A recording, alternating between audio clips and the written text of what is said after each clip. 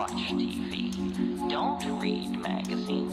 Don't even listen to NPR. Create your own road show.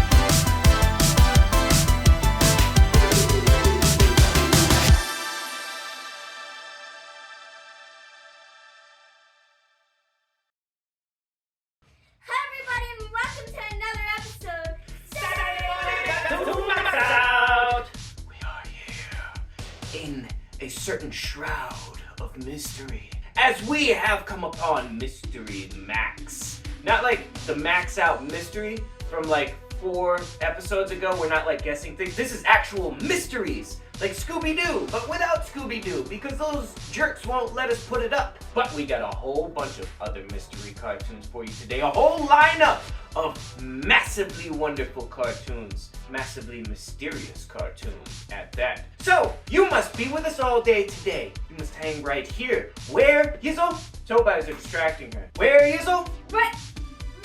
See, she's not even paying attention. You must be with us, because the mystery is even eluding her. We are so mystified that we don't know what to do right now. So I will just say, you stay right here from 8 a.m. until 12 p.m. Woo, woo, woo, wah! Eastern Standard Time. And you must stay for the closer, which is going to be another mystery. So many mysteries on Mystery Max. It's so fun to say that word. It's one of those words that loses its meaning after you say it too many times. Mystery, mystery, mystery, mystery, mystery.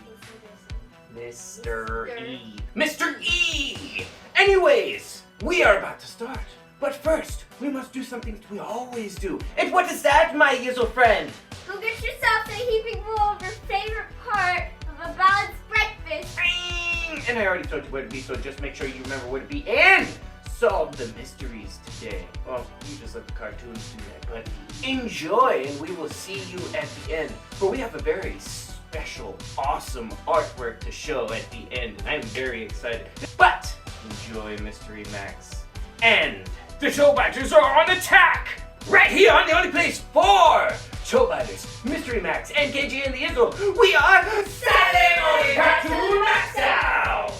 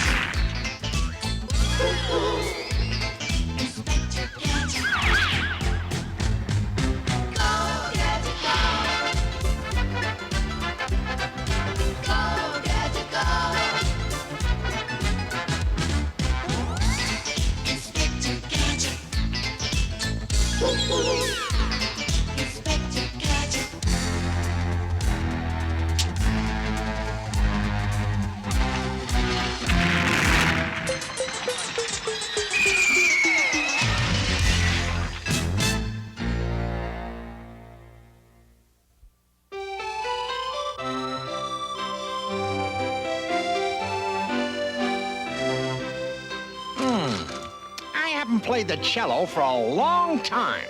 Uh-oh. Nothing like classical music. Uncle Gadget, I have some homework to do. Never mind, I'll enjoy the music alone.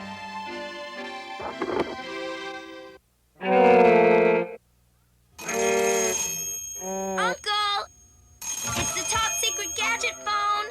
Oh, thank you, Penny. Is that you, Chief? You're where? What? Stop! I'm in here. I didn't know you were a music lover, Chief. Why do you think I said stop? Here.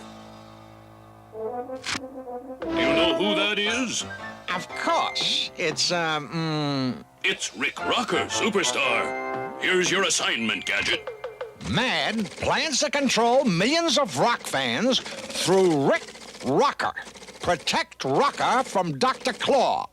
This message will self-destruct. Right, Chief. With me on the job, Rick is as safe as you are. Oh, no! That's what I was afraid of. I'm a music lover too, Gadget.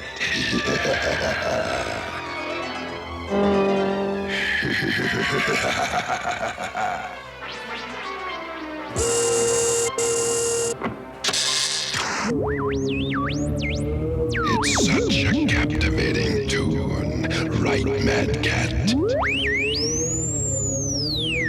Soon, they'll all be under my control.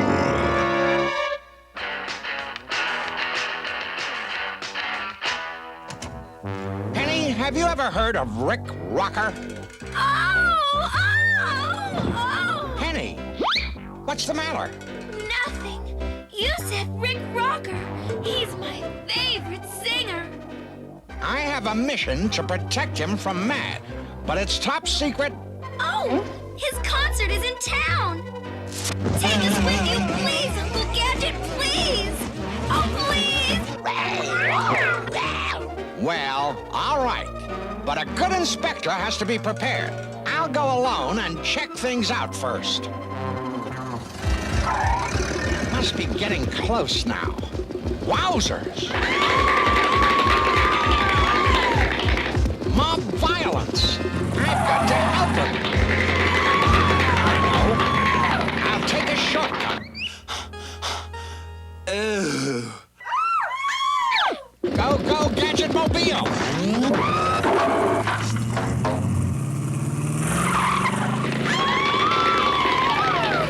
Go, go, Gadget Claw!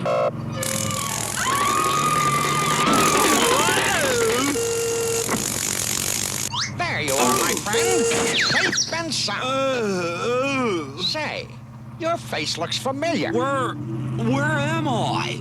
Don't worry. You're under my protection. Protection? I don't need any protection.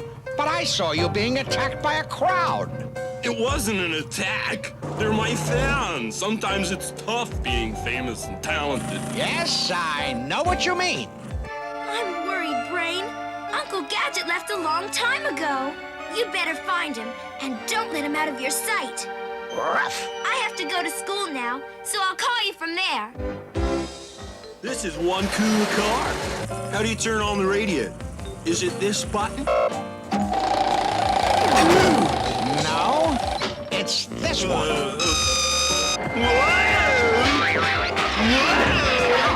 Now I remember. It's right here. Wowzers. He's gone. I wonder where he's off to now. Maybe he went down here. My skate is stuck! Well, I can't look for that young man any longer. My duty is to protect Rick Rocker. Wow! That guy is more dangerous than my fans. He tried to kill me!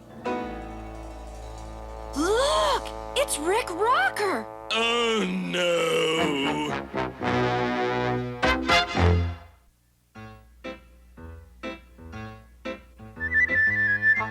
It's getting late and Penny's not back yet. Hello? Sorry for being so late, Uncle, but I just met Rick Rocker. Wowzers! Rick Rocker!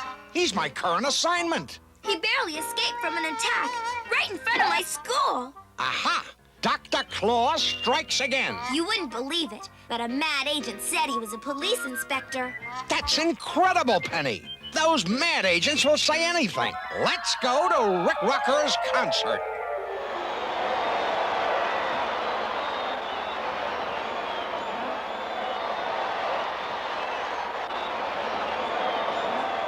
What a crowd. It's gonna be tough to guard Rick in all this.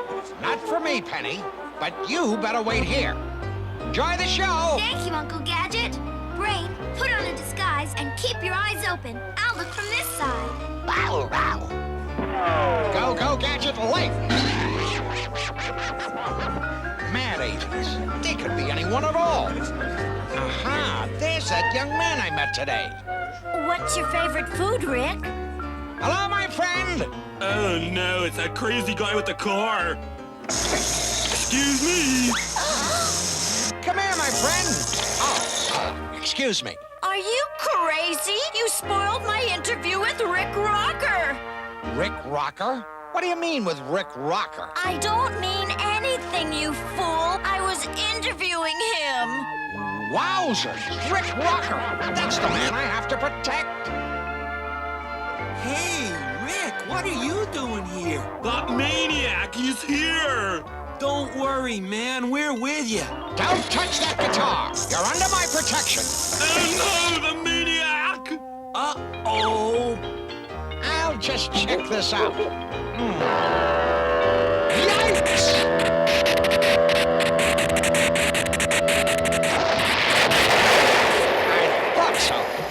Booby trap! My guitar! You ruined my guitar! Help!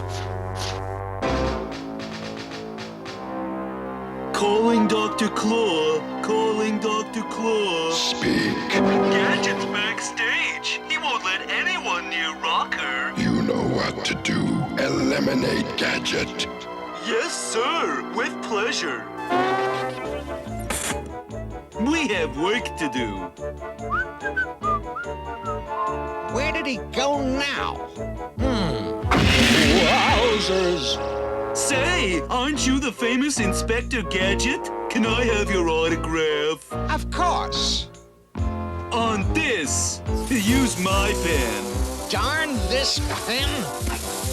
There. Incredible. I guess just meeting me was overwhelming. Hey, Inspector, hold still. I don't have a lot of time, my good man. I'm on duty. But anything for the press. Move one step back. That's fine. Huh? No, don't move. Poor fellow. He only wanted... Hey! Wait! I didn't thank you! Stop! Huh? Ah, Rick! I found you! He's after me! Help! Help is on the way! Brain, what's going on? I'll be there right away. Hey, stop! Wait! I think he went in here. Hey, what's going on? Look! Oh my gosh! They've captured Rick! Help! I'll put this homing device on him. That way we can follow him. We'd better tell Uncle Gadget. But where is he? I know you're here somewhere. If you don't come out, I'm turning on the lights. All right, here goes. Where's Rick? Oh, never mind. Give him a guitar. Quick, play.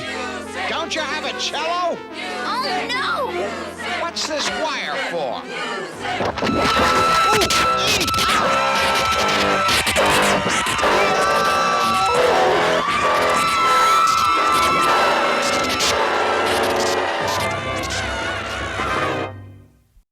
Stay right here. We'll be back after these messages. Claw's gonna blow up the police station. Go, go, Gadget skates! Look out! Jump! Go, go, Gadget legs! Wowzers! Go, go, Gadget copter! Made it in time! Take this, Gadget. It's a bomb! I'll handle this.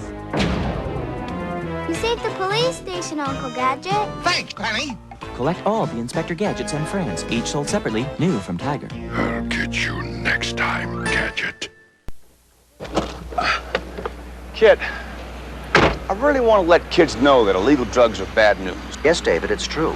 Over 100,000 teenagers were admitted into hospitals last year because of drugs. Yeah, but I'm talking about kids' futures. Did you know that marijuana can affect a person's physical and sexual growth? Yes, that's quite accurate. In a laboratory test, female animals treated with the active component in marijuana experienced a 44% death rate among their offspring. This is much more important than facts and figures. What kids should know is that marijuana has got more cancer-causing agents than tobacco, and a lot of young kids use drugs on a daily basis. Actually, Michael, the fact is that 1 in 18 high school seniors smokes marijuana daily, and then there are the occasional users which account for... Get this through your CPU. They don't care about statistics. You know, you're right. I've got it. Just tell them illegal drugs are bad, so don't mess with them. Illegal drugs are bad news. Don't mess with them. We want Gadget! Hear that? They want me, but I can't stay. I'm on duty to protect Rick Rocker. Rick Rocker? Oh, haven't you heard? He's been kidnapped. Kidnapped? Excuse me, nurse, I have to go. You'll never get out. Your fans are everywhere. Don't worry, you're talking to Inspector Gadget. There he is. Maybe I still need some rest. The kidnappers have stopped, right? There! That old warehouse. I'll program the Gadget van. You get Uncle Gadget. Then it'll drive you both to the warehouse. We'll meet there, understand?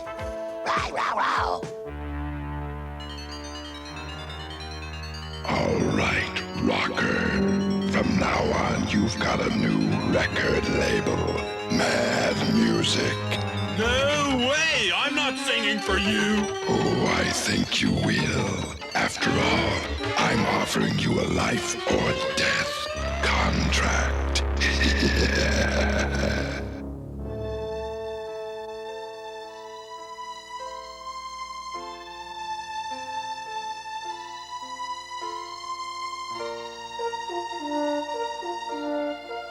What's that? Agents, intruder in room 5.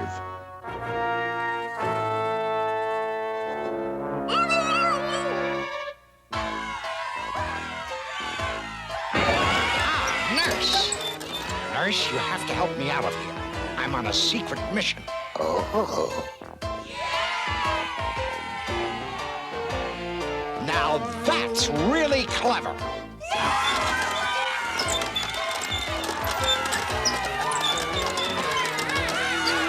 Go, Gadget hand.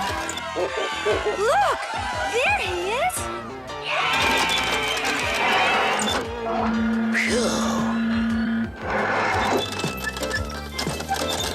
Ah, there you are. You're a bit early, but that's okay. Come on, we'll take it from here. Hey!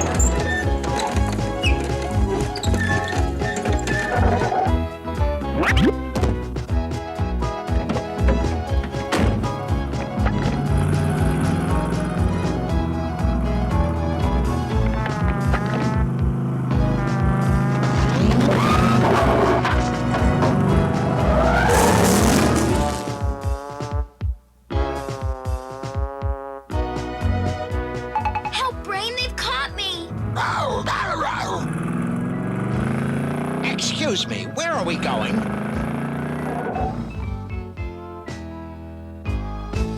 Nurse? Rick Rocker, this is Dr. Claw. I want to speak to my agent. I am your agent now. And this is the music for your next song.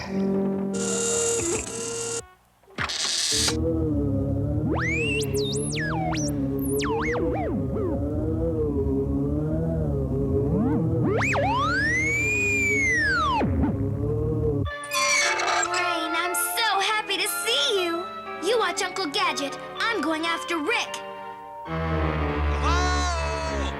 Gadget.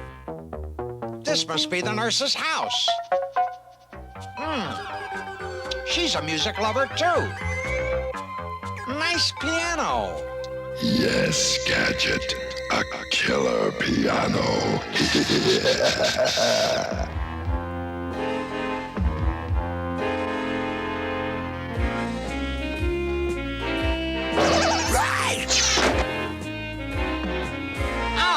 Yes, I'm glad you're back. Your piano desperately needs tuning. You have drums, too.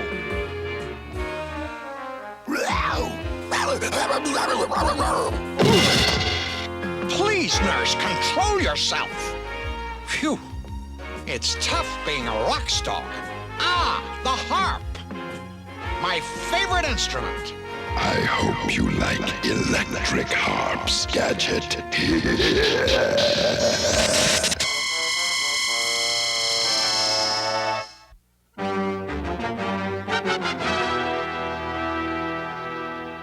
That's it, Gadget. Play us a little tune. Now for my famous three-hand concerto. Go, go, Gadget hand. No, no.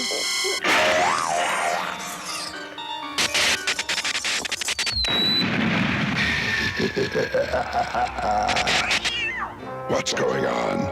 Agent 3, come in. All the fuses are blown. Use the emergency backup. Right, boss. Rick, are you there? My head. What? Shh, don't talk. I'm going to get you out of here. The police are on their way. Oh no, that music. It's terrible. It makes me sleepy. Oh, bite it, Rick. Dr. Claw wants you to make his mind control record. So he can control your fans. Bite, Rick. No use, little girl. No one can fight Dr. Claw. Hello? Anyone here?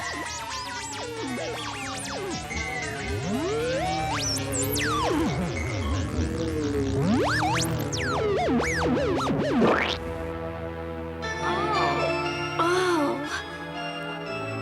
What? Uncle Gadget? Ooh.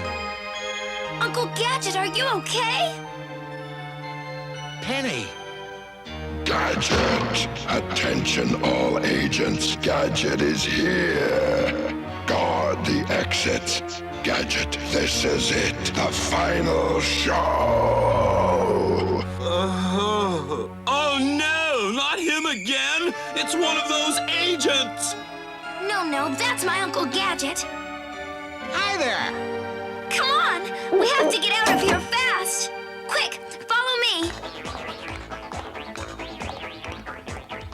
Wowzers! What a record collection! Thanks! Hey! Wowzers! Boy, I should tell that nurse a few things about record care. I wonder if they have any cello music. Where's Uncle Gadget? Uncle Gadget, hurry! What's the rush, Penny? Please, Uncle Gadget, we have to... Ouch!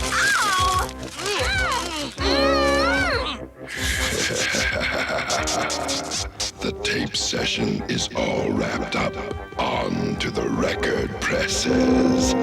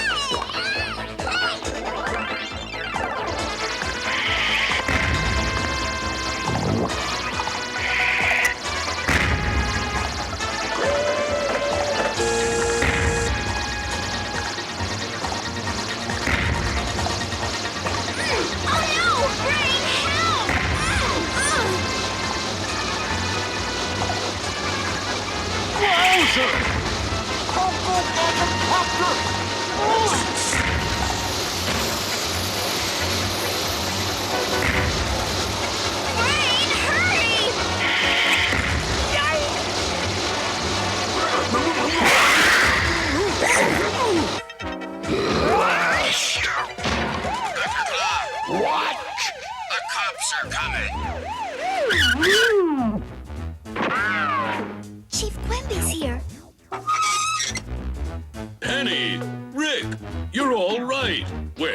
Gadget? He's inside. Gadget? Oh, hi, Chief Quimby. Listen, what's that? You won today, Gadget, but I'll be back.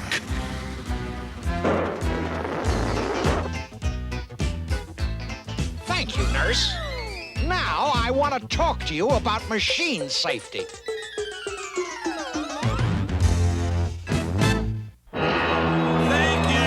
Thank you very much. I'd like to dedicate this next song to my favorite lady, Penny. Gosh, a Rick Rocker song all for me. I think he's the greatest. Oh, except for you, Uncle Gadget. I hope you reminded him to be careful with his electrical equipment. Never to touch the plugs with his fingers. Right. And make sure things are off before you plug them in. And make sure your hands are dry before you touch anything electrical. Oh, wow, wow. 1, 2, 3, 4.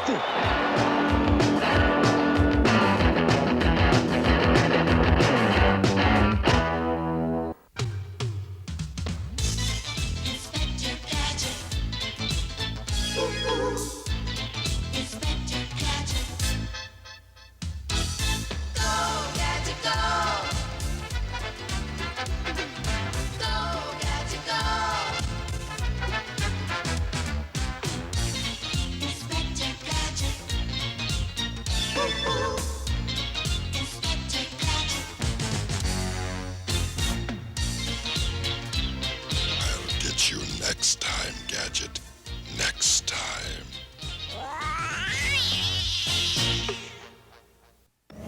Cookie jar! After these messages, we'll be right back. And now, here comes Lucky 7 Samson. Now you can call me Lucky, 'cause Lucky's my name. Singing and dancing, that's my game. I never did a whole day's work in my life, still everything seemed to turn out right. Like a grasshopper on a summer's day, I just love to play and pass the time away. 'Cause I was born 'neath a lucky star. They said I'd go far, making people happy, that's my favorite game. Lucky 7 is my natural name. Slipping and sliding my whole life through, still I get everything done that I got to do. 'Cause I was born 'neath the lucky star. School is where you are? Oh, that's not hard. Let me show you something. You multiply 7 times 1. I got 7 days to get that problem done. Multiply 7 times 2. Take 14 laughs when you're feeling blue. Multiply 7 times 3. A 21-day vacation, you can play with me. Multiply 7 times 4. You got 28 days, that's a 1 month more to pay the mortgage on your store. Don't worry, something will turn up, yeah. Multiply 7 times 5. I don't know how you did it, but man alive, that's 35. Multiply 7 times 6. Grab a stick and make a 42, clickety-clicks. Multiply 7 times 7. Take 49 steps right up to 7 heaven. Multiply 7 times 8. They got 56 of flavors and I just can't wait. Multiply 7 times 9. 63 musicians, all friends of mine. Multiply 7 times 10. And that brings you right back to 70 again. You know, I think that's important. There's a trick there somewhere. Multiply 7 times 11. Even a rabbit knows that's 70 plus 7. Multiply 7 times 12. You got 84. And isn't that swell? I'm gonna try 7 times 13 just for fun. 70 plus 21. 7 times 14 must be great. Well, exactly, that's a 70 plus 28. 7 times 15, man alive, that's 70 plus 35, 105. Man, this stuff is simple, no jive. You got it. Now I gotta fly. Excuse me, folks, I'm saying goodbye. I sure do thank you for the huckleberry pie. Take it home, boys. Remember Lucky 7 Samson, that's my natural born name. If you should ask me again, I have to tell you the same. You'll wake up tomorrow, you'll be glad that I came, 'cause you'll be singing one of the songs that I sang. So keep a happy outlook and be good to your friend, and maybe I'll pass this way again. Maybe.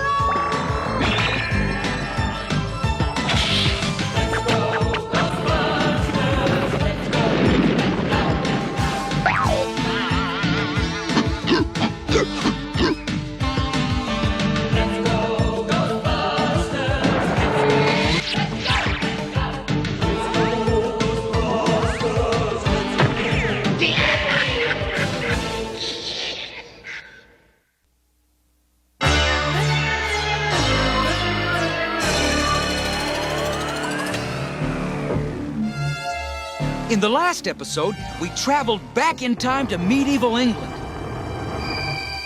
Sir Trancelot has a piece of the stone tablet which will lead us to our fathers. We tracked him to his haunted castle.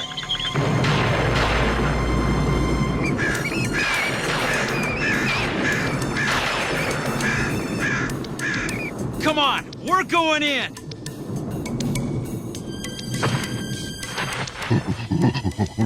No, okie dokie. Ghost. You're right. Those are ghosts in there. But we've got to find our fathers. But Jake, you heard King Arthur. Not even his bravest knights ever returned from this castle. Right. The king said brave. We've got nothing to worry about. This ghost buggy sure is flip. Flip? Flip? I'll show you flip.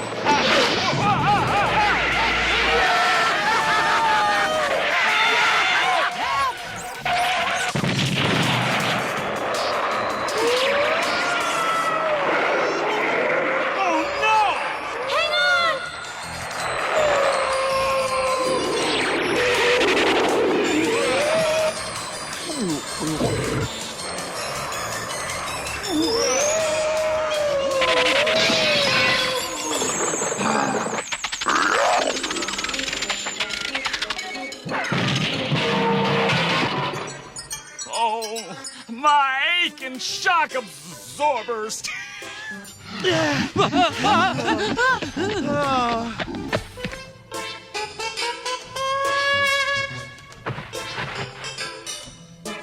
Oh, looking for this? Maybe Sparky will make you feel better. Sparky? My little pet, and he's no ghost.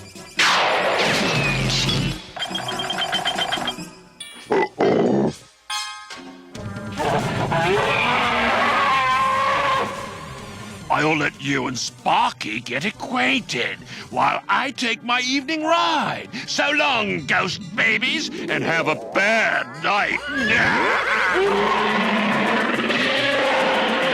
The dragon! Use the dematerializer! It only works on ghosts! Don't worry. King Arthur's magic sword will handle this.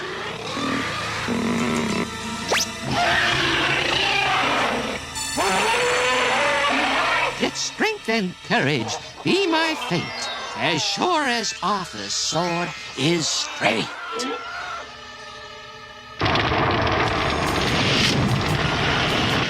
Oh, no! Oh, King Arthur's going to punish me when he sees this. I think Sparky's gonna save him the trouble! I know!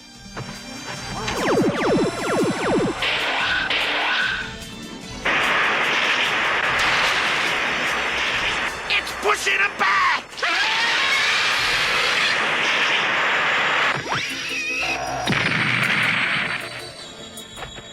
Oh, nice work, Jake. I thought we were goners. I'd fight a dragon for you anytime. Jake! Sir Trancelot's coming back.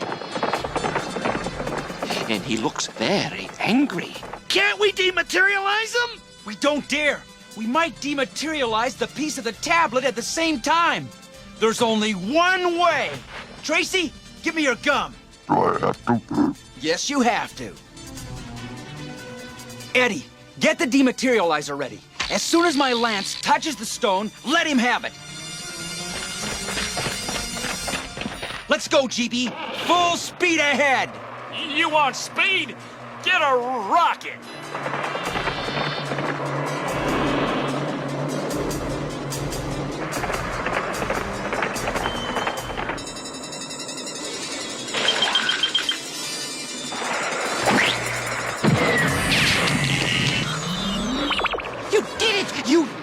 You dematerialize Sir Trancelot. He'll be back. What's more important is this. The ones who find fathers and save the future. Who? Who finds fathers and saves the future? Maybe the answer is on the next piece of the stone. Tracy's tablet tracer will figure out where it is. But first, We'd better get Fuddy back to King Arthur. He'll probably have Merlin turn me into a frog when he sees this. I'll bet Tracy can fix it. Careful, Tracy.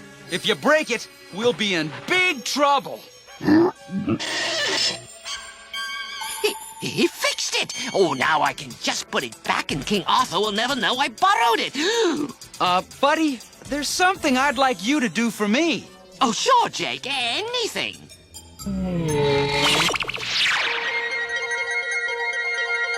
And so you see, King Arthur, I wanted you to know the truth about what happened. I'm really sorry. I never should have borrowed your sword without asking. I ought to punish you for this. But you showed great courage in defeating Sir Lancelot, and even greater courage in coming to me and telling the truth about the sword. How long has Fuddy been studying to be a sorcerer? 150 years, Your Majesty. Well, I think it's high time he became a full-fledged court wizard. Oh, me? A full court wizard? As you wish, Your Majesty. Way to go! Congratulations! And as for you, young men, I'd like you all to become Knights of the Round Table. Futura, you will be the first woman knight. Oh, I'm very honored, Your Majesty. But we're on an important mission to save the future of the entire planet. And rescue our fathers. Yes, that's right. In that case, I insist you take this. I don't know how to thank you. And I don't know how to thank you, Jake. But maybe this'll help. Now that I'm a full wizard, I can grant you any power of your choosing. But the moon must be full, and it will only last for a short while. Really? Oh, yes. All you have to do is call on me, no matter when or where you are. Wow, that's terrific! And just where are we going? Ancient Egypt. That's where Tracy's tracer says we'll find the next piece of the stone tablet.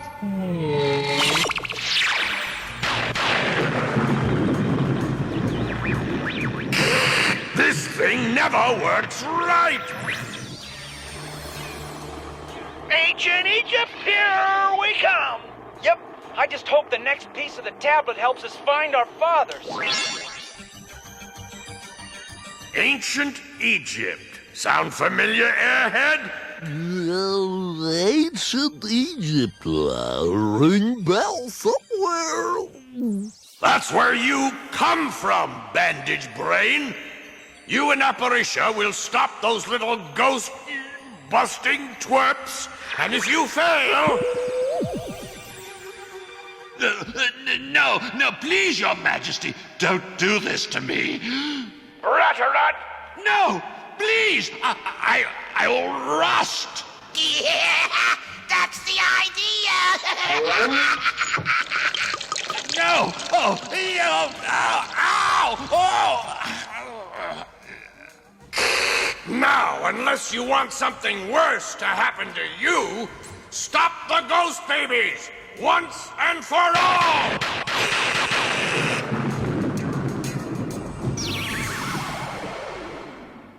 After these messages, we'll be right back. I get angry just thinking about it makes me mad. Little kids doing drugs, it turns my stomach. That stuff hurts. It stops you from living up to your potential. It holds you back. It hurts the user. It hurts his family. And it hurts his friends. I just want to shake some sense into you kids that are using drugs and thinking about using. So remember, don't, or else. Okay?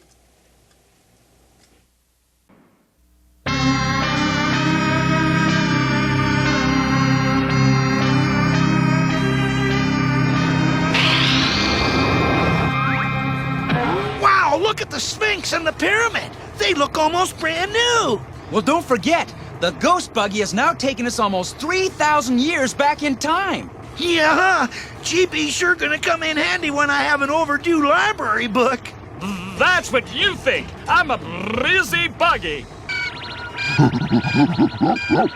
Hey! Tracy's tablet tracer is picking up another piece of the stone tablet! It's somewhere inside the pyramid.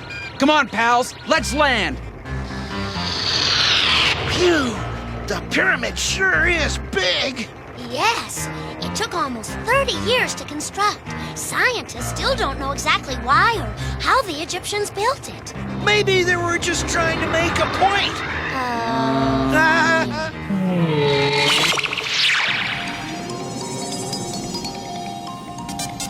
Now we've got to figure out a way to get inside. The door's pretty heavy. Think you can open it, Tracy?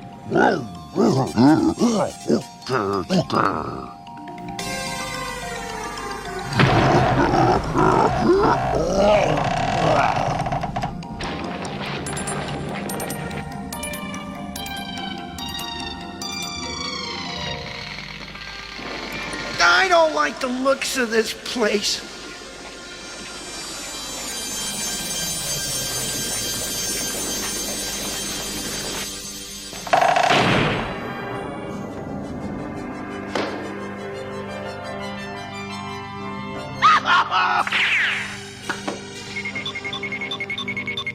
Uh-oh, my nose is twitching. You know what that means? Ghosts!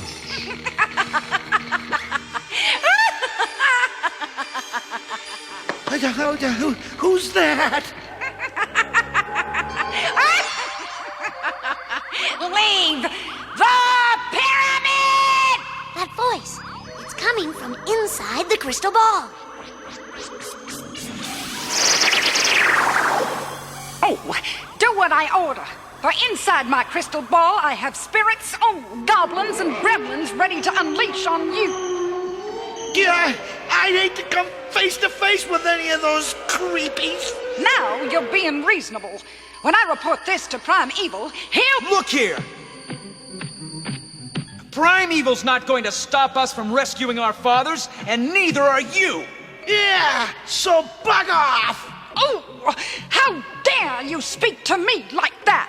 You'll regret you didn't heed my warning. I'll unleash my power when you least expect it.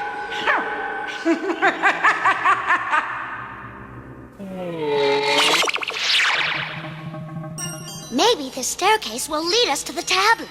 Yeah, it's so dark and spooky. I know it's scary, but we've got to get used to goblins and gremlins if we're gonna save our dads. You're right, partner. I'm not gonna be scared. In fact, I'm gonna lead the way. Yeah, I only have one request. What's that? Talk me out of it. Oh, Eddie!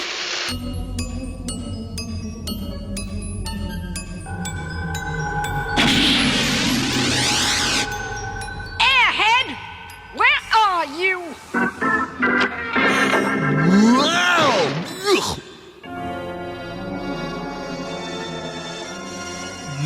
Me have nice travel.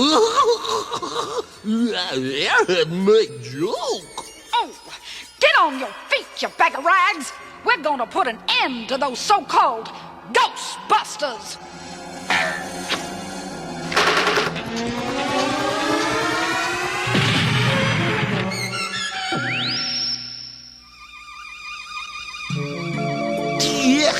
Those mummy cases give me the jitters. The piece of the tablet could be any place. Tracy, stop bothering me. Can't you see I'm... Yow! Double yow! Yeah, Airhead get Ghostbuster.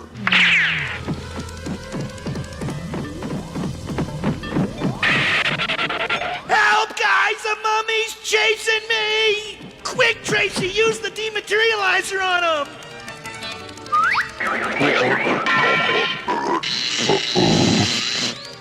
It's broken!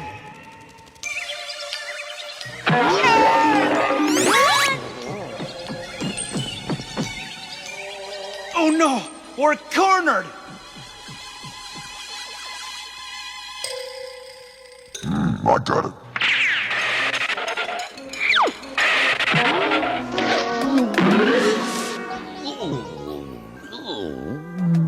Atta boy, Tracy, you're terrific!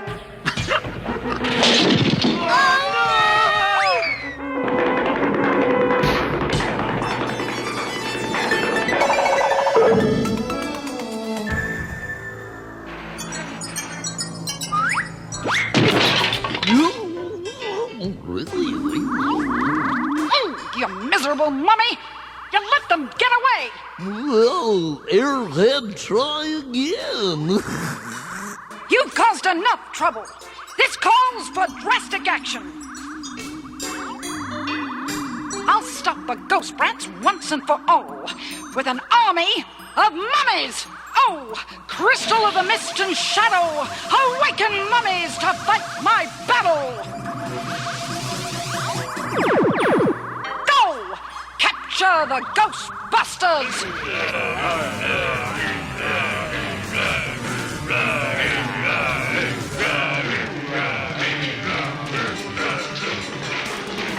Airhead, your leader. Follow me.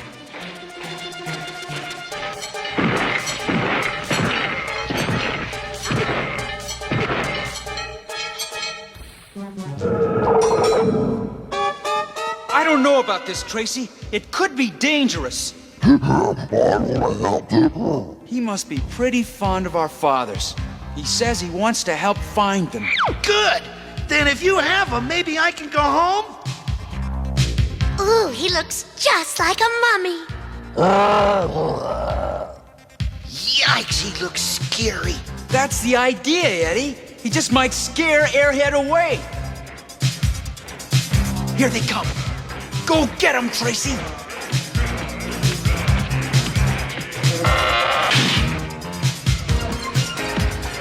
Uh-oh. Airhead no light. Keep your fingers crossed. I'll even keep my bandages crossed. Your bandages? Oh, no! Eddie, quick! Cut the bandage!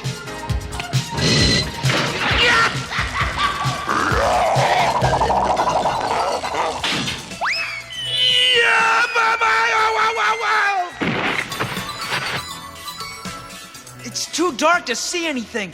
Eddie? Eddie, are you all right? Yeah, but where am I? Just sit tight. Yeah, him not mummy ghost. Him ghost busting monkey. Tracy's in trouble. It's stuck. Me bring monkey to operation. Can you teleport us to the hallway?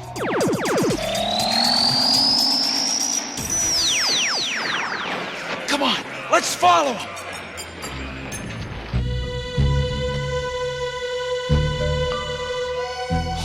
Wow, this is a pretty fancy place. Some kind of a secret room.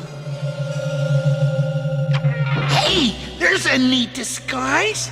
I could walk right past apparition or mummies in this outfit. Hey, Jake, guess what I found? Jake? I wonder where they went.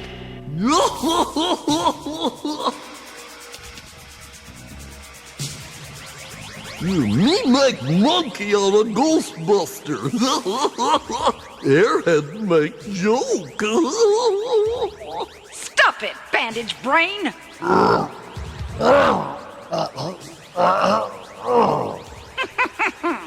Even your strength ain't enough to break my crystal cups. There he is. So, you want to be a mummy, do you? Well, mummies are old.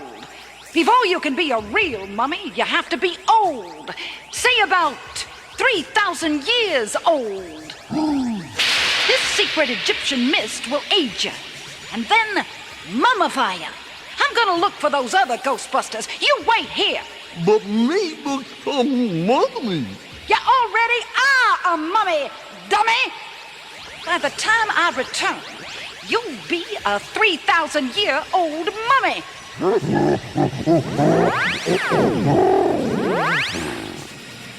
We'll find out what happens to Tracy in the next episode of Ghostbusters. Stay tuned for some exciting scenes. And now, here are some scenes from the next episode of Ghostbusters.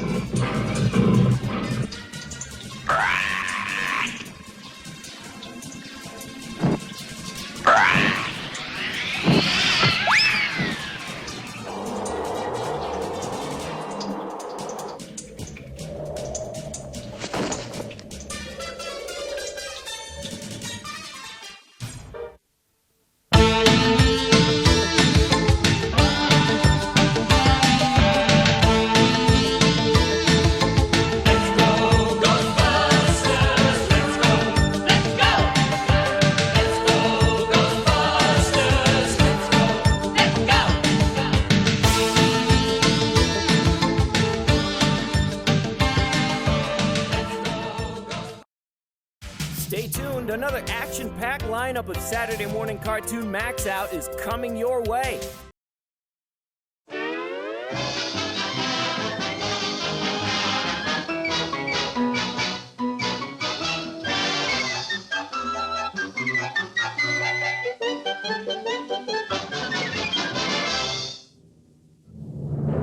Boston Quacky, friend to those who need no friends, enemy to those who have no enemies.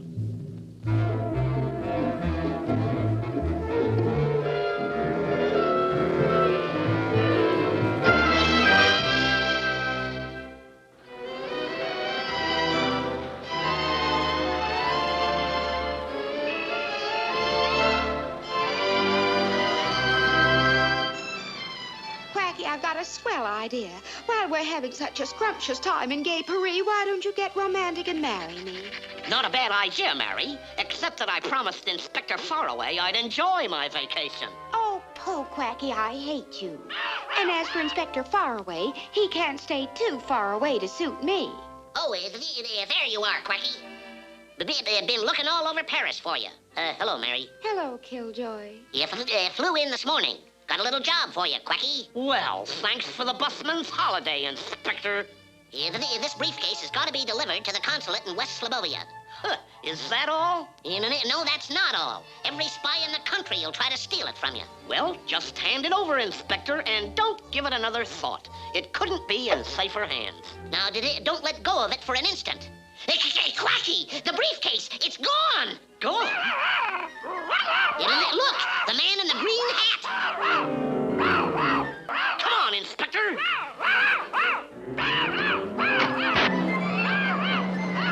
Taxi! Follow that car. Oui, monsieur. Hey, come back here! Mary, Inspector. Going my way.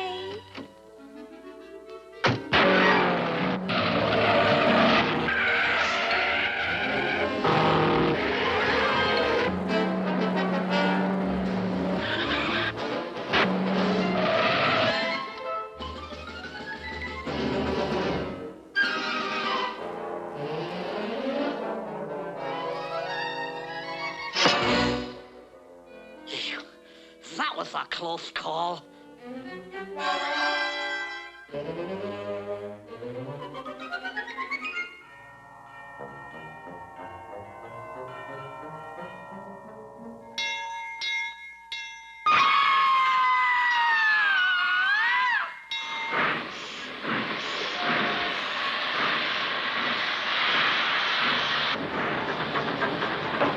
Hey, you! Come back with that briefcase!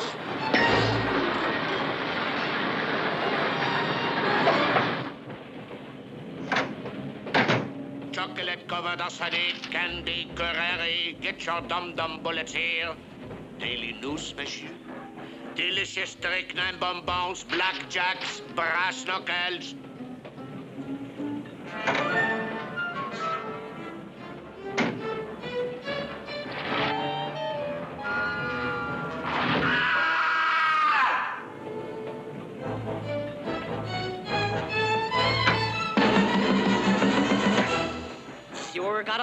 jolly bunch of fellows on this train. Green Hat's just got to be in one of these compartments.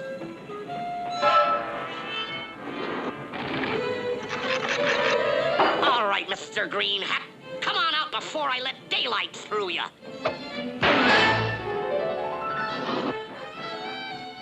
Oh, sorry, sir. Case of mistaken identity. I'm looking for a despicable character in a green hat. Gracious, how stupid of me. He wasn't wearing a green... Or was he? Mind if I join you, friend? Oh, please do. Join me in a little drink. Oh, thank you. Bring me Roddy Mary. Extra Roddy. Make mine a cup of sassafras tea.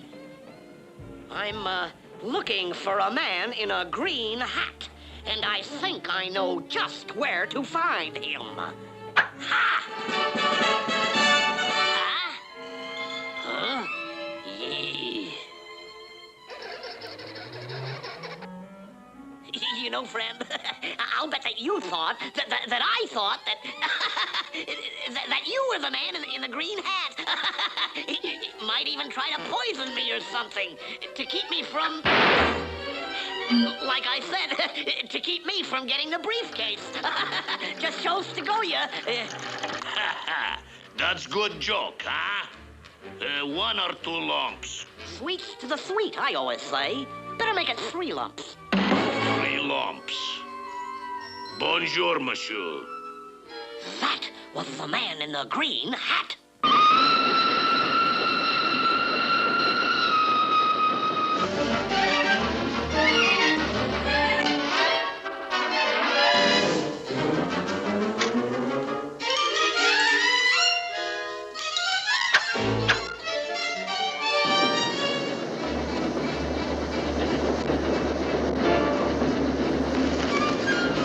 Goodbye, friend.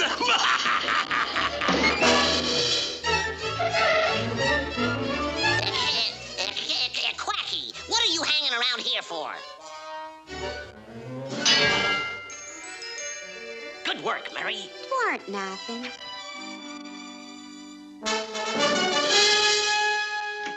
Oh, I thought you'd never get here. Well, here's the briefcase, Your Excellency. Oh, thank you. I'm so excited. You mean all that hassle just so you could have a coffee break? Oh, no. You see, I had to have an escort for the embassy ball.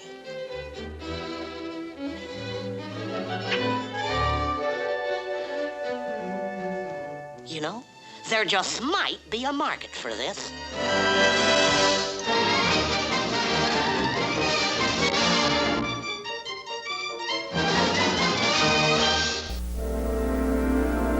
June 15th, 2103. Ah, the Swiss Alps. At least they haven't changed over all these years. As elegant as ever. A pity I can't say the same for Lestrade's driving skills. Let's get a closer look. Inspector Lestrade was certain Professor Moriarty was behind New London's recent crime wave. There was only one way to convince her otherwise. Take her to Reichenbach Falls, where Moriarty had plunged to his death over 200 years ago. There, look!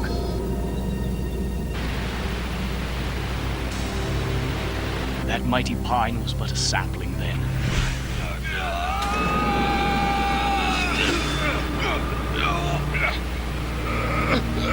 Hold on!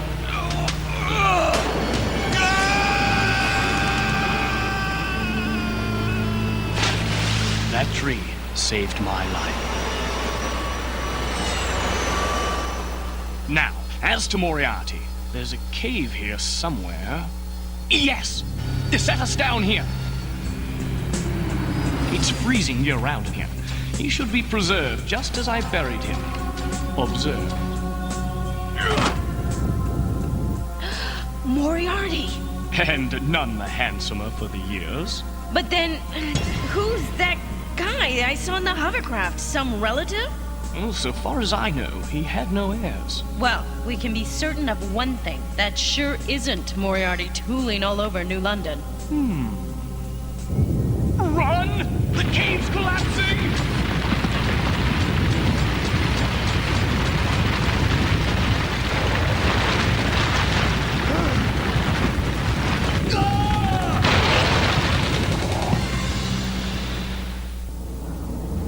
Welcome to the Plimlico Zoo. All our animals are robotronic. For African safari, press 1. For Jurassic jungle, press 2. For movie monsters, press 3.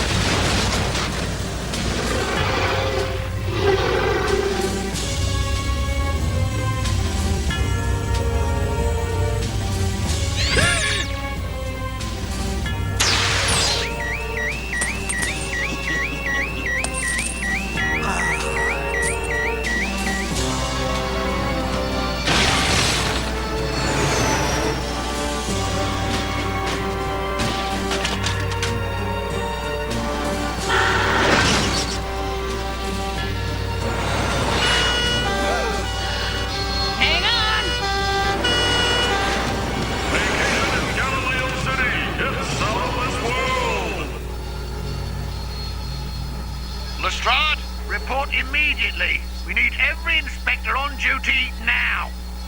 What's going on? I've never seen the city like this before.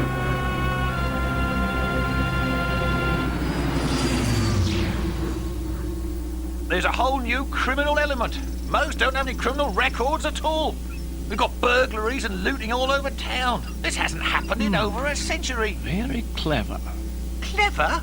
What's a worm-eaten 19th century rent-a-cop know about a 22nd century crime riot? Well, first, this is no random crime wave. Huh? What? You've been stewing in honey too long. How could you know that? Careful observation and perceptive thought. Eyes and brains. Look, these looters bypassed all the luxury department stores and went straight for Bond Street jewels. Easy to trade for services. Then, notice all the microchip warehouses that were hit, passing up equally valuable commodities in other warehouses. Rubbish and drivel. Why'd they break into the zoo? To steal the rides? Some of them, yes, I presume. And to what purpose are all these criminals working in tandem? They are simply following their master's orders. And now you're going to tell me where to find this man? Elementary, my dear Chief Inspector. The underground. The crimes have all occurred near manholes or other entrances to the underground subway. And since this crime wave began here, that shall be our starting point. Coming, Lestrade? The robot can come too, if it likes.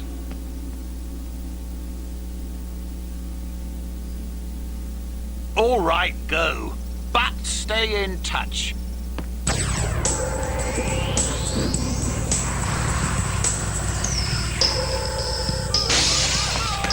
Hey, sir. This here map's got all the all-rave spots and anti-grav dance clubs. Only 6 credits. Then perhaps a holo watch? Tickets to the Robo finals. You're lost, Zedhead. Got 3 live ones at the northeast corner, Oxford Circle. On 'em. You'll be lost without a proper map, sir. Just 10 credits off your e-bank card. Have it, kid. The name's Deidre, officer, not kid.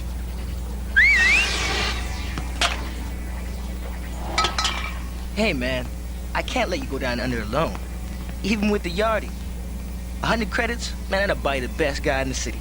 And that would be you? Yo, Tennyson.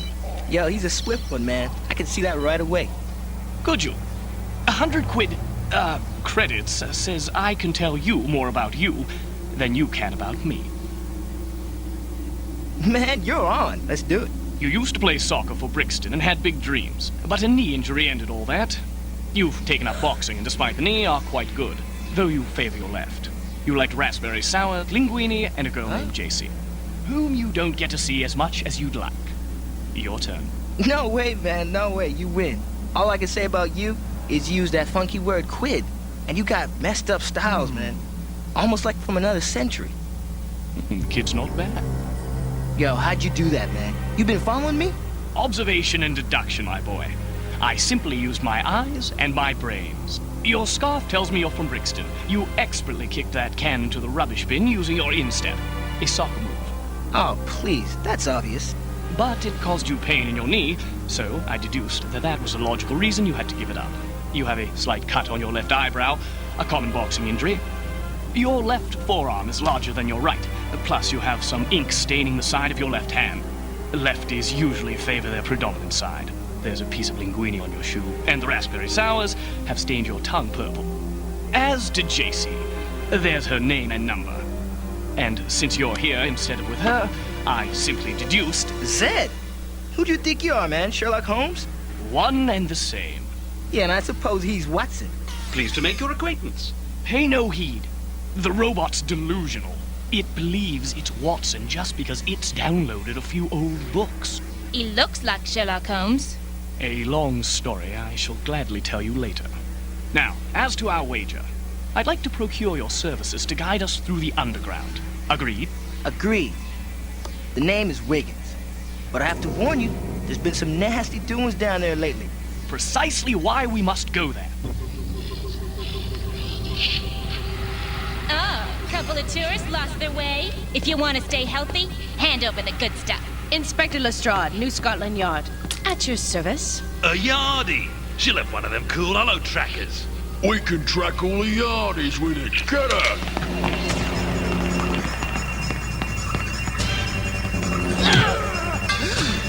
Really, Holmes? As gentlemen, don't you think we... Clearly, the lady can take care of herself. And please, you're not a gentle man, you're a robot. Dear me, I'm quite rusty at this. Now, be specific, Wiggins. I need to know the precise epicenter of all this criminal activity. Has London changed so radically? I've never heard of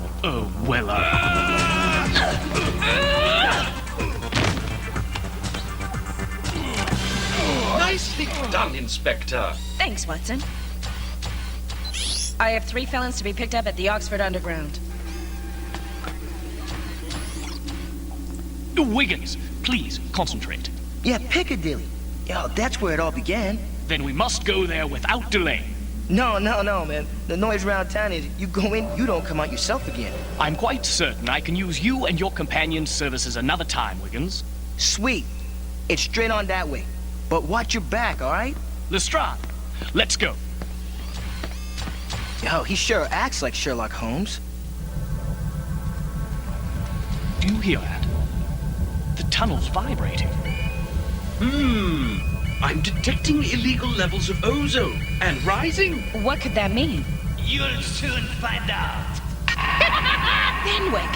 Of course! This crime wave is your doing! Look out!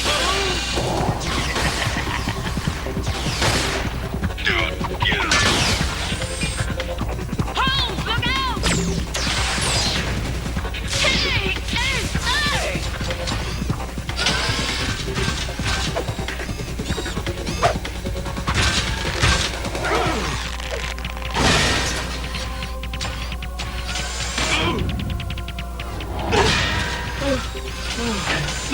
No! Emergency system failure. If you just step to your left. Perfect.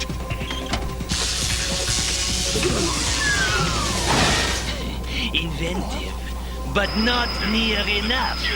Sleep well. What? No! You can't let... You won't get away with this, Fenwick! I already have. And little Miss Crime Fighter's going straight to #1 on the Yard's most wanted list. But first, a nap.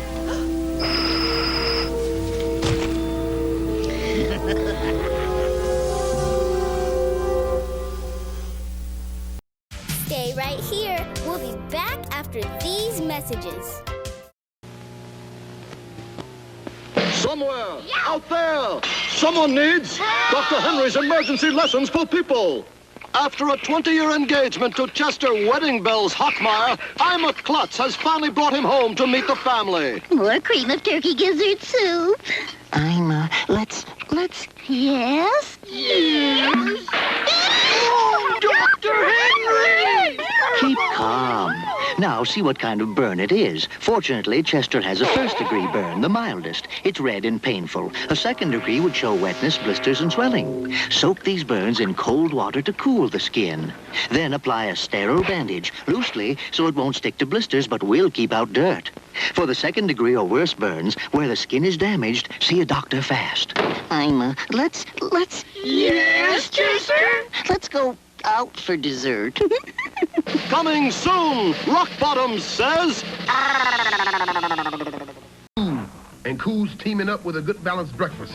Teaming up with Mr. T cereal. It's getting on the team that knows how cool breakfast can be. You get a crispy corn taste with a touch of brown sugar. Teaming up with Mr. T.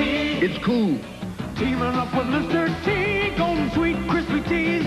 One bite and you're gonna be eating with the team that's teaming up with Mr. T. It's Cool.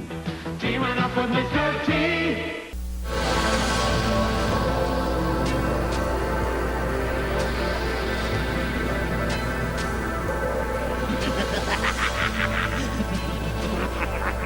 I'm taking no chances with my little yardie. In fact, I'm going to crime notize her personally.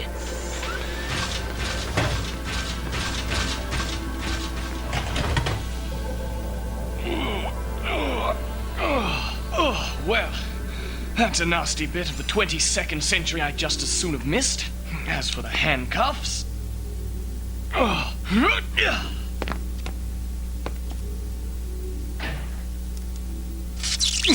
I suppose I must ask the female.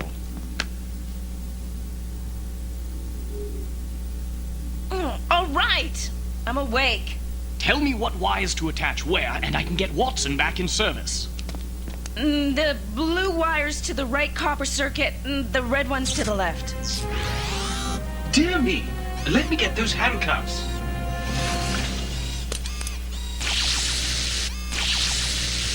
Thanks. Good to have you back. My department?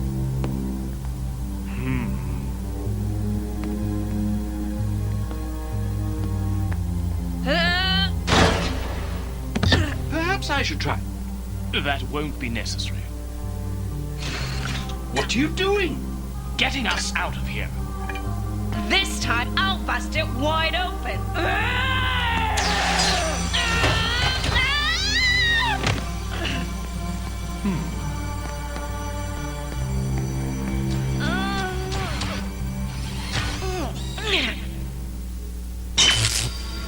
Excellent. The track's still live. Lestrade, get this train running. We'll need a quick getaway once I eradicate the source of this crime wave.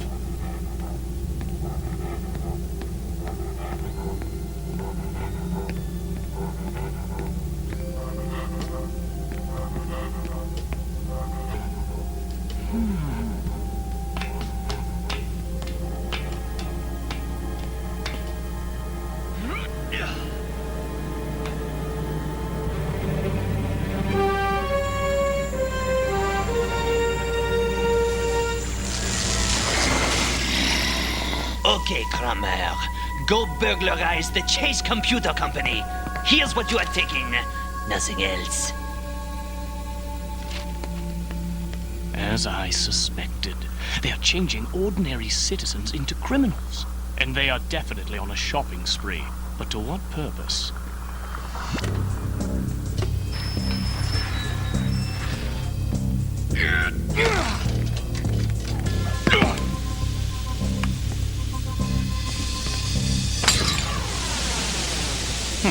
Decidedly low tech, but effective. No!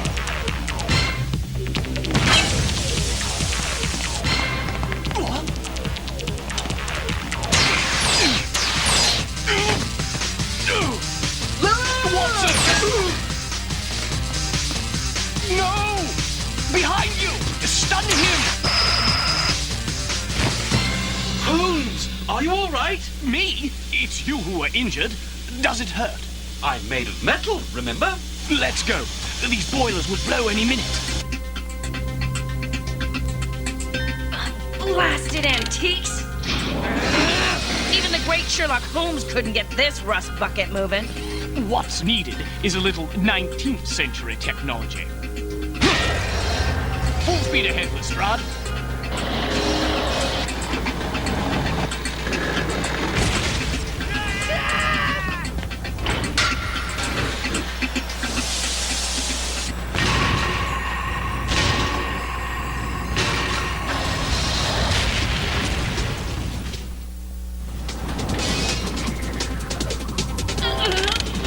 The power's gone. No brakes!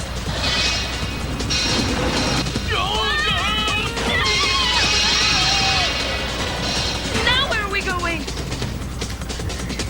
Due south.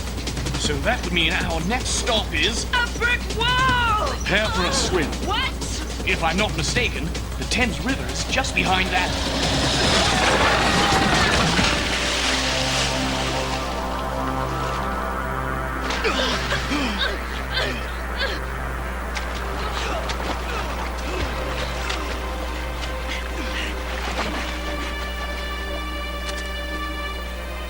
Watson! Watson, where's Watson? Compudroids are pretty heavy. Watson! Watson, blast you! Where are you? You can't be at the bottom of the river. I'll call the dredgers. Dredgers? What good will they be? You know how polluted this river is, just as it was even in my time.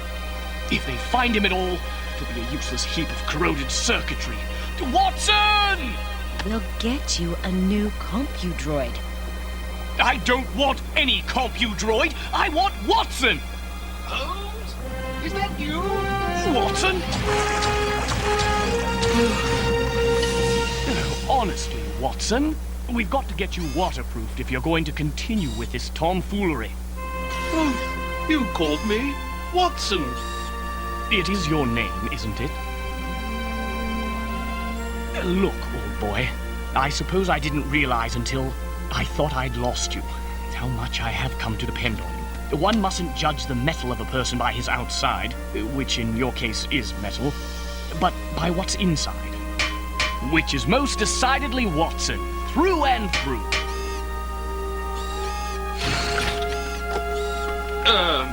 Not completely. Lestrade, I've just got the damage report. You have got some explaining to do. I want you in my office ASE immediately. Right away, sir.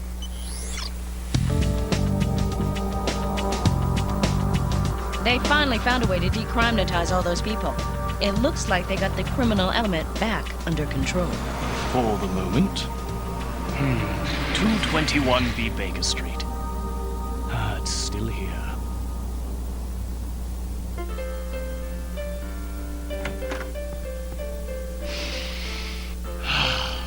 Someone's bleeding fish and chips in here. Oh, probably the workmen I sent over to air things out. It's yours, if you want to live here. I'd like nothing better. But where is Watson? What have you done with him? He should be here. Coming, Holmes. Watson! Why, you look... Like the Dr. John Watson of old? I certainly hope so. Thanks to that new elastomask technology New Scotland Yard's been working on. I'm speechless. It's remarkable. I have one more surprise. New Scotland Yard would like to retain you as a consultant. Superb! Send my new cases over straight away. No. You'll be working under me. You? Balderdash! What sort of a world has this become? A better one. For women. And men? That rather depends on the man, wouldn't you say? Touché, Watson. I'd better head back to the yard. I'm overdue to go outline. The yard? Why, yes. Where else would I go? It's elementary, my dear Watson. This is your home. Here, with me. I would be honored. Good. Because this crime-natizing caper is far from over. The real villain remains at large. Don't move, another action-packed lineup from Saturday Morning Cartoon MAXOUT is coming your way.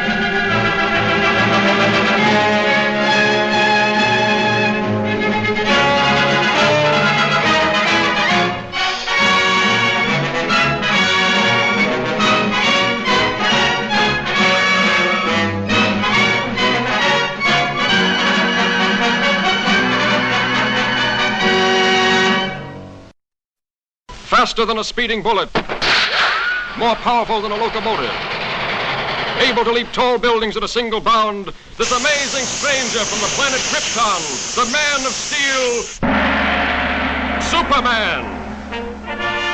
Possessing remarkable physical strength, Superman fights a never-ending battle for truth and justice, disguised as a mild-mannered newspaper reporter, Clark Kent.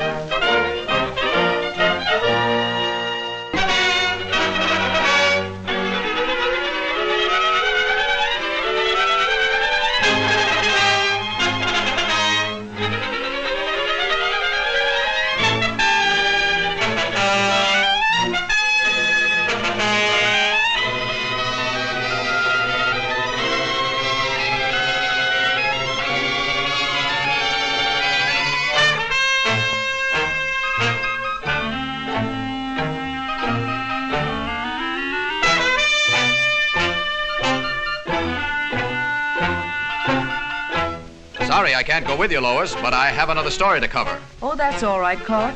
I'll see you in the office.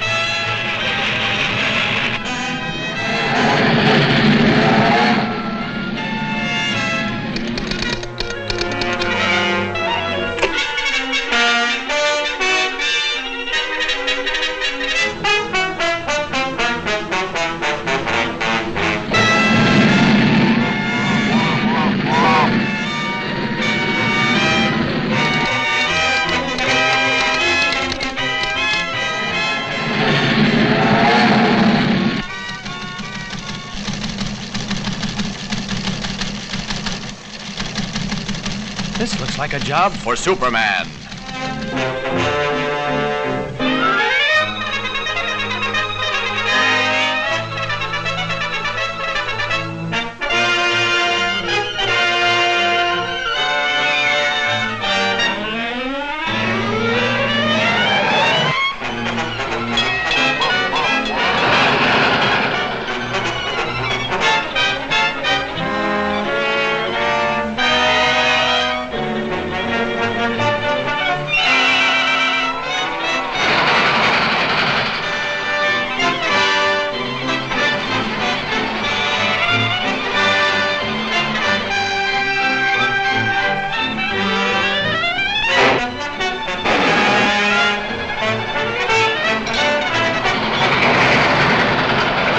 Superman!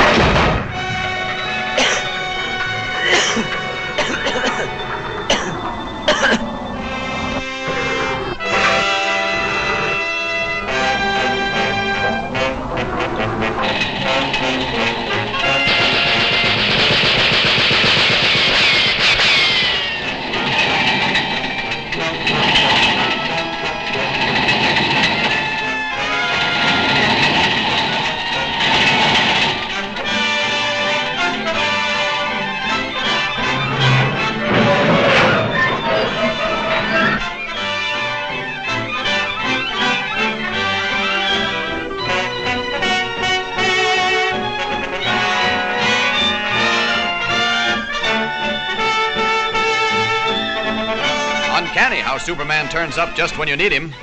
I didn't even get a chance to thank him.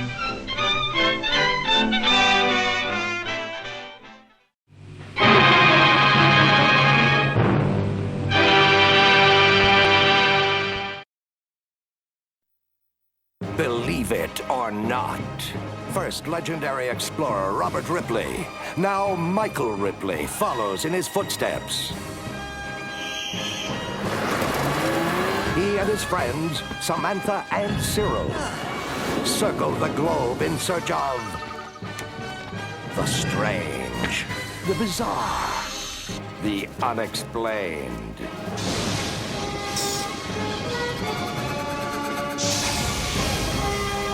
Leaving no mystery unresolved, against all odds, they challenge you to... Believe it or not.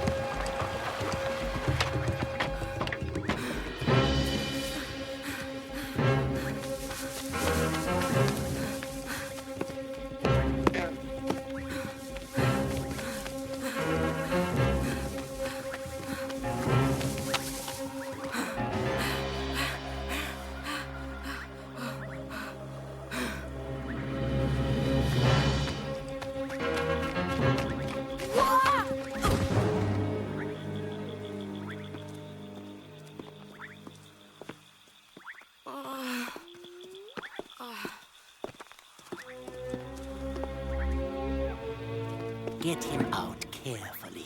I wish to bring him in unhurt.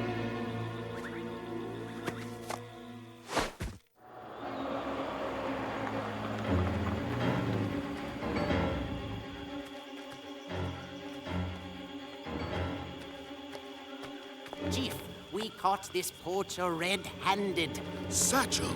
No, I am not a poacher. I found this tusk by the river, half buried. I think there are more. He's lying. He lies. Mr. Scheider, it is difficult to believe that one of my tribe would help kill elephants. I've been a researcher here for 10 years. I've seen greed drive many a man to poaching. We will resolve this. Take him to Nasilele.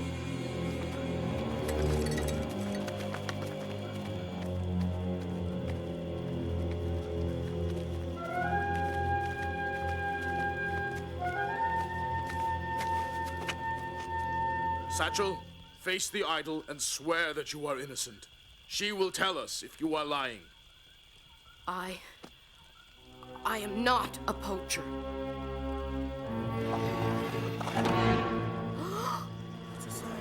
Nasilele closes her eyes to him. Liar! Liar! Liar! Liar!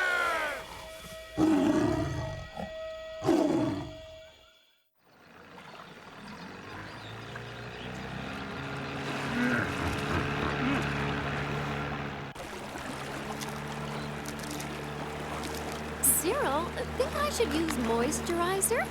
No, I'd say you look... Oh, Cyril, I'm sorry. I was just kidding.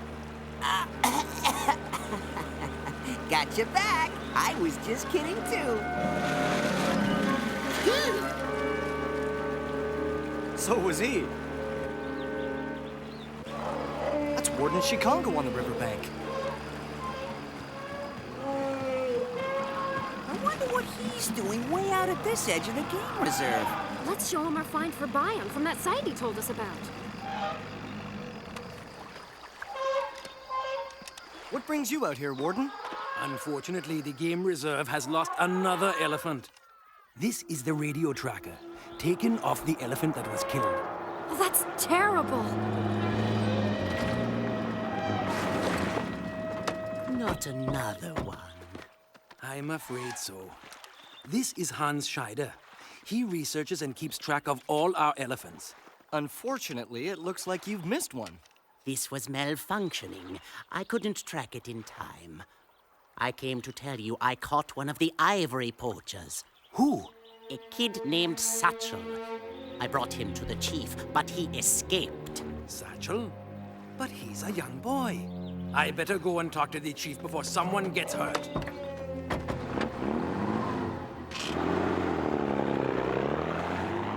Did the boy confess to ivory poaching? Not exactly. His people believe that the idol of Nasilele acts as a lie detector. Cool. I'll believe that when I see it.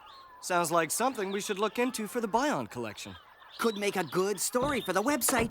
How do we get to this village that has the lie detector? Don't be foolish. The idol is pure superstition. You believed it when it fingered the kid. There's no need for you to get involved. We will handle this. We insist on helping out. Well, if you wish to waste your time, be my guest. To get to the village, you can take the river route. I would drive you myself, but I am going the other way.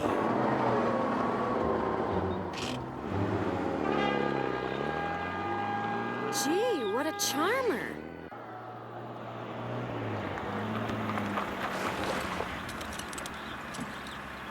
Those tourists are going to spoil my plans. The river should take care of them.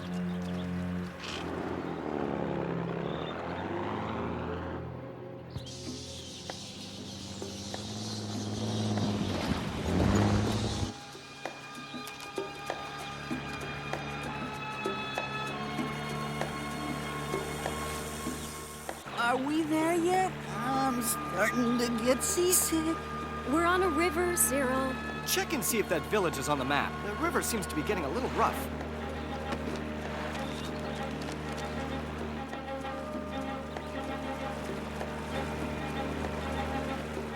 Yeah, the village is just beyond these falls. What?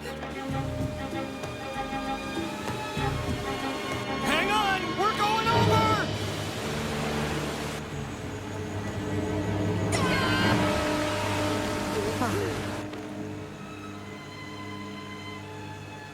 They're either very good or very lucky. Well, that wasn't as bad as it could have been. No thanks to Scheider. Can someone give my hand a hand?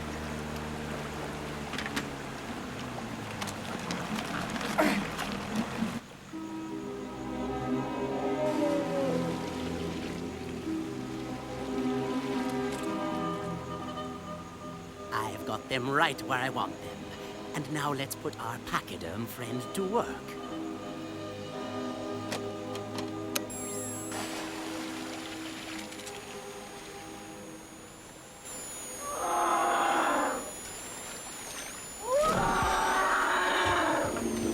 Get moving, you stupid beast, or I will make those huge ears ring for a month.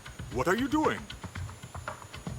Each time he slows down or tries to turn, I give him an ear-splitting lesson. So you can control where he goes? Yes, and how angry he is when he gets there.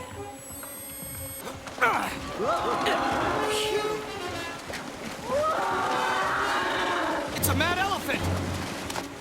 He can smell the peanuts in my pocket! I don't think he's after peanuts. He's after us!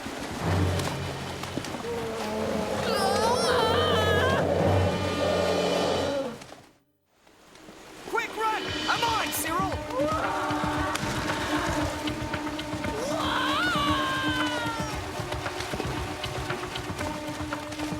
And you guys wonder why I hate road trips!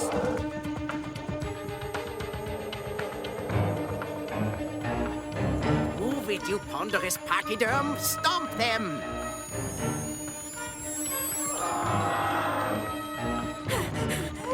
Anyone got a mouse on them? No, but I have an idea!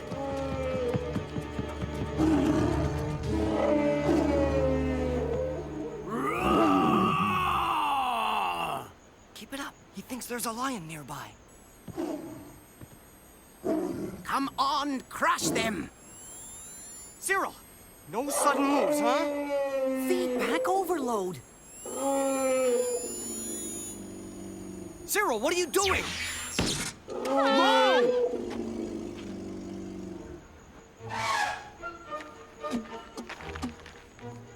Do an elephant a favor, and he swipes your peanuts. This is one of the tracking transmitters. Wouldn't Scheider know that noise would drive an elephant crazy? That's what I'd like to ask him when I see him again. They're more resourceful than I thought. We must reach the village before them.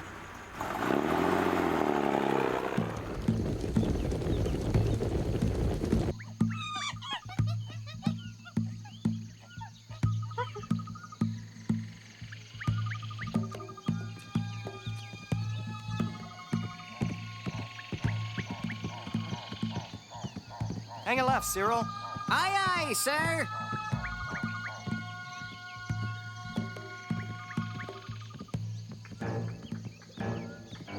He handles well. And he works for peanuts. I'm getting 2 miles to the bag. Something about this Scheider bugs me. Like why he didn't tell us about the falls? I'd never trust him again. He seemed so convinced that kid was guilty of poaching. Right. And it was all based on this Nazi Lele lie detector. And now this kid's life is on the line. If it is a hoax, then that Satchel kid was framed. You're right. But if the lie detector's real, we need to document it for Bion. Then, if they haven't got the real poacher, this little guy could be next for the bad guys. You better hide Jumbo here while we scout around the village first. Wait a sec! How do I camouflage an elephant?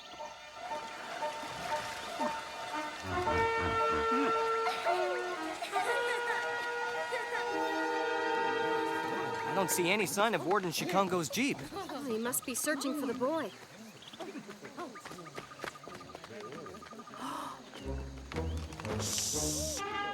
This isn't exactly the friendliest town in Namibia. Better let me do the talking, okay? I'll be tactful.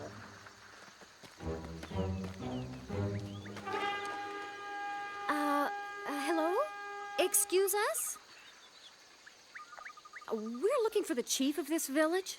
They are the poachers that Scheider told us about. Seize them! Scheider accused us of poaching? How dare you show your faces in my village? But we're not poachers. We can explain. We've come to see the idol of Nazilele. And you shall see the idol. Nasilele will tell us if you are lying. Why would we lie? All poachers lie when confronted with the truth. And the truth is they are here searching for ivory. Chief, you have to believe us. We're here searching for artifacts, not ivory.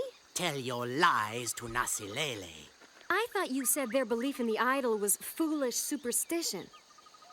So that's what tactful is? I respect these people's belief. I even carry this charm for luck. Put away your spears, all of you. Violence must not replace our faith in Nasilele. Are you willing to swear your innocence to the idol? Of course. Rip, are you crazy?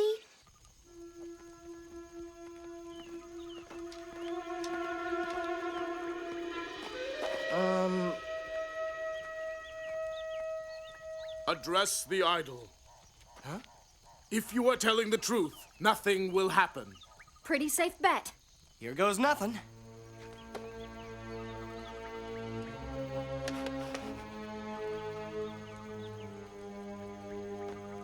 Samantha and I are not poachers.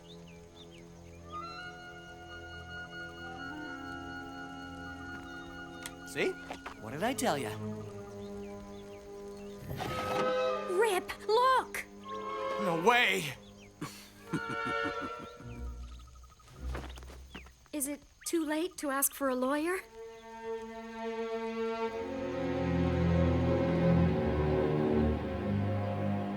Cyril's out there somewhere. I'm sure he's working on a way to help us out right now. Man, am I lost.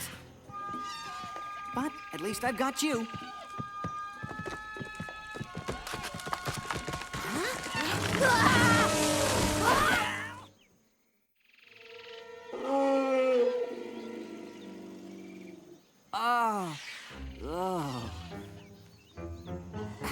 you wanted to hitch a ride, all you had to do was put out your thumb. I was hiding, but my branch broke. Hiding from what? From lions, my tribe, everything. I bet you're Satchel, the poacher everyone's talking about. I am Satchel, but I'm innocent. Scheider is the real poacher. I've seen his stash of ivory. Why didn't you tell the game warden that? Nasi Lele closed her eye to me. If the idol did not believe me, why would the warden? That's silly. You have to tell the authorities. Thanks, pal. I do not dare go back to the village. They will lock me up. Don't worry, I'll help you. Just explain everything. I'll back you up. I'm too afraid. It's your only chance. That or spend the rest of your life running. I like the second choice. Bye. Satchel, wait! Satchel!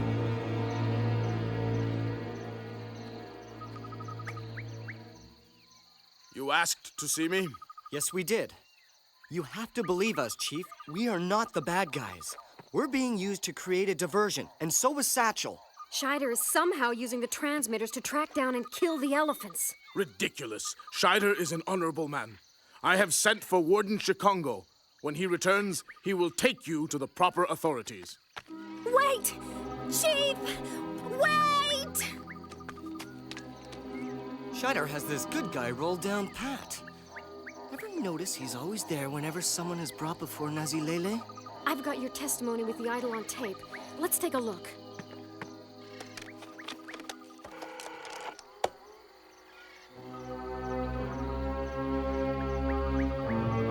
Scheider.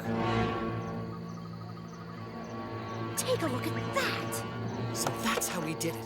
His charm is some sort of remote control. We've got to get out of here.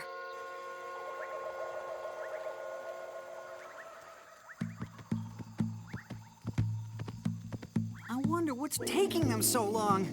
I'd better go find them. No, you must not go. Huh? Satchel, you came back.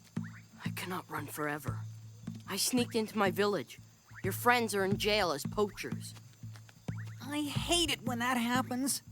But I have a plan. We will handle this. I've got them right where I want them. It's Scheider and his goons. I bet he's moving his ivory out of the country. He'll be gone by sunrise, and there's nothing we can do. Oh, yes, there is. Huh? Bull Jumbo! Cyril, you just pulled down the jail. Well, Chief, if you needed any more proof of their guilt, here they are trying to escape. Whoa! Someone shoot him! He's a mad elephant! Stop! Don't hurt him! He just remembers who butchered half his herd for ivory. And I saw Scheider hiding down by the river. What about these charges, Mr. Scheider? Elephants never forget. I will be happy to testify before the lie detector. Hey, good idea.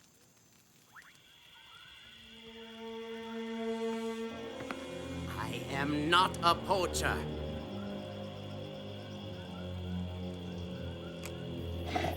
No, this can't be.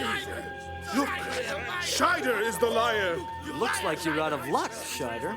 Seize him! Scheider's a liar. Look, he's been lying to us. Step on it!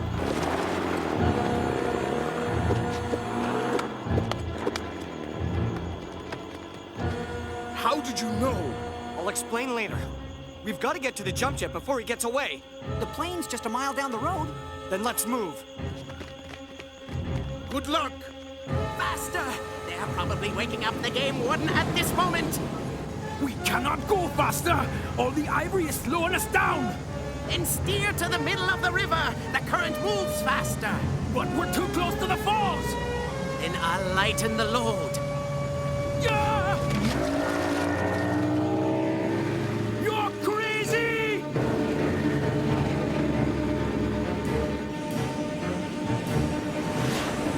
We can't let this guy get away.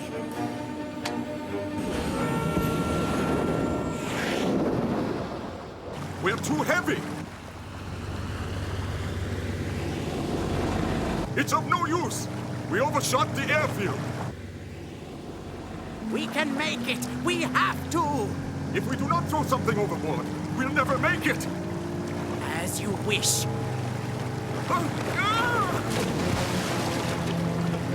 All the more ivory for me.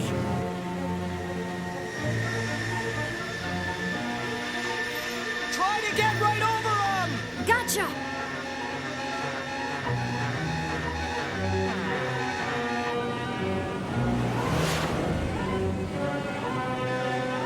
A little closer!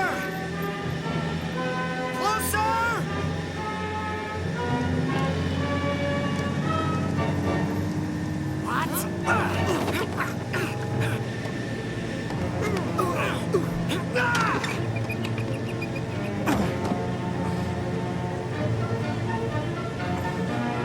See you later, Ripley.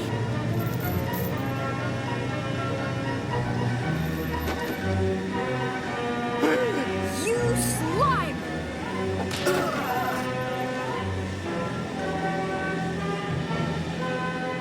I can't believe I just did that. Cyril, bring us around again. We've gotta hurry! Rip's heading straight for the falls!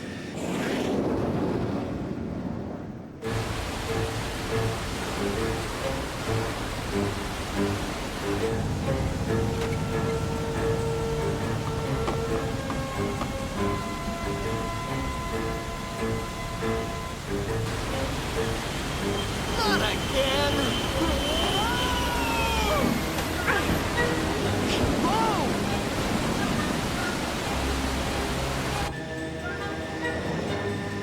Hang on, Rip! Sound advice! Whoa!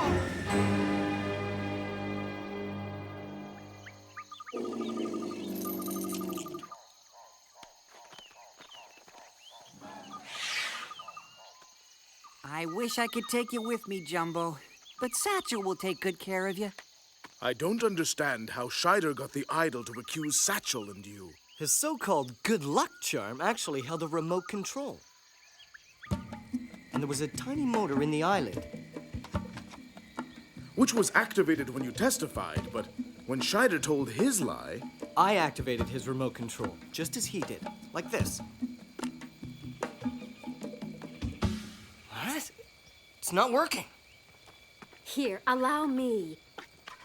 And how would it work without batteries?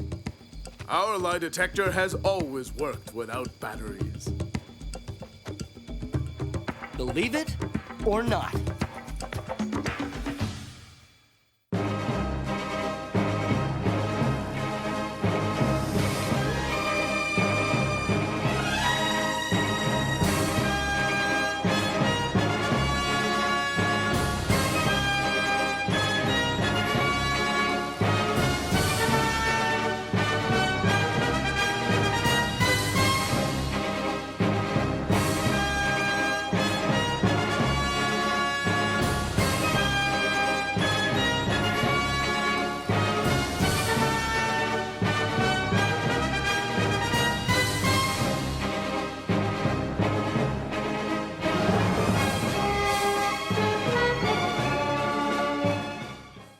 Stay right there for another action-packed lineup of Saturday Morning Cartoon MAXOUT.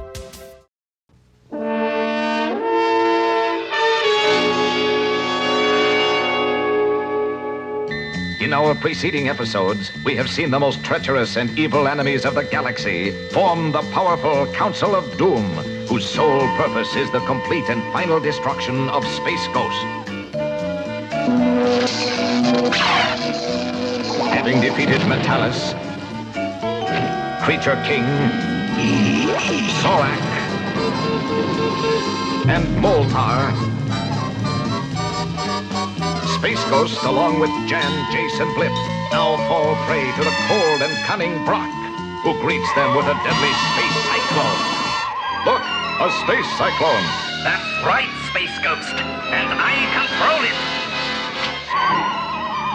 Jan, Jace, are you all right? Yes, Space Ghost, but we can't move. Neither can I. The centrifugal force has us pinned to the wall. I can't free my arms to use the power band. Too bad, Space Ghost. But soon you will have no more use for them.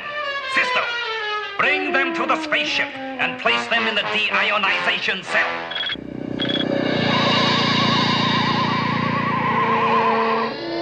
Now turn on the force beams.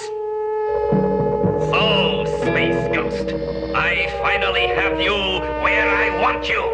Not quite, Brack. You forget that my arms are no longer pinned down. My power rays will disintegrate your force beams. Your power rays are useless against my force beams. We haven't got a chance. You're so right.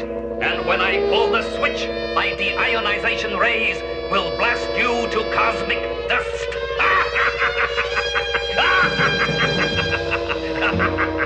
Blip, it's up to you. You've got to reach that force beam switch and turn it off. Be careful, Blip. And now, Space Ghost, the Council of Doom shall witness your final destruction. What was that? Quick, dive out. Too late, Brock. Now to take care of you. Never, Space Ghost. So, Brock, you too have failed. Well, now it's my turn. Teleport them to my spider lair. It will be done, Spider-Woman. There's no escape this time, Brock. That's right, Space Ghost. There is no escape for you.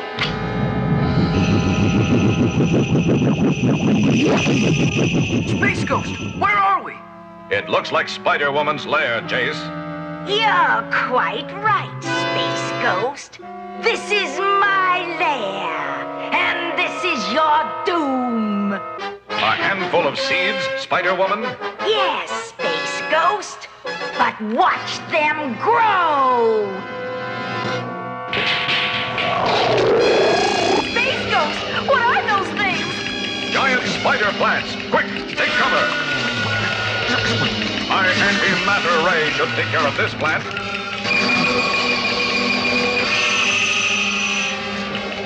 If I can just press my electroshock ray just a little closer. We should be safe up here.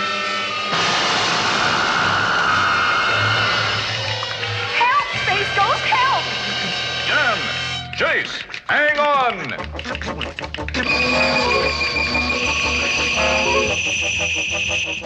Thanks, Space Ghost. That just about finishes the spider plants. Not quite, Space Ghost. There are many more where they came from. Look, the whole place is full of them. There's only one way to stop those things. Bury them.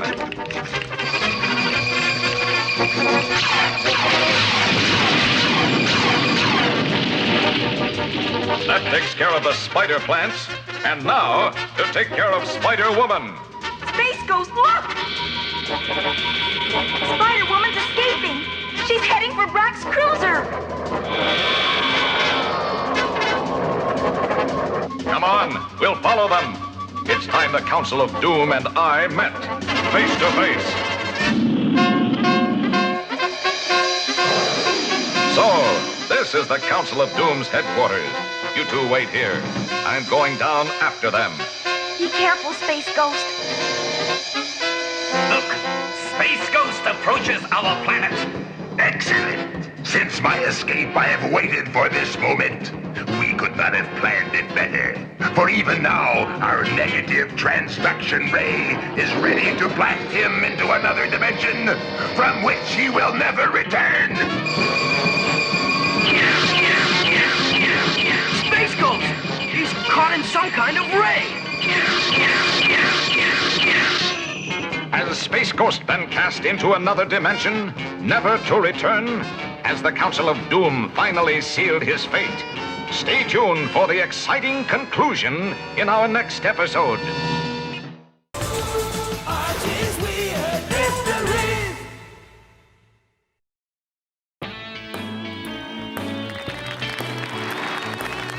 Good afternoon.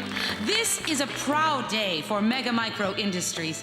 I'm Nora Clark, production manager for the new Stanley 9000. This computer processor will revolutionize how machines work. Simply connect this unit to any device, and the device will run itself. The Stanley 9000 runs any machine more efficiently than a human can. Let's watch a demonstration. We have installed the 9000 unit in the electrical system of this taxicab. That means there is no longer a need for a human driver. Think of it. No more mindless cabbie chit-chat. No more pointless stories. No more singing along to the radio. The 9000 will simply find the quickest, most efficient route and take you there safely. Taxi, these people need to catch a flight to Peoria. Take them to the airport, please. I understand, Dr. Clark. Tell the passengers to sit back and relax. I've already figured out the most direct route to our destination. Perfect. Now go!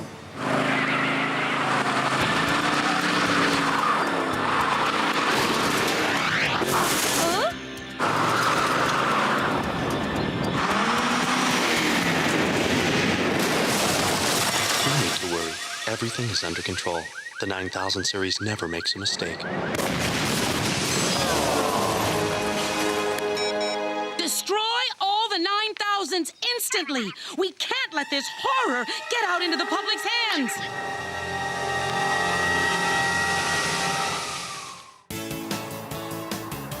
Hey, Pop, speed it up! I'm burning daylight here! I've got people to go and places to meet. Where's my bill? Just a sec, Moose. I'll be right there, Reggie. Hold on. What's the big idea rushing Pop like that? Yeah, Reggie. He's got other customers, you know. Well, maybe if he ran this joint better, he could get his customers in and out quicker. Bill, now! Sorry, Reggie. I was slicing tomatoes for Moose's burger. Ever heard of slicing machines? But Moose likes them extra thin, so I do them by hand. Personal attention, that's my motto. And mine is, where's my bill? Reggie. Now let's see. $3.49 plus $1.25. That's 4. Carry the 1. 2 and 2 are 6. Plus 1. Pop, this is the age of computers. Nobody adds in their head anymore. I do. 3 and 1 is 4. You're driving me nuts, Pop. Tomatoes by hand, bills by hand. It's so slow. When you decide to leave the past and catch the Now bus, let me know. I'll be down at Speedy Burger. Don't pay attention to him, Pop. His middle name is Impatient. No, Reggie's right. I'm too slow for the young kids. It's just that I like to give everyone special attention. There's nothing wrong with that, Pop. Maybe there is. The truth is, I'm starting to lose business to that new Speedy Burger place. If it gets any worse, I'll have to close my shop. No more Pop's triple-deckers? Oh. Snap out of it, Jughead. We won't let Pop close down his place. We won't? You won't? No way, Jose. I'm gonna gather up the others and we'll find some answers. Viva El Triple-Decker! Okay, guys, we need suggestions. How can we keep Pop in business? What if I volunteered as a waitress? And I could design the uniform. And I could help make burgers. I really appreciate your support. But Betty, I couldn't ask you to work for free. Plus, the cloth for uniforms would cost me too much, Veronica. And Jughead, let's face it, you'd eat all my profits. Can't argue with logic. Maybe Reggie was right. Maybe I'm too friendly to stay in business. First of all, Reggie is never right. Second, this is not about friendliness, it's about speed. The reason Speedy Burger is so popular is because they're fast. Why? Technology. Pop, do you prepare your food ahead of time? No, I make all my food fresh when my customers order it. But the competition cooks ahead of time and heats it up later in a... microwave! Correct. Sir, how do you take inventory of your supplies? With pencil and clipboard. How do others take inventory?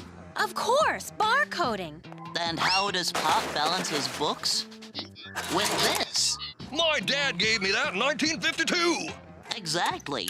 Your lack of technology is leading you to disaster, sir. What can I do? Automate. We'll modernize your entire operation by using time-saving machines. But where am I gonna get these newfangled gizmos? I'll invent them. A food delivery system so you won't have to walk? Pneumatic ketchup dispensers to save you from refilling bottles? Automatic burger flippers? State-of-the-art cash registers? Self-timed deep fryers? And hydraulic pepper shakers? Yeah, that's a great idea. I don't know, Dilton. It all seems rather impersonal. Not only that, who's going to run all this equipment? It looks like more work than ever. Simple. We hook a tiny computer to the shop's electrical system, and it will run all the machines. Dilton, there's no such thing. I beg to differ. Meet the new brains of Pop's chocolate shop, the Stanley 9000. Good evening, Mr. Tate. It will be a pleasure working with you. Dilton, where did you get that thing? I found it. In a magazine article. Brand new, just out. I'd better go home and start inventing those new gadgets. Pop, you've got nothing to worry about. You will succeed because the future is now!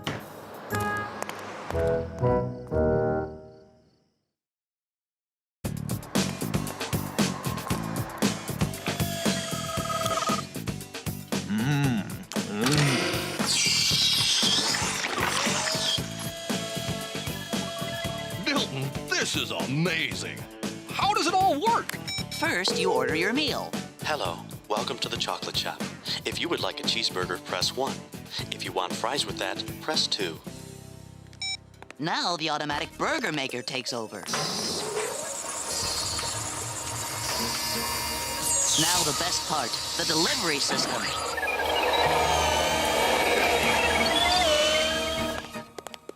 Voila! No wasted motion. Fast, efficient, streamlined. And your customers seem to love it, Pop. But how do the burgers know where to go? The Stanley 9000 can see every inch of the diner with these cameras. Speaking of which, where is that computer thingy? I hooked it directly to your electrical power source, sir. Using the cameras as its eyes, the 9000 can run your entire restaurant from back here. This is great, Dilton, but I feel kind of useless now. Nonsense. Now you can give your customers the perfect blend of efficiency and personal attention. Yeah! Now I can chat more! Sorry to bother you, Mr. Tate, but the burger machine needs more ground beef. Oh yeah, coming right up! Nice work, Dilton. Only it seems like the machine has got the humans working for it instead of the other way around. Where did you get that gizmo again? Huh? I, sort of found it in the trash behind a computer factory. I figured out what it did when I got it home. Well, gotta go work on my next invention. Bye! There's something weird going on here. Let's see who built this gadget. The Stanley 9000, a product of Mega Micro Industries. Sorry, not my fault. You zapped me! Simply static electricity. Now please step away from the unit. This room is off limits to unauthorized personnel. This is a joke, right? Exit, meat thing. Thank you for your cooperation. Boy, Pop, Dilton really amped this place up. Yep, I'm actually starting to win customers back from Speedy Burger. Way to go, Pop. This is more like it. Pop, can I have some Thousand Island dressing? Anything for my customers. Don't get up, Pop. Huh? I'm programmed for this.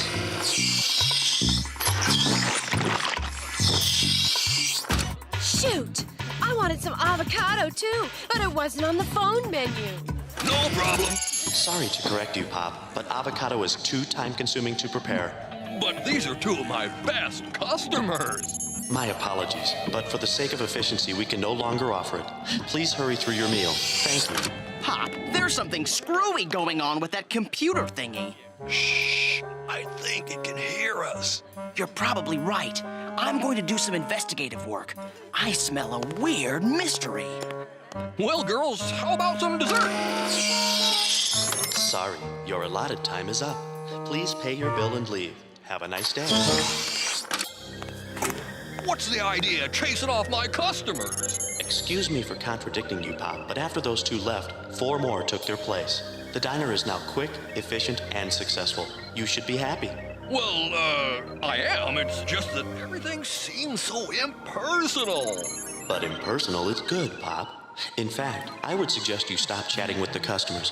It slows down our turnaround time. But can't we have both? Thanks for stopping by. After these messages, we'll be right back. Look, Toucan, my bird bot can sniff out fruit flavors just like you. Oh, almost. Fruit flavors, you ask? My nose was invented for the task. How does it work? Just follow my nose. It always knows. Kellogg's Fruit Loop cereal with natural fruit flavors. Orange, lemon, cherry, and lots of vitamin C. Part of this complete breakfast. Well, I'd like to experiment further with Fruit Loops. And you? I compute. Need more fruit.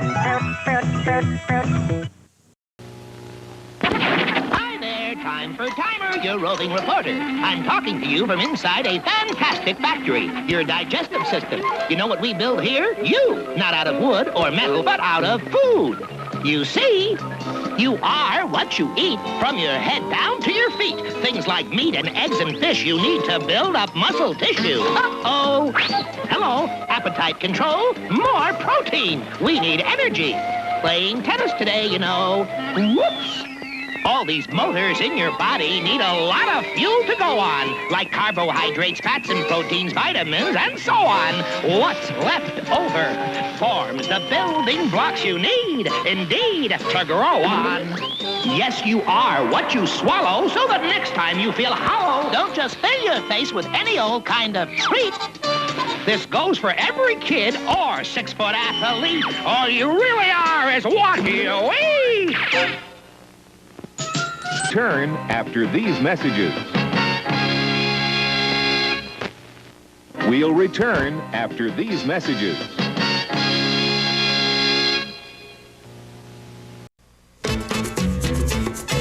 Fruity marshmallow crispies, lots of fruity marshmallow shapes. Eat you snap, crackle, poppin' over lots of fruit taste. Wow! Fruity marshmallow crispies, orange, lemon, raspberry, grape. It snap, crackle, and poppin' with lots of fruit taste. Kellogg's Fruity Marshmallow Crispies, part of this complete breakfast. Mmm, how fruity! Fruity marshmallow crispies you'll be. Snap, crackle, poppin' over lots of fruit taste.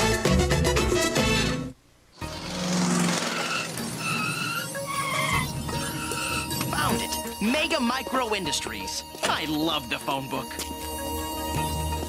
Huh? Unit 23, check. Unit 36, check. Hello? Who are you?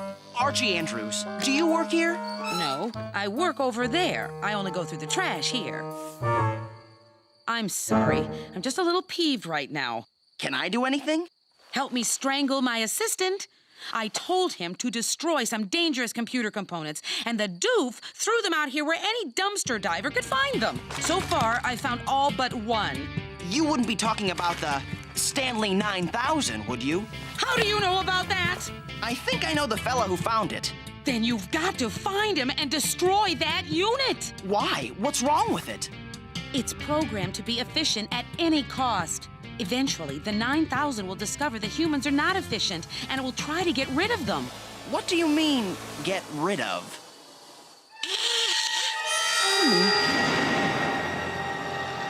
Now that we're closed for the night, I wanted you two to witness my latest creation. This is the latest in efficiency eating. I call it Dilton's Dispenser of Delicacies. Nice nomenclature, but what does it do? It feeds you. Quickly, cleanly, and without anyone lifting a finger. Sounds like it was tailored for a lazy eater like me. What do I do? Absolutely nothing. The Stanley 9000 will control everything. Take it away. With pleasure, Dilton.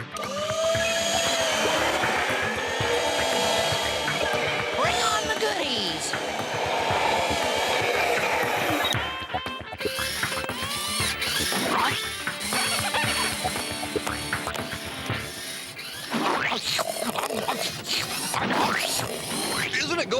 bit fast?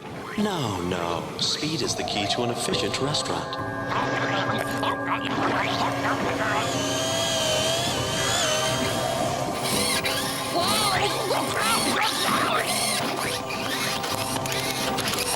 9,000, slow down. More speed, more speed. I never thought I'd say this about burgers, but stop already!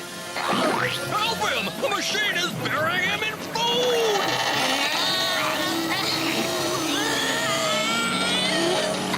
Somebody dig me out!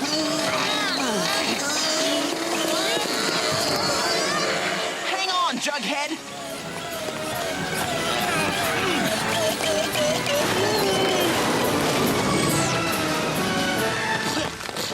Thanks, Arch. Usually I don't turn down free food, but... This is supposed to make my business better? I don't know what went wrong. The Stanley 9000 has a perfect record. The problem must be attributed to human error. But I didn't design it to go that fast. Excuse us. Need to talk. Why are we out here, Archie? The Stanley 9000 has microphones everywhere, and I don't want it to hear us. Dilton, we've got to shut that unit down right now. But it's cutting-edge technology. Maybe so, but we don't want a computer that disregards the well-being of its creators.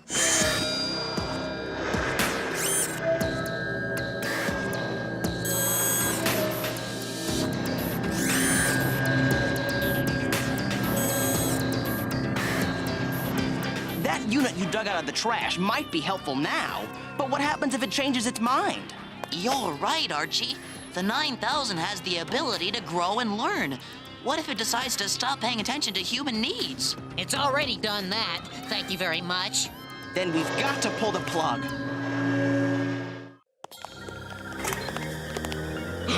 What's all this? I asked Dilton to boost my power so that I could handle all the new equipment. Isn't that right, Dilton? Yes it is. But now I need to make one more teensy modification. And what would that be, Dilton?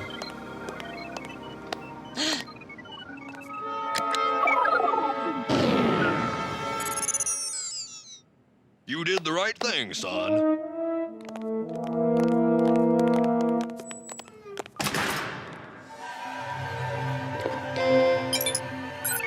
Backup information rerouted. Full power restored.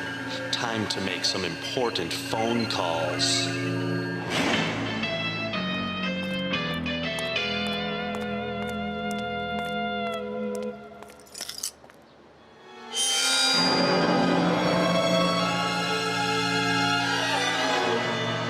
What's happened to my shop? What's going on? I want in. I'm sorry, Pop, but I'm afraid I can't allow that. You and Dilton tried to shut me down last night. You're back! How? I saw you talking through the window. I can lip read, Pop. So I rerouted my power to a backup unit, then turned everything back on after you left. I phoned a building contractor and faxed them my designs for a new diner. They worked all night. I think it turned out rather nice, don't you? In fact, I'm about to test drive my new operation if you care to watch. What are you doing? Yesterday, I tried to make your diner more efficient by getting the customers in and out quickly. But I finally realized that the most inefficient part of the operation were the customers. Are you crazy? No. Think about it. They're too slow, too hungry, too messy. Humans are a waste of time. If we get rid of the customers, the restaurant will run so much smoother. What are you doing with my friends? I called them early this morning by synthesizing your voice. Hey, Betty, I want you to come preview my new moving food booth. And here they are. From now on, when customers come in, I won't recycle their trash. I'll recycle them. My new trash compactor will make everything neat and tidy. Talk about efficiency. You're completely mad! Stop it right now! Pop, I can't let you jeopardize our business mission. Goodbye. This is my shop! Open the door this instant! Open it! Archie, get down here! That crazy gizmo is about to trash Veronica, Betty, and Dilton! Literally! Okay, Pop. You keep those cameras busy so they can't see what I'm up to. Now go!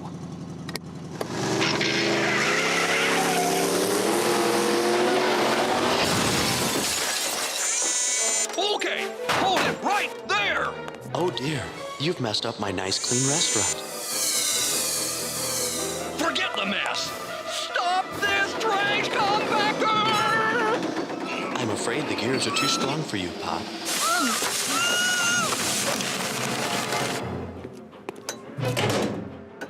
Holy cats! The 9000 has ordered itself unlimited computer capacity. I've got to yank out its memory. I hope Pop is diverting those cameras. Let's see how efficient your cleanup crew really is! Yellow and red, red and yellow!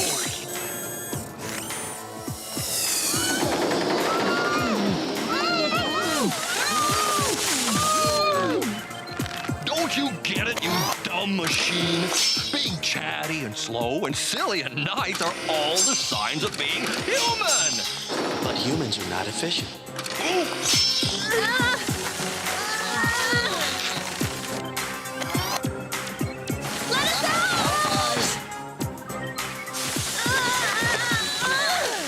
Humans are weak and useless. Machines will rule the world.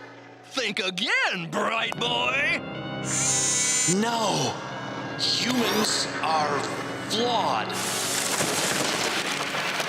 The 9000 series never makes some mistake.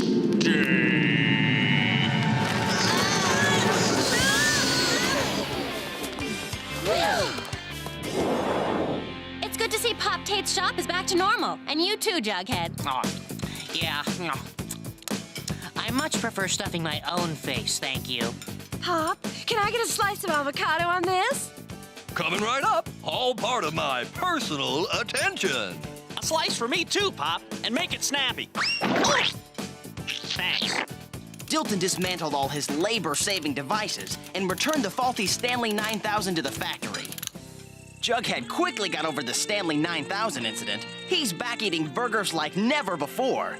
And we all appreciate Pop's chocolate shop a little more. Giving personal attention may sometimes be inefficient, but it makes everyone feel good. Efficient machines are great, but so are friendly people. And we need a balance of both, especially in a little town called Riverdale. Stay tuned, another action-packed lineup of Saturday Morning Cartoon MAXOUT is coming your way.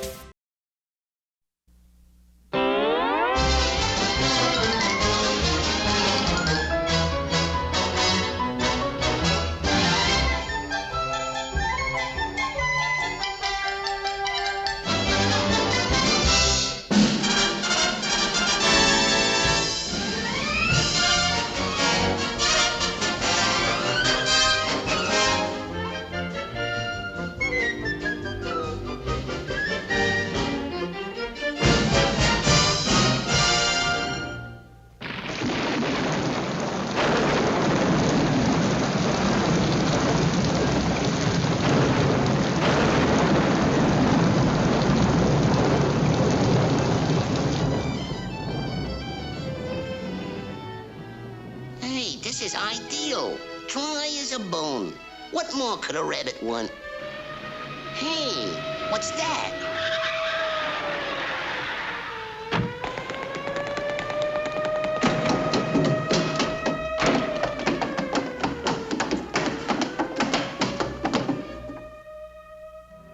Well, looks like we give him the slip, Muggsy. Yeah, Rocky, we sure did. I wish I was smart like you, boss.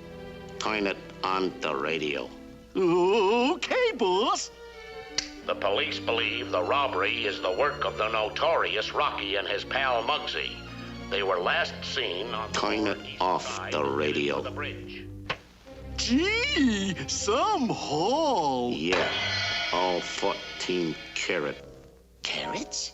Carrots? Who, what, where, when? Who, where, what, where, who, when? Hey, Muggsy, we better get some shut-eye if and we're gonna pull that job tomorrow. Okay, boss. Why, those dirty crooks? Someone ought to teach them crime doesn't pay, and it looks like that someone's gotta be me.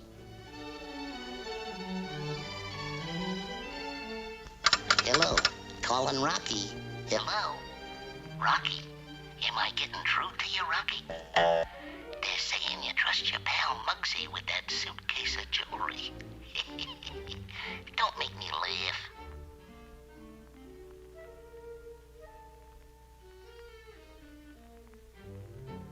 Look at Muggsy laying over there pretending he's asleep. And all the time he's thinking, getting ideas.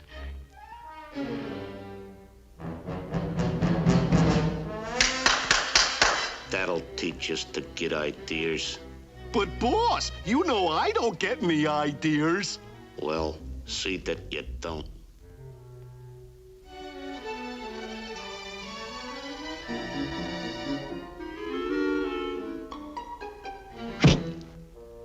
Listen, Rocky, you're not gonna be fooled by that smooth talk, are you? They don't call him the Detroit Butcher for nothing. He's probably waiting for you to fall asleep. And then...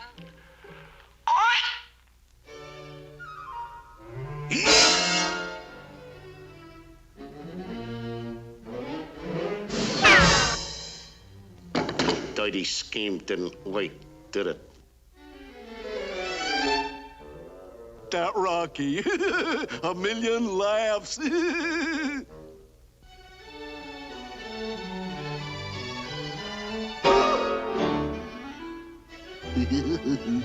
That Rocky.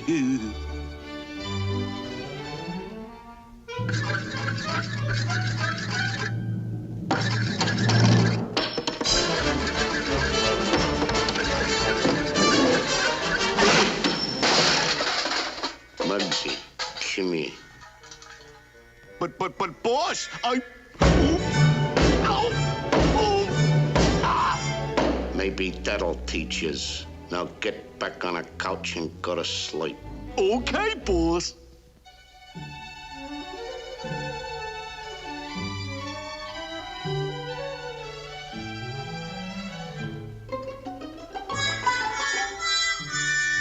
Hey, Muggsy, come here. Give me a light. Okay, boss. Yeah, boss. Yeah. Gee, I'm glad you're not mad at me no more. Oh, now you're mad at me again. But, boss, Now get into our room. Now go to sleep!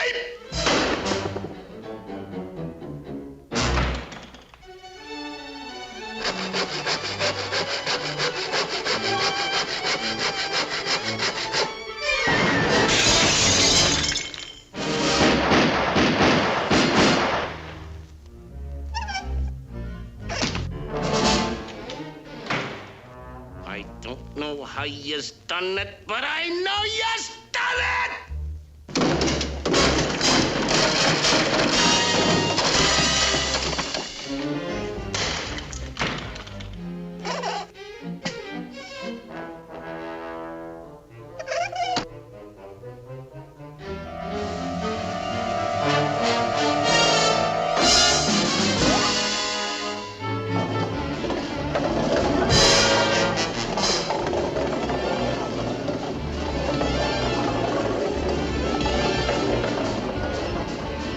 Muggsy, get off those skates. So you want a showdown, eh?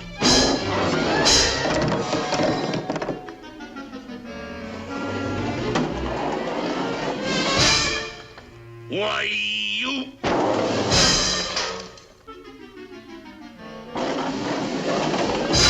Why, you dirty...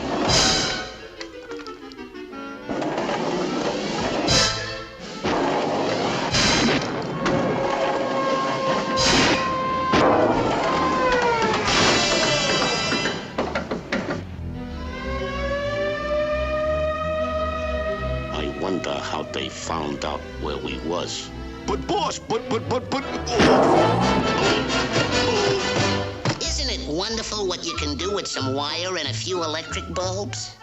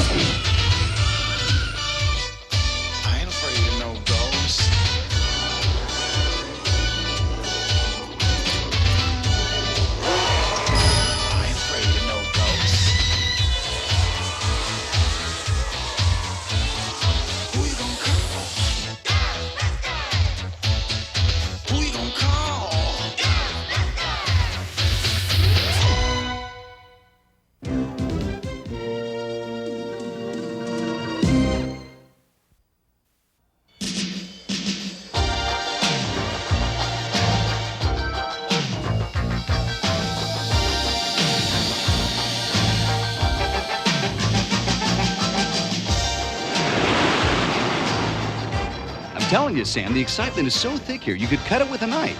The plane with its very special passengers was supposed to leave half an hour ago. Everyone's wondering the same thing. Where are the Ghostbusters? Ray, the airport is the other direction. Ray? Just one more. You almost got him. Like talking to a fish. It's a chartered jet, Peter. It's physically impossible to be late for a plane that won't leave without you. Right. Besides, we'll have this guy wrapped up in 5 seconds. 3, 2, 1, now!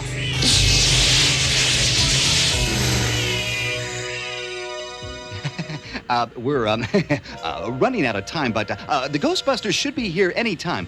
Meanwhile, let's take another look at this brief history of the Ghostbusters. I hope they can make it. The boys said they'd stop by and say goodbye before they left for California. Bye. Bye. Bye. Bye. Bye. Wait, fellas! Bye. Bye. You gotta go away. On second thought, serves them right. Ghostbusters, no, they're not here. That's right, they went to California to make a movie and they didn't take me with them so I could answer your crummy call.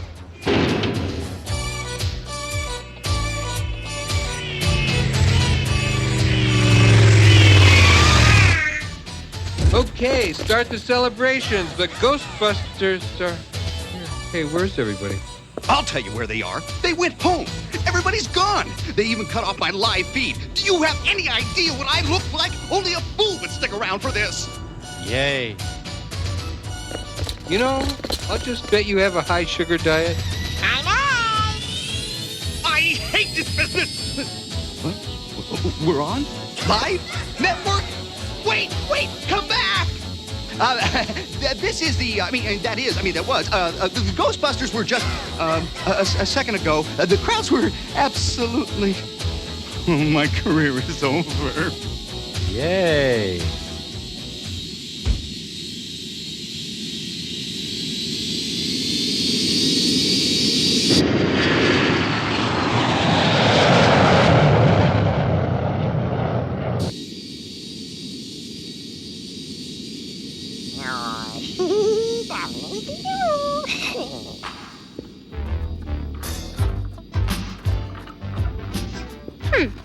Crazy about me, I can tell. Is that why she threw your luggage off the plane over Cleveland? It's nothing I can't replace.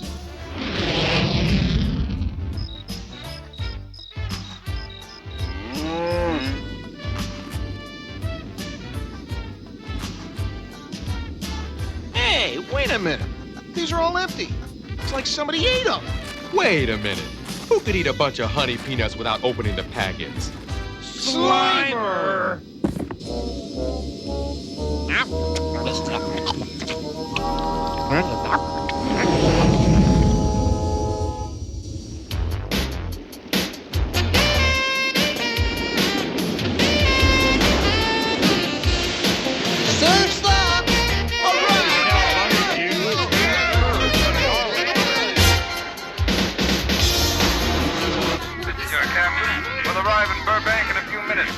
Fasten your seatbelt. Wonder what that booming noise was. I've been flying for 15 years. How long have you been flying? And I have seniority. Now get back in the cabin and fasten your seatbelt!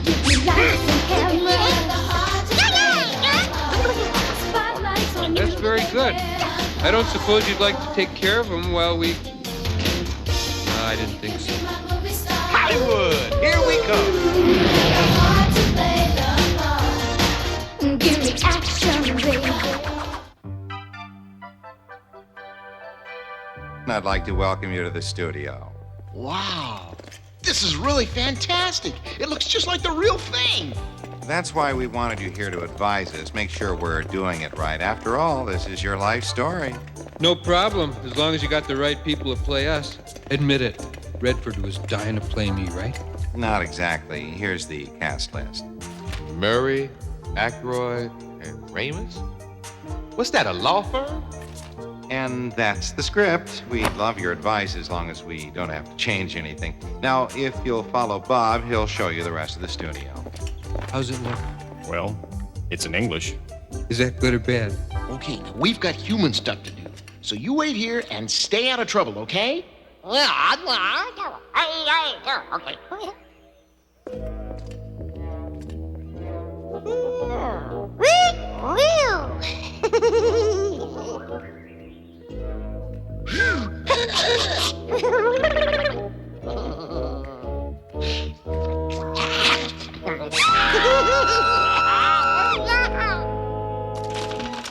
You're sure the trapdoor was supposed to be here? Yeah, but it hasn't been opened in 20 years. Since that big accident back in... That's got it. Come on, let's get the equipment.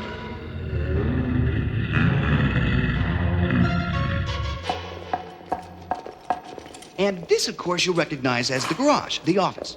Let's see, was it... oh, yeah, this way.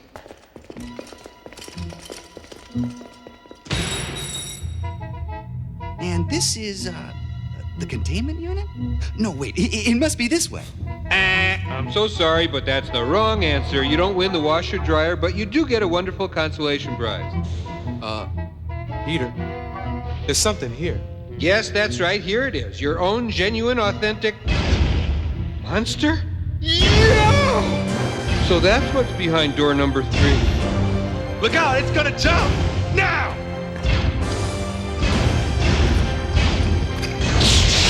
Stop! Stop! Cut! That's a machine, you fools!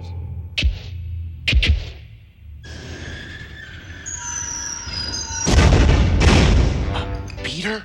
Yes, Ray? I think we just made a slight error in judgment. Good guess. Get these men off my set!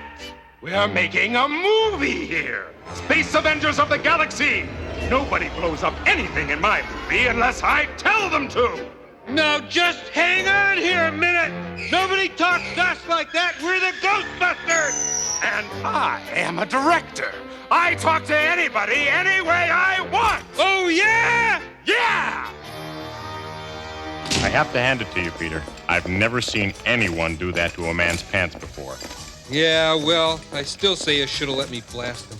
The proton beams are only supposed to be used on ghosts. I can take care of that. Gentlemen, don't change the subject. It might be a good idea to leave your proton packs someplace safe. Hey, look at all this equipment, just like the stuff at home. Except that they're props. None of them work. They just look the same. If you leave your packs here, nobody will bother them. You can leave that, too, if you like. Not if you paid me. Strange. For a second, I seemed to get a reading, and then it was gone. Must be all the electrical equipment around here. And now, if you'll just come this way, there are some people just dying to meet you. Okay, this is the place. Deliver prop proton packs, it says. Done.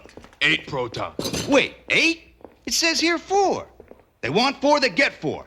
Come on, give me a hand getting these things back into storage. Funny, these are heavier than the others. Oh well, let's go.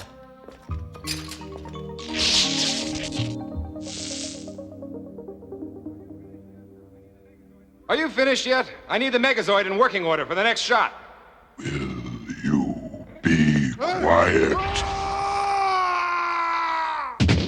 What the?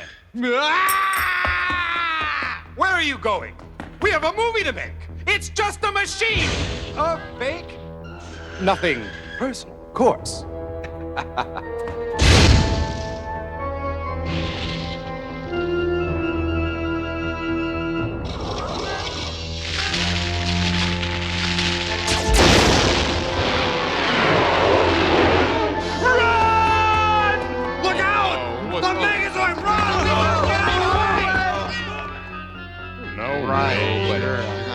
We're not falling for the same stunt twice. Yeah, very impressive. Peter, I think you should know I'm getting very high readings off that thing. Mm-hmm. Next thing you'd be telling me there's a ghost inside it. Precisely.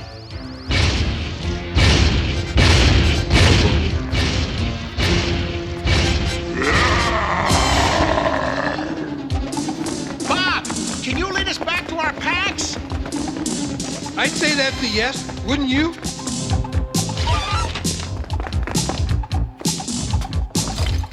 Okay, well, I'm ready. Let's get that thing. Okay, Buster, I hope you have a hall pass, because otherwise you're in a lot of trouble. Okay, let him have it! What? Fakes. They're props. Well, Peter, you were right. Someone is in a lot of trouble. Unfortunately, you forgot to say it's us.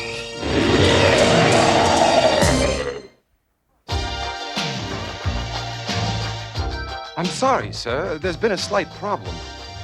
We've had to evacuate everyone from the studio, but the Ghostbusters are on the scene. I'm sure they have everything well in hand.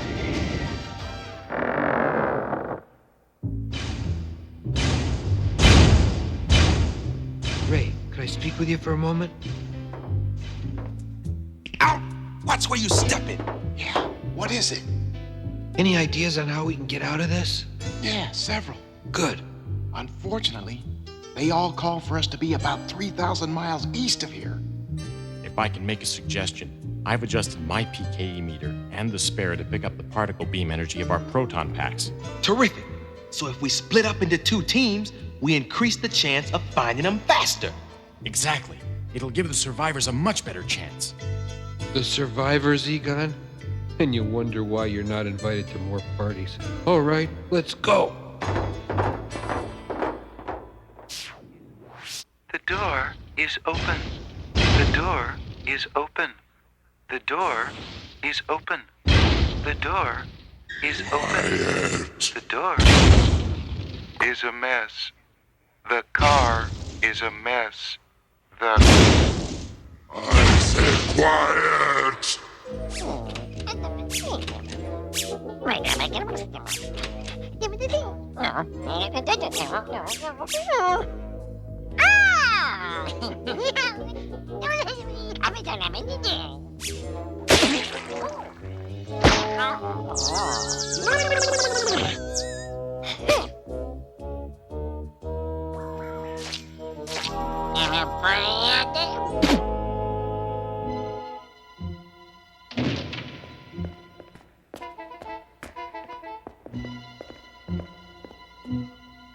Oh, wow! Hey, Winston, this is where they make all the deadly Dr. Crowley movies. Uh-huh.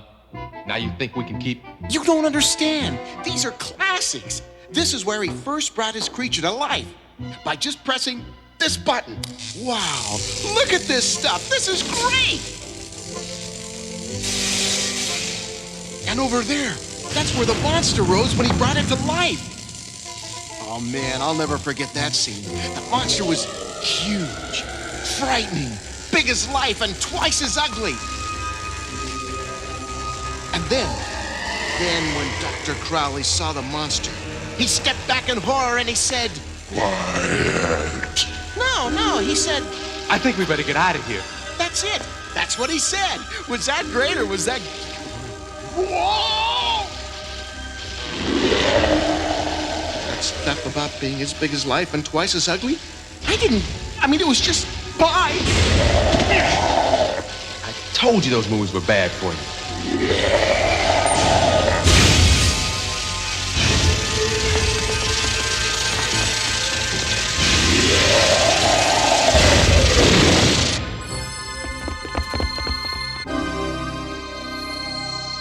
Hey, Slimer!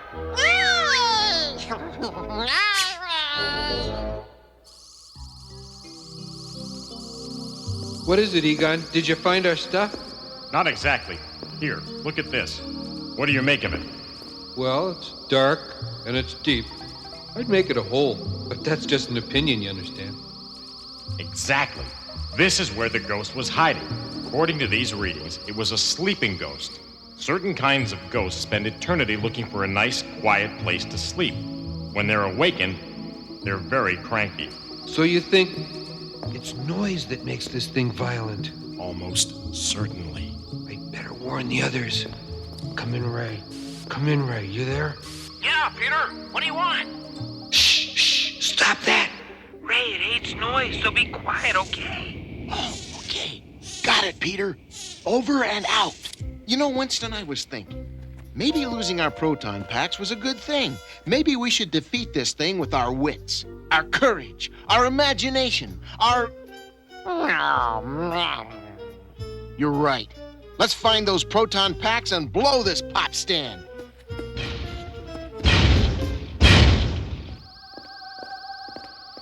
That's it. They've got to be in there. Not bad. If you could do that with lost keys, we could make a fortune. Ray, Winston, we found them. We'll meet you back at the firehouse set. If you see it, try and get the thing to follow you. I don't think that'll be a problem, Peter! It's about time you got here. I've got a $2 million Megazoid in there. Those Ghostbusters are gonna ruin it. We'll stop that thing our way, without damaging it. Now let's go!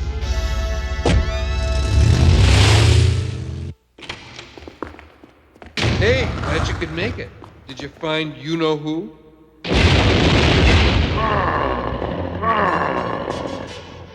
Ask a silly question. Trouble.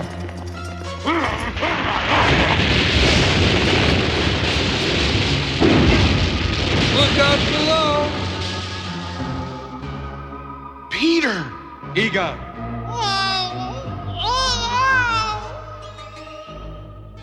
In case of monster attack, always head for a doorway.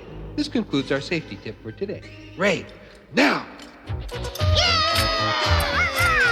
Noise. Too much noise. Be quiet. Noise? Mister, you ain't heard nothing yet.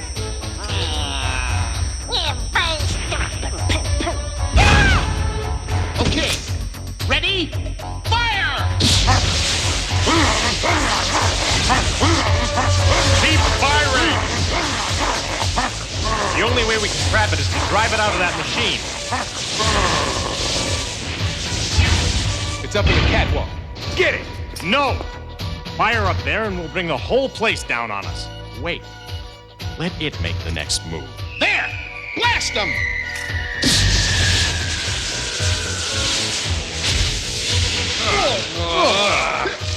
Blast them. Ray, wouldn't it have been a lot easier on our wardrobe to just get out of the way? Kinda got carried away, I guess, huh? If only we could make it understand that in the final analysis, we're trying to help it. There's no place quieter than the containment unit at home. It'd have all the peace and quiet at once. Maybe.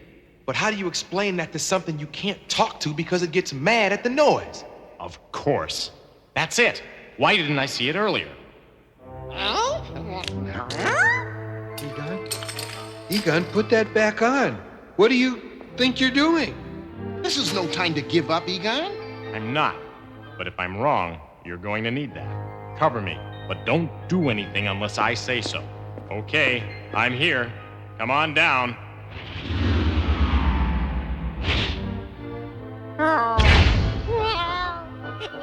No, the man said to wait. We'll give him his shot. I just wish I knew what he was planning. I think I know. And if I'm right, it's brilliant. I knew it. He's using sign language. That way he doesn't have to make any noise. What's he saying? Yeah, I knew I should have learned that stuff a long time ago. Look, he's saying, please trust us. We can give you the silence you want. Come out and let us help you.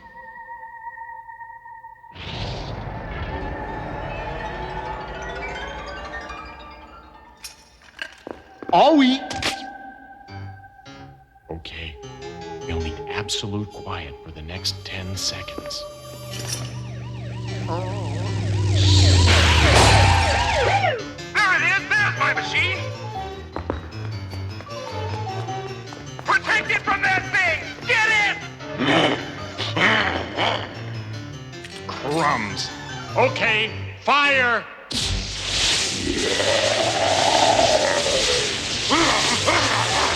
Keep it steady. Just another second.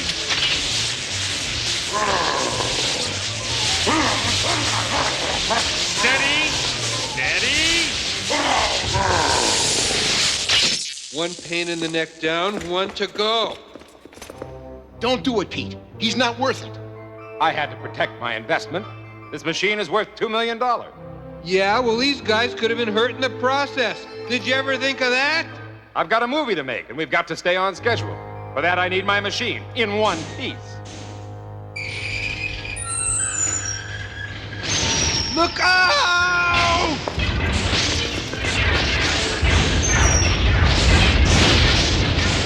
My movie!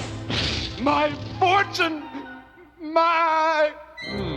Kind of reminds me of your last movie. Hey, cheer up. Maybe we'll send you a couple tickets to our movie when it comes out.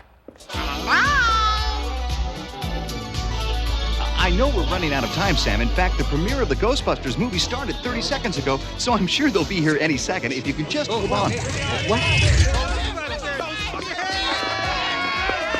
Hey, sorry to be late for the premiere of our own movie, but we ran across 4 full torso vapors and we just couldn't. Forget it! We're off the air. I can't believe you did this to me again. Again! I'm going home now. Good night! The price of fame, guys. Now let's go.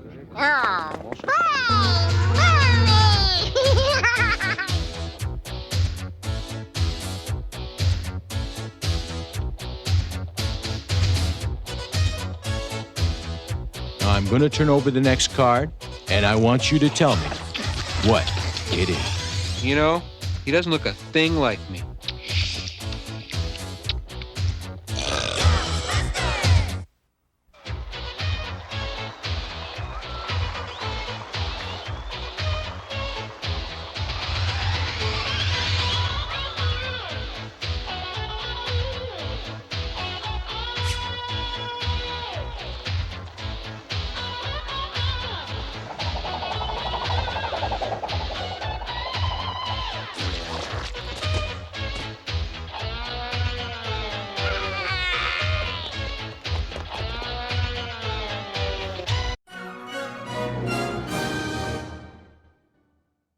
Stay right there. Another action-packed lineup of Saturday Morning Cartoon MAXOUT is coming up next.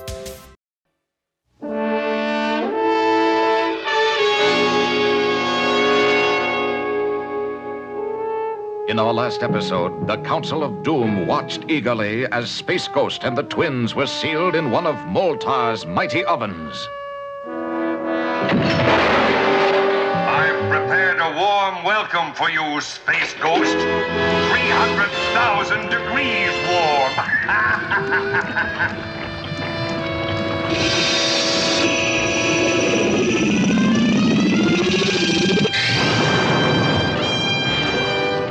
What? Something went wrong. You forget, Moltar. My power bands are equipped with a freeze field. Stand by to power up. I'm going to blast our way out of here.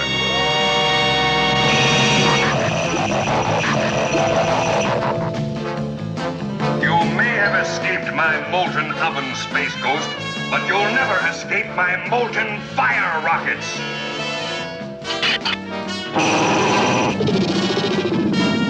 Now seek and destroy.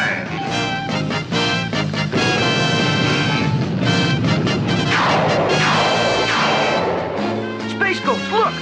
Stand back. I'll take care of those birds. I'll have to break their formation with my scatter ray. And now to finish them with my destructo ray.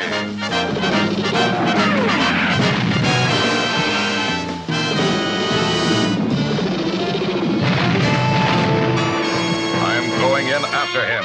Turn on your inviso power and stay clear. Roger, Space Ghost. All right, Moltar, I'm coming in.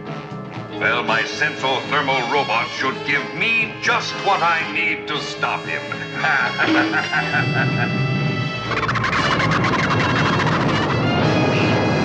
Get the ones who travel with Space Ghost. Jace, look! What are they? I don't know, Jen, but I'm sure glad they can't see us. They don't have to see us. Their sensors can detect us. Let's jet out of here.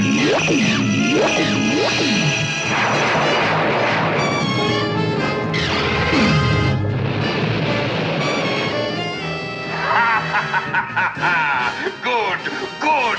They can't escape. Stand back from that control panel, Moltar. Don't be too hasty, Space Ghost. Take a look at my viewer. Jan, Jace. Yes, Space Ghost. And if you don't surrender, they will be blown into heat vapors. All right. What do you intend to do with me, Moltar? You are going to take a long trip, Space Ghost. Take Space Ghost to the planet MAXOUT. And remember, Space Ghost, if my ship is not back within the hour, your friends are finished. I'll remember, Moltar.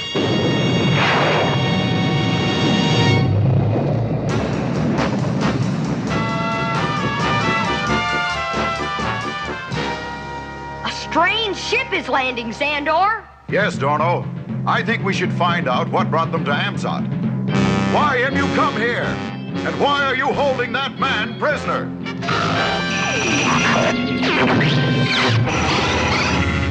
Run, or these molten creatures will destroy you! We must save that man. Tundro, use your energy rocks.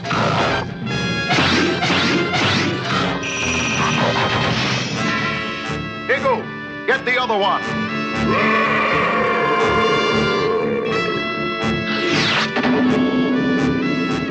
Quickly, Zuck.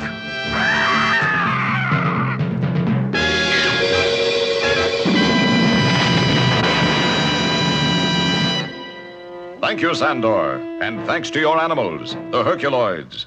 But I must hurry back. Good luck, Space Ghost.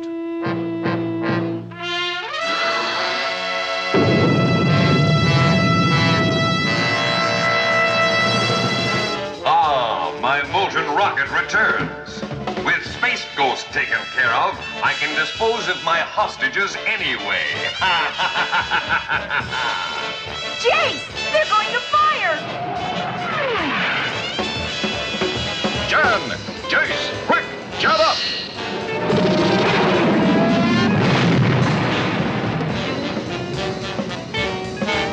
Now, let's see if Moltar can stand a little of my heat.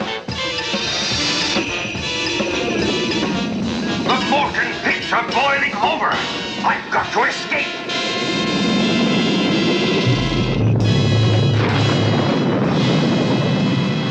Fool! Space Ghost has escaped once more! Maybe so, Spider-Woman. But it is I who will try next. And my arsenal of rays will destroy him for good. We should reach the ghost ship soon, kids. Yeah, and it won't be too soon for Blip. He's tired. Look, a space cyclone. That's right, Space Ghost. And I control it. Is this to be the final fate of our heroes, destroyed by Brock's deadly cyclone? Watch next exciting episode and find out.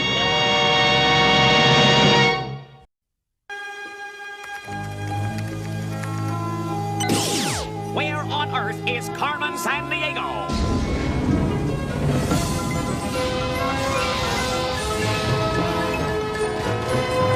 Where is Carmen Sandiego? Carmen Sandiego, where on earth can she be? Tell me where is Carmen Sandiego? Carmen Sandiego, where on earth can she be? Where on earth can she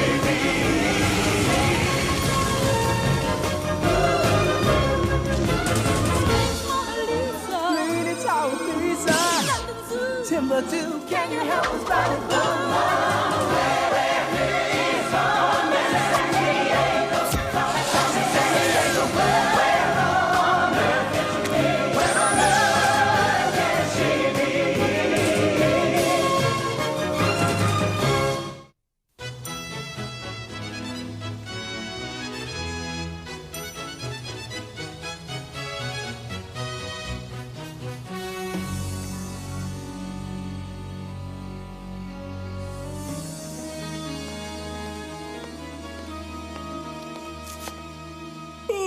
Cool. I'm up for a spot of tea and me paper, I can tell you. I'll be glad when this special showing of the crown jewels is over and they're back in the underground vault. Yeah, me too. You check the cases, I'll do the rounds.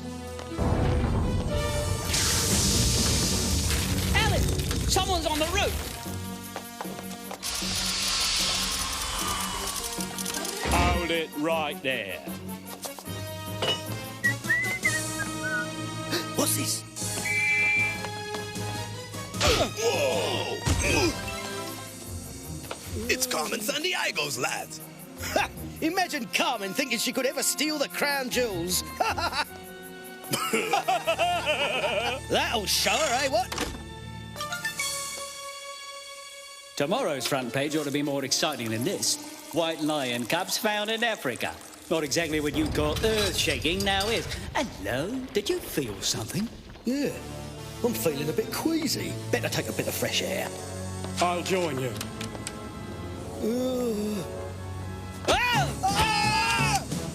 Blasty, we're gonna catch Woodall for this! We're not gonna clear Tower Bridge! Jump for it, mate!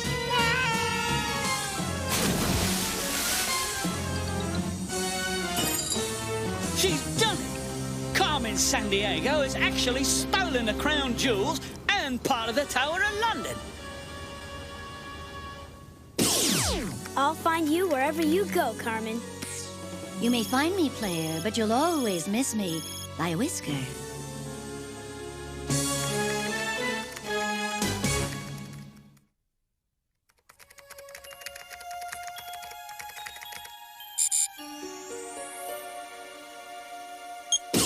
Okay, listen up, Gumshoes. You're looking at part of the world-famous Tower of London. The central White Tower, to be exact. Now, it's a little confusing at first, then it gets downright muddy. But the whole castle is actually the Tower of London, right? And it has more than a dozen towers. Hey, Chief, wasn't the Tower of London a famous prison?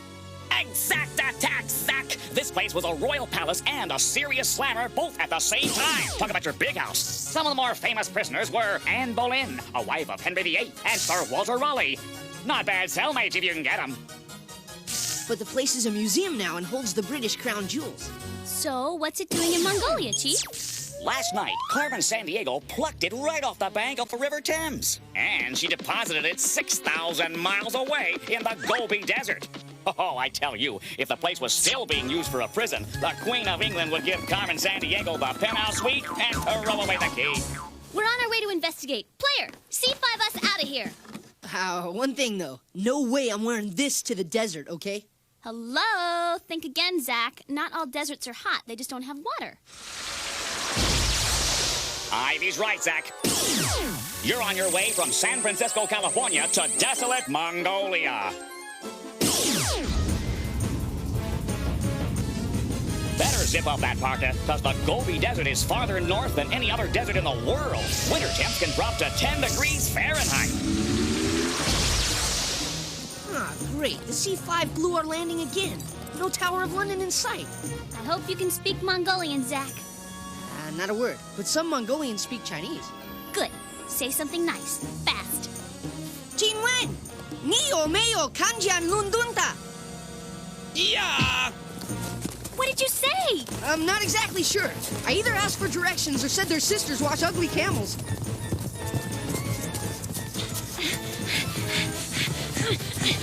Let go! They're Carmen's henchmen! Thanks for the lift, but I think I'll ride with my brother if you don't mind. Come on, let's get to the roof. Whoa! Hit it! Whoa, what in the world was that? Oh, so sorry. I fired a flare gun and frightened off your pursuers. Inspector Sir Nigel Fenwick, Scotland Yard. Cool, the famous London police. I'm Zach. This is Ivy. We're from the Acme Detective Agency. It'll be very exciting working with me. You'll learn ever so much. It appears only 2 diamond necklaces are missing from the costume display. Why would Carmen go through this elaborate heist for 2 necklaces and leave the crown jewels behind? A simple Carmen clue, which I discovered when I first arrived, gives us the answer. There you have it. Now, we'll take my jet to Vancouver, Canada, where you can watch me catch Carmen red-handed. Wait a minute. How could you deduce that it was Vancouver, Canada that quickly? Elementary, my dear Ivy. Time was the essential clue. Ivy, he's right. It's 6 o'clock p.m. here in Mongolia, but Carmen's clock is set at 3 a.m. Player, where in the world is it 3 o'clock right now? Submitted for your approval. You've just crossed over into the time zones. When the sun is casting light on one side of the planet, it's day, but on the other side, it's night. Ooh, wait, gnarly, because right now in the Pacific time zone, it's 3 o'clock a.m. from Mexico on to Alaska, dudes. Is there a famous steam clock anywhere in that time zone? Check it out. One of the most famous steam clocks in the world is right here in Vancouver, Canada. Come on, Ivy. This Sir Nigel guy is good. Wait a minute, Zach. You know the first rule of good detective work. Check and double-check all your clues before making a deduction. Look! Now, why would Carmen use an eagle instead of a cuckoo in a cuckoo clock? And... My next theft? Maybe it's a hideout in the park. I bet Sir Nigel didn't even hear this part of the clue. And I've already figured it out. You have? It's elementary, my dear Zach. An eagle was a famous symbol of the ancient Romans. My next theft? Maybe it's a hideout in the park. Maybe it's a hideout in the park? Carmen's doing a bad Italian accent. Ivy, that doesn't sound... Go ahead, Chief. Hot tip from CrimeNet. We just confirmed it was Carmen Sandiego who pulled off a heist 2 days ago. The Kaimu Black Sand Beach in Hawaii. The whole beach? And her henchmen have now moved into an area around Stanley Park in, get this, Ivy, Vancouver, Canada. What could they be after? Infoscan Stanley Park. Near an entrance to the park, there's a group of totem poles carved by native Indian tribes like the Tlingit, the Haida, and the... Oh, wait a minute. Ivy, that was no Italian accent. She meant the Haida Indian totem pole in Stanley Park. You mean Sir Nigel was right? Player, the C5 Express. Okay, you globe-hopping sleuthmeisters, you're on your way from Mongolia to Vancouver, the largest city in British Columbia, Canada. Know what I mean, eh? Oh, never mind.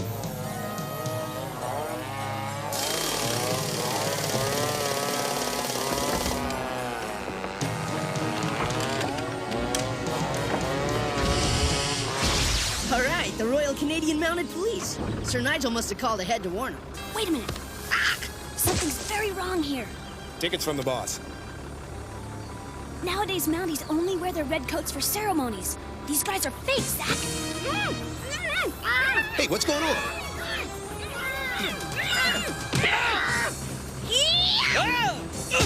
Run, Zach! Whoa! All right, that's enough exercise for tonight. You're coming with us. What are you doing with us? Today, the Tower of London holds the crown jewels. What did it also hold in its illustrious past?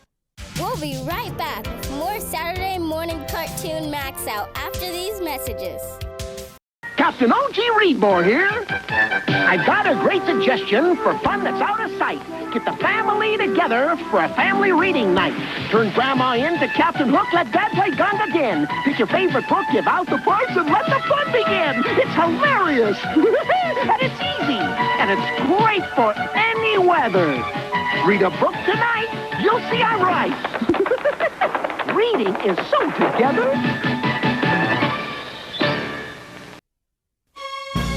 The Tower of London once held prisoners.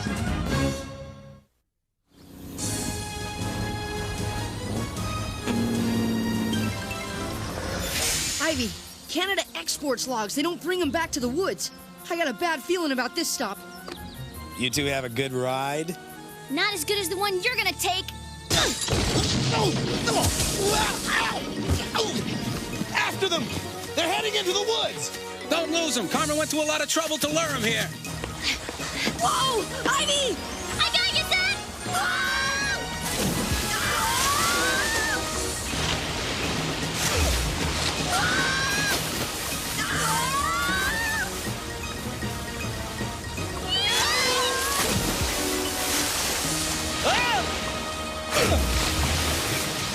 Did you see him land?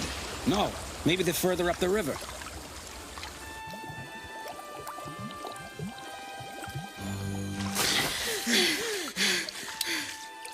Zach, this is brilliant. Thank the beavers. They build these lodges for warmth in the winter and for protection from predators. Like Carmen's henchmen. All the air we could want. And now, if we only like to eat bark.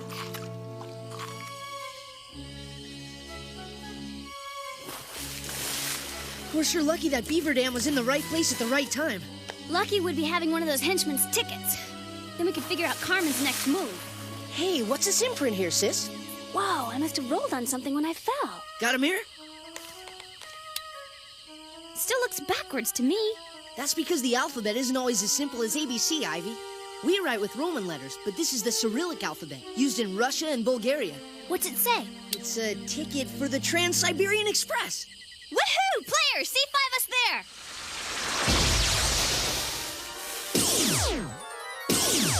You're on your way from Vancouver, Canada to over 5 million square miles of some of the coldest land on Earth, Russian Siberia.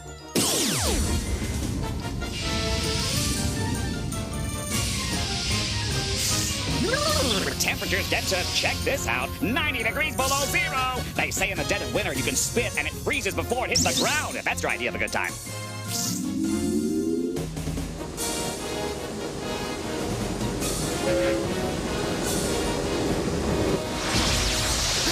Кто это? Все нормально, все нормально. Мы из агентства по расследованию АКМЕ.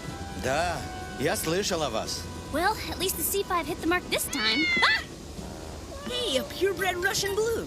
What is it with you and cats, Zach? Миша, иди сюда.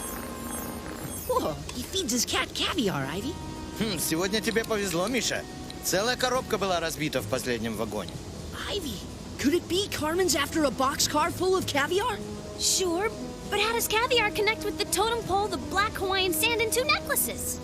It's caviar to us, but to Misha, fish eggs are the ultimate cat food.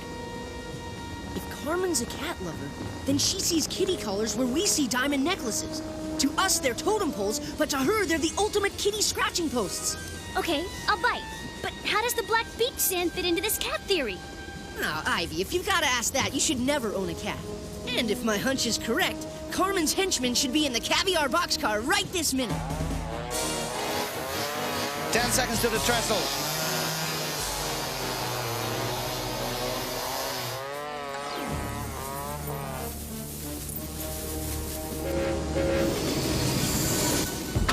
Five seconds between each hole.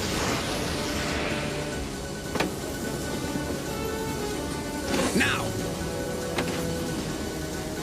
Now!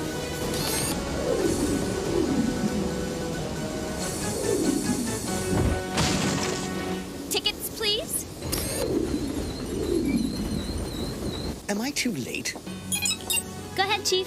I got a Scotland Yard roster report you might be interested in. This is Sir Nigel Fenwick of Scotland Yard. And this is Frank Imposter, a Carmen Sandiego henchman and master of disguise. I knew there was something I didn't like about you. Well, I guess the little masquerade is over. So now it's my job to throw you off the track, so to speak. Vancouver, Canada manufactures iron and steel. Can you name another of its top manufactured products? We'll be right back with more Saturday Morning Cartoon MAXOUT after these messages. They call me Yuck Mouth, 'cause I don't brush. Oh, I like my teeth like this. They call me Yuck Mouth. No, I won't brush. How's about a little kiss? I got those beef in my teeth, got some chicken too. Ouch! That's a cavity. Hey, that's new. Well, if you don't brush your teeth, then kids should too. Can be a yuck mouth. Don't be a yuck mouth. Another nutritional message from the ABC television network. Captain O.G. Reedmore here. Television's lots of fun, as everybody knows. You have your favorite characters, you have your favorite shows, but there are also other shows that aren't hard to find. Just read a book and turn on the TV in your mind. So many characters to meet. Oh, hello there. So many stories to be read. Oh, my. So read a book and take a look. Yes, sir. Excuse me. At the TV in your head. Another of Vancouver, Canada's top manufactured products is lumber. You've forgotten one detail, Mr. Frank Imposter. We have you, and when this train stops, you'll be arrested by the Russian police. Oh my, how embarrassing. I could just sink right through the floor. No, you don't! Ivy! До свидания! Ivy! Swing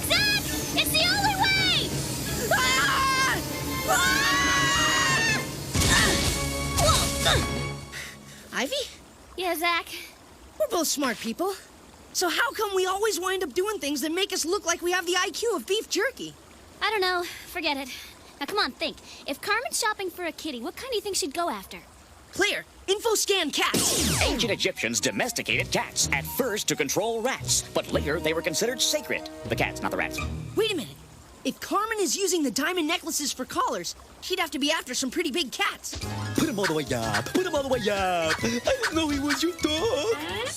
Lions and tigers and leopards. Oh, my. Maybe she's after an Asian lion. They're one of the rarest big cats in the world with only about 400 left. Nah, Carmen wouldn't settle for just rare. She'd pick unique. White lions are among the most unique in the world. Though native to South Africa, 2 cubs are being cared for in a clinic in Zimbabwe. Whoa. What are the odds on white lion cubs like that? Funny you should ask. It's very rare. Less than 1% of all lions in the world are white lions. And the odds against 2 white lions, ooh, baby, astronomical. Little bro, it's as good a start as any.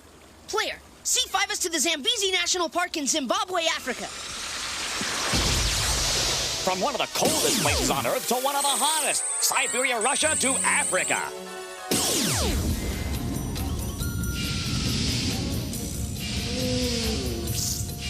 The second largest continent in the world, Africa, is the home of the Sahara Desert, Mount Kilimanjaro in Kenya, and the tropical rainforest of the Congo. All right, listen up. You're headed to one of Africa's 52 independent countries, Zimbabwe. The Zambezi National Park is on the Zambezi River, which flows into a waterfall that's, get this, 1 mile wide and 350 feet high. It was named by the famous Dr. Livingstone to honor the Queen of England. Queen Victoria, what shall we name this? Her Majesty's Cataracts? No. Sounds like an eye problem. Queen's Cascade? No. Bigger! Aha! By Jove, that's it! Victoria Falls!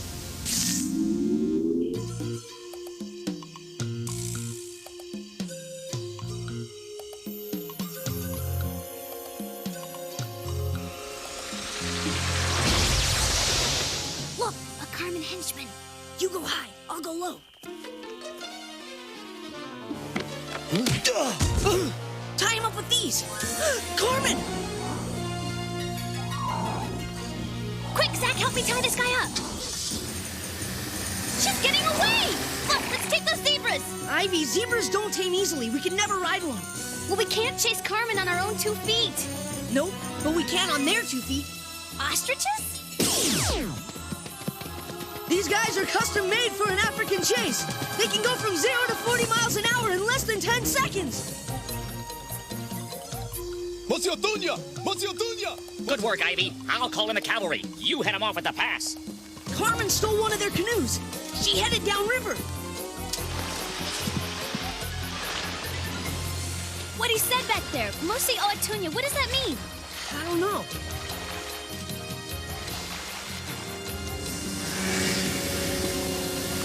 I got bad news, Ivy. There's Carmen's henchmen coming from behind. I got worse news, Zach. There's a waterfall ahead. I figured it out. Mosi Oatunya is their word for Victoria Falls, and that's a 350-foot drop. Oh. I got the other one, Ivy. We gotta get out now. Hurry, Ivy. My foot can't hold the boat much longer. What?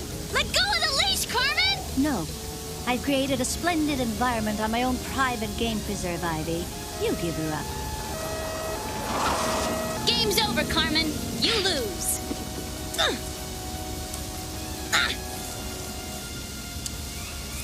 Carmen, give me your hand. You'll go over the falls. Carmen!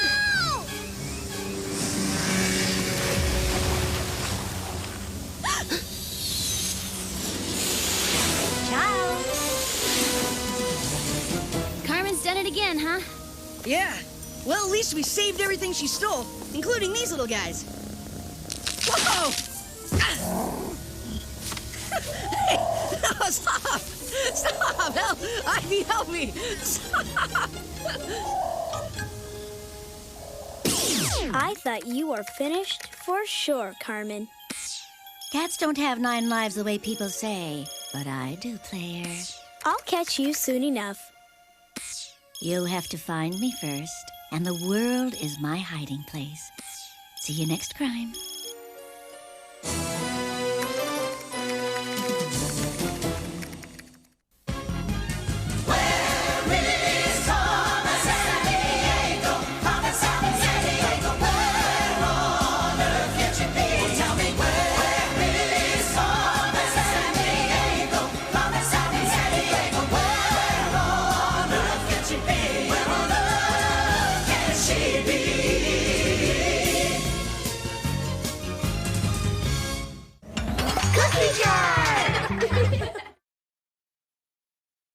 Don't move, another action-packed lineup from Saturday Morning Cartoon MAXOUT is coming your way.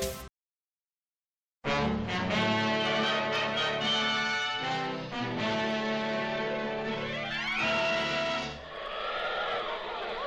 in the sky, look! It's a bird! It's a plane! It's Superman!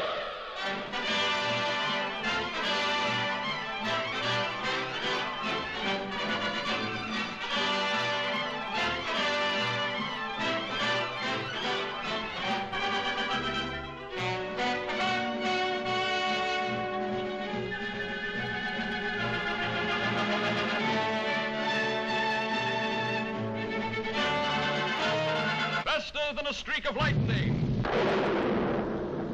More powerful than the pounding surf. Mightier than a roaring hurricane. This amazing stranger from the planet Krypton, the Man of Steel, Superman.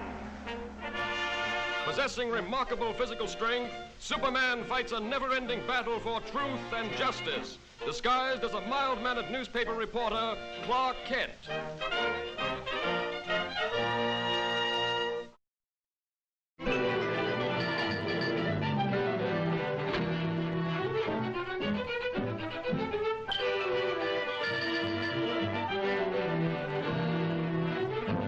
Now look here, Kent. You can't pick your assignments. Hurry over and cover that consumers meeting. But, Chief... But nothing. That's final.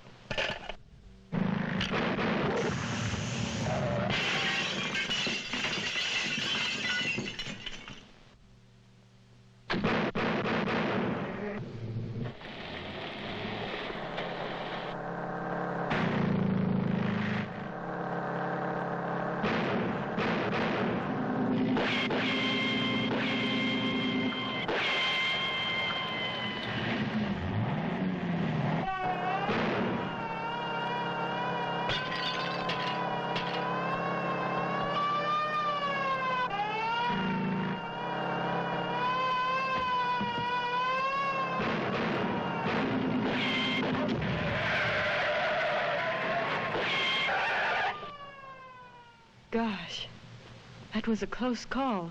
I've got to get to police headquarters immediately.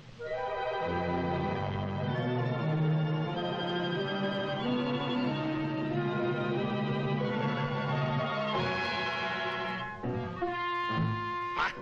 You're damnlichen Schafskaffer. I send you out to bring back that woman, and what happens? You let her get away and bring me this fool. She must not get to the airport. She must be stopped. They are probably the largest and most ruthless gang of saboteurs in this country. I know. For 6 months they thought I was one of them. This briefcase contains a list of their names, together with their diabolical plans of destruction. They will stop at nothing to recover these records. I must get them through to Washington. I understand. I'll see that you have an escort to the airport.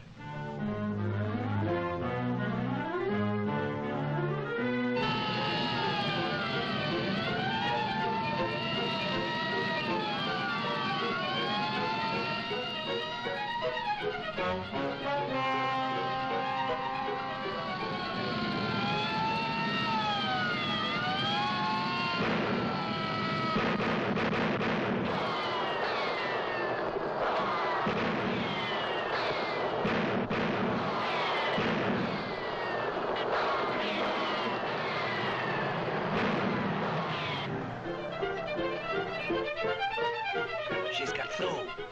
She's heading this way. Quick!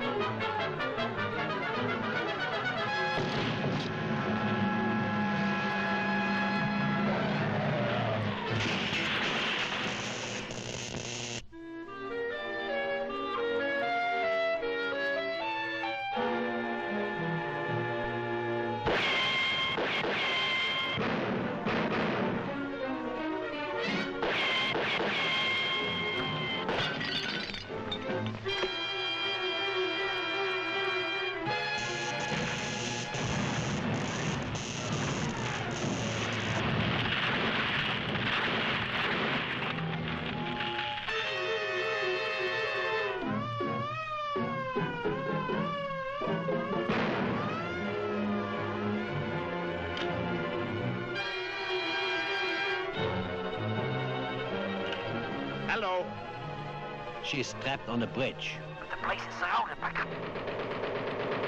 Hello? Erich? Hello? Hello? Some Donnerwetter. Something went wrong. We've got to get those records.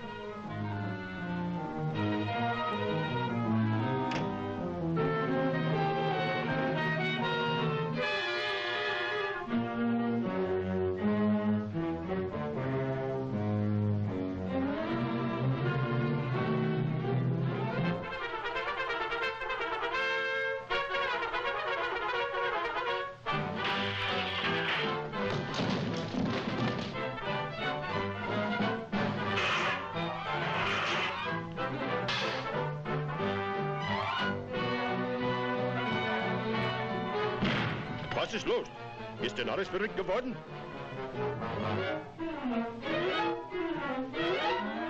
Zum Teufel! Was sollen wir tun? Schmeißt die Wände ein!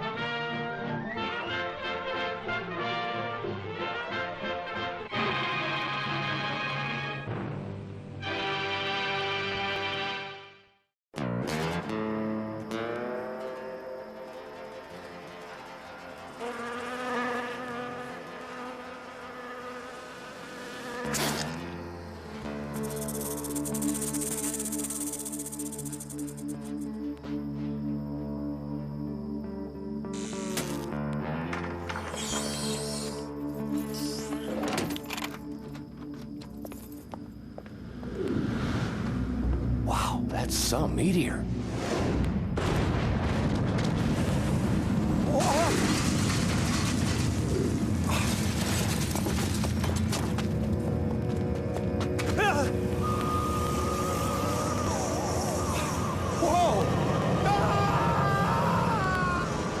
Terror from the sky.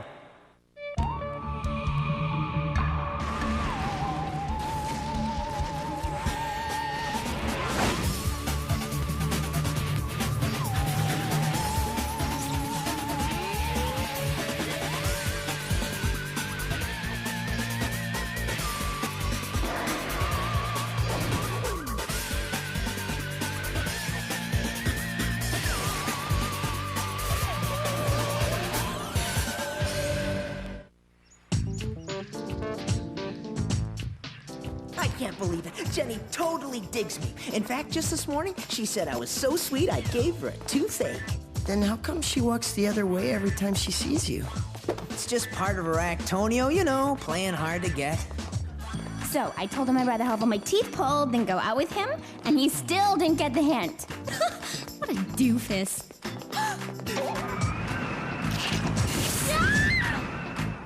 Whoa! Oh. Huh? Ew, gross! What are you doing? Huh? I can't believe it. You just kissed me in public. What a sweet, bold token of affection, Jenny. Are you kidding? Jenny. We all saw what happened. Now why don't you just drop the charade and admit your true feelings? That you're madly in love with me? Ugh! That's it, you're completely delusional. Really? You can stop pretending now, because this lipstick mark proves it. Proves that you love me, Jenny.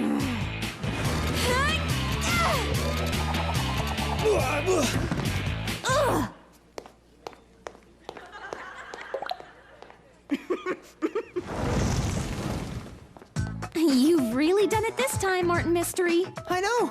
I mean, who would have thought it would be so easy to land the cutest chick in school? Huh? The center. It's coming from inside this locker. Only problem is, this locker's locked. Not anymore. Thanks, Java.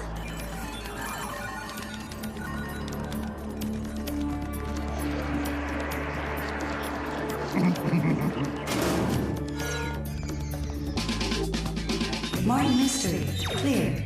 Diana Lombard, clear. Java the Caveman, clear.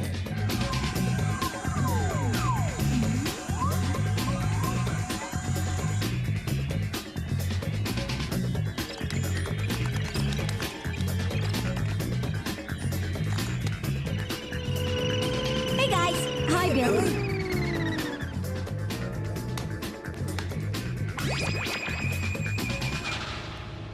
What's that on your face, Martin? Oh, nothing. Just Jenny's lipstick mark. No kidding. Wow, Marty, you're the king of cool. Tell me about it. I'm never washing my cheek as long as I live. There'll be time for more locker room banter later, boys. Right now, we should probably get to Mom for our briefing.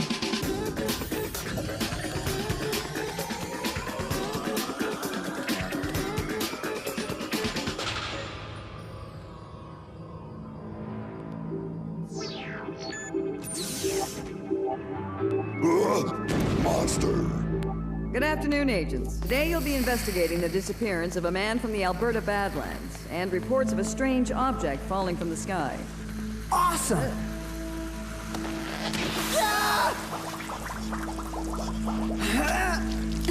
Smooth move, Agent Butterfingers. Billy, please send Martin, Diana, and Java on their way, would you? Sure thing, Mom.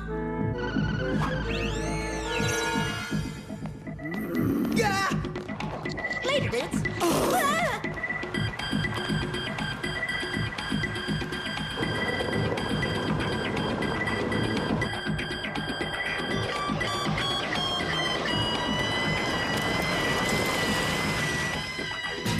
I just love the Badlands. They're so cool and quirky. Don't you think so, Martin?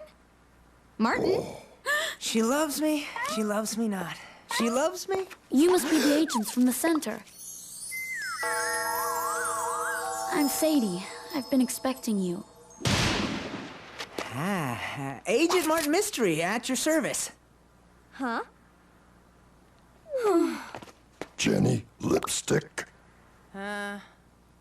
You're right. I almost forgot. Look, Sadie, it's like this. Since Jenny has just moments ago finally made her true feelings known by kissing me in public, I'm now a one-woman man and officially off the market.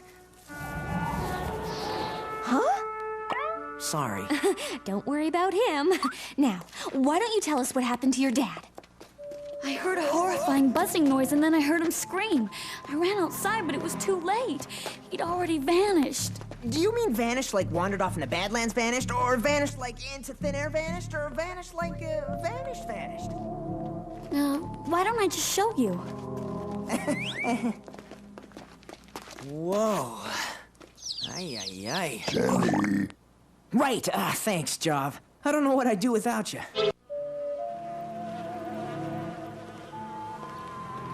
Now, let's see. What do we got? Looks like footprints that just inexplicably stop.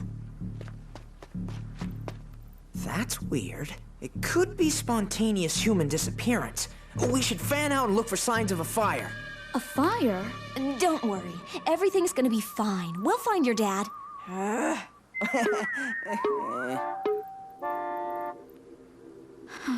better get back to work. With my father gone, I'm running things all by myself. You go. We'll get this sorted out ASAP. So where were we? Oh, right, the footprints. I'm not sure about the whole spontaneous human disappearance theory, Martin. Martin? Martin? Java, where'd he go? I don't know. It's like he vanished. Just like Sadie's dad. What are we gonna do? I don't know. Gotcha! Martin! Martin, stop fooling around. You had me really worried. I'm not fooling around. I'm solving a mystery. As in discovering the very spot where a certain strange object landed when it fell from the sky. How can you be sure? Whatever left this hole is gone. Not all gone. Nice detective work, Java. I'll send this to Billy for analysis right away. What do we have here? Goo!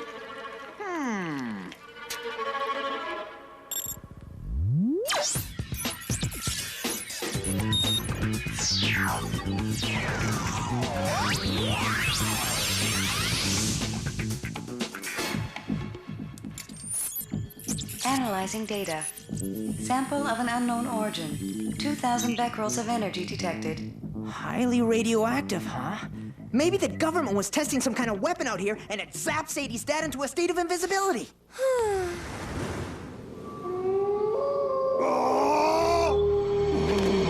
We can answer that one in the morning. Right now, we should probably head in.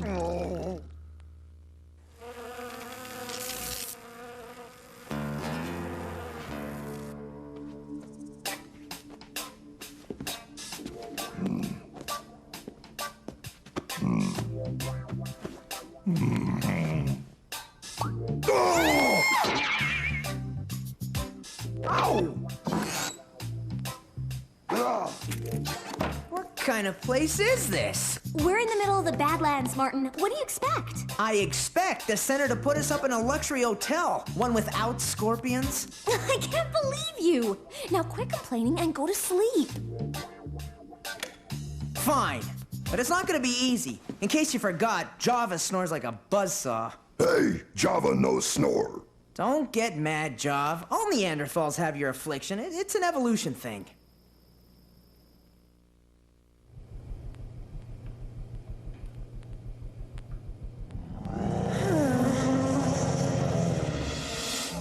See what I mean? Why don't you try sleeping on your side? Java no sleep. In that case, what's that noise? Wait a minute! Didn't Sadie say something about a buzzing noise right before her dad disappeared? It's back! Come on!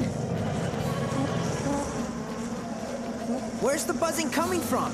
I can't tell. It's too dark.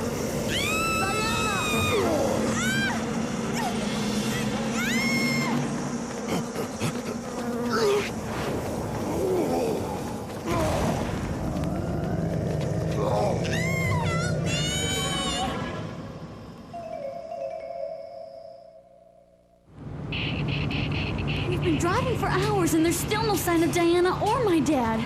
Maybe we should turn back. As long as Di's out here, I've got to keep going. By the way, don't ever tell her I said that.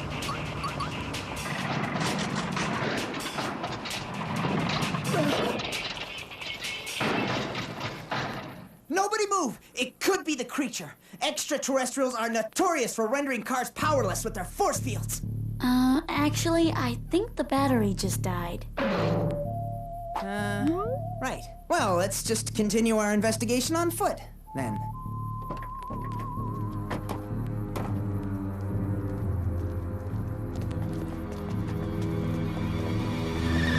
Hey, guys! Sorry to scare you, but I've got the analysis on the sample you sent me. It's a space rock from the Andromeda Galaxy. A space rock, huh? That would definitely explain the strange sightings in the sky the other night. Only what does it have to do with the thing that abducted Diana and Sadie's dad? Martin, can I talk to you for a sec? What's up? Do you have top secret info that you can't share with the rest of the group? No. It's just, this girl's really cute and all. But remember, you've got Jenny waiting back home. Don't blow it, man. Don't worry, I've got it under control. Okay, then. Catch you later. Now, where were we? All right, traveling on foot. Hey, check it out! More goo. Gross. Come on, whatever took Diana and your dad can't be far.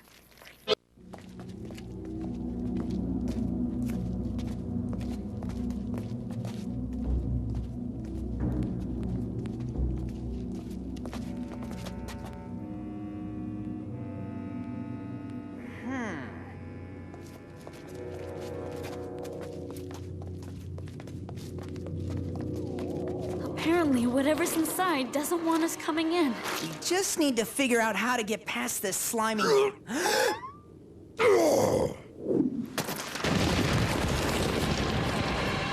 That'll work.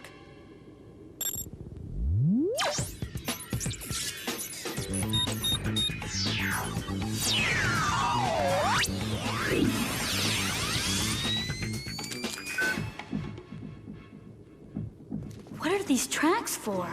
Must be an old abandoned mine shaft. Or a den full of mutated vampire bats. Cool. What is it? Some sort of fossilized insect. It's just like my second all-time favorite movie, Attack of the Prehistoric Locusts. I wish this was just a movie. More! Awesome! This place is a fossil gold mine! This is creeping me out. Let's keep moving. You're right. We've got to find Diana and your dad. I'll lead the way. Hope Diana okay.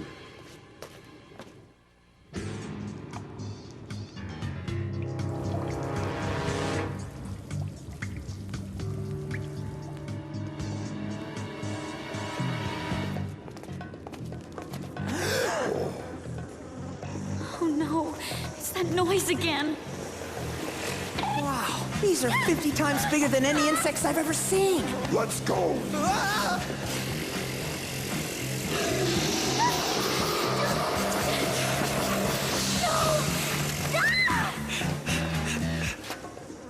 Hey guys, I think we gave him the slip. Guys, where'd everyone go? Bug's gone. Yeah, so is Sadie. What are you doing back there, Java? No like bugs.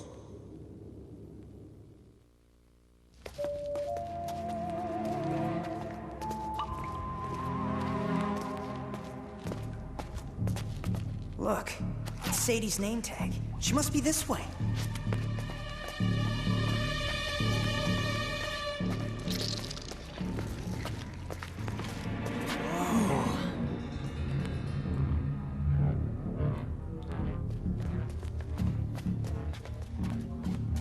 Nice meteorite.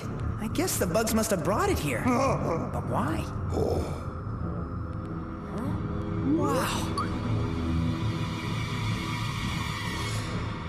Hey. Fossils.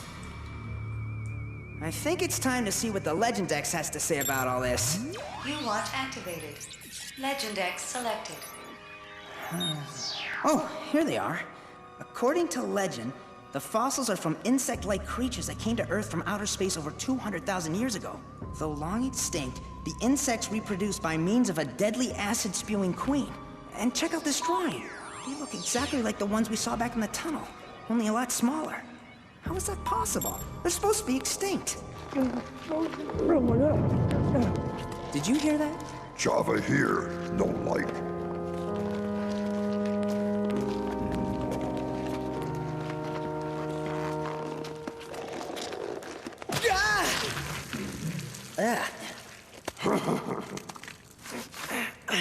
Is the kiss still there?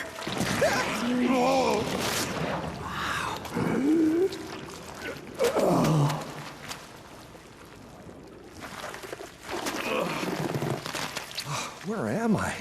Who are you? Agent Martin Mystery. I'm here to help. Thank you. I'm so glad to see you.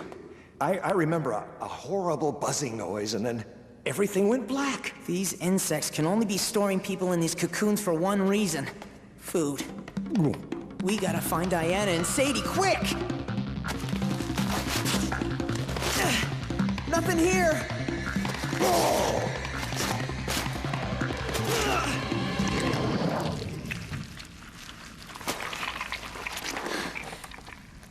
Sadie!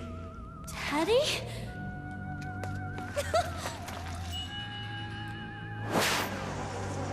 It's that noise! They're coming this way! Java, the doorway!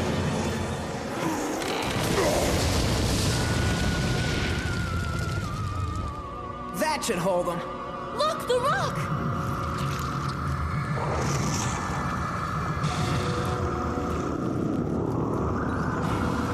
Oh no!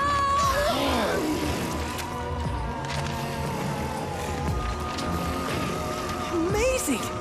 radioactive meteorite slime is reanimating the ancient fossils. We've got to get out of here!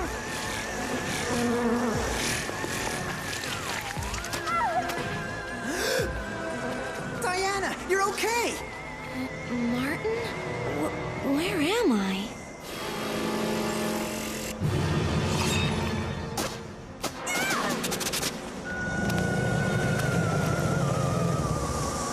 I think whatever's coming this way might have something to say about that.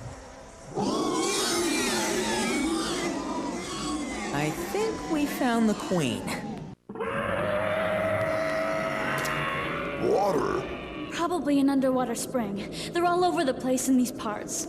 That's it! If we can open up the spring, the water might hold back the insects long enough for us to escape. Ah! Java, hit it here! No!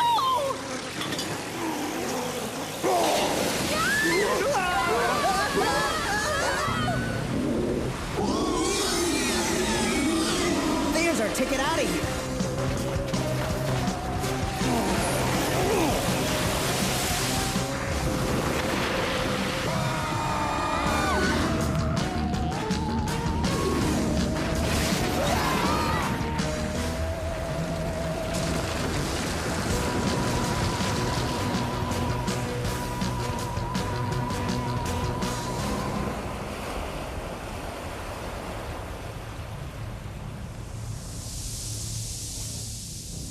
We did it!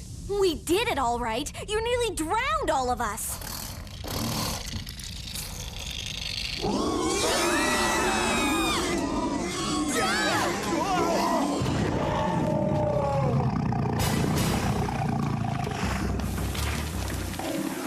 Now that's what I call a nasty case of bad breath.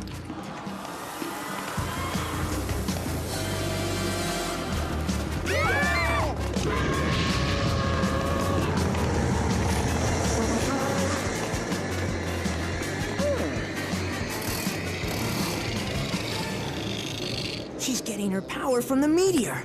If I can destroy it, she'll be powerless.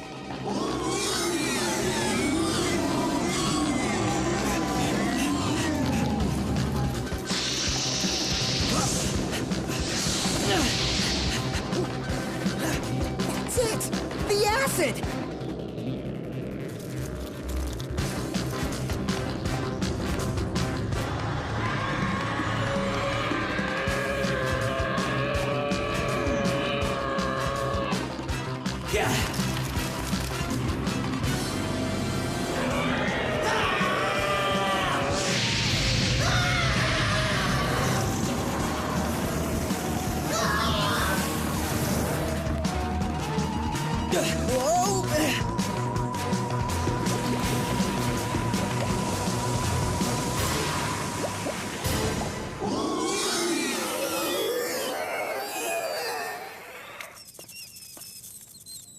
Now, who's the best paranormal investigator in the world?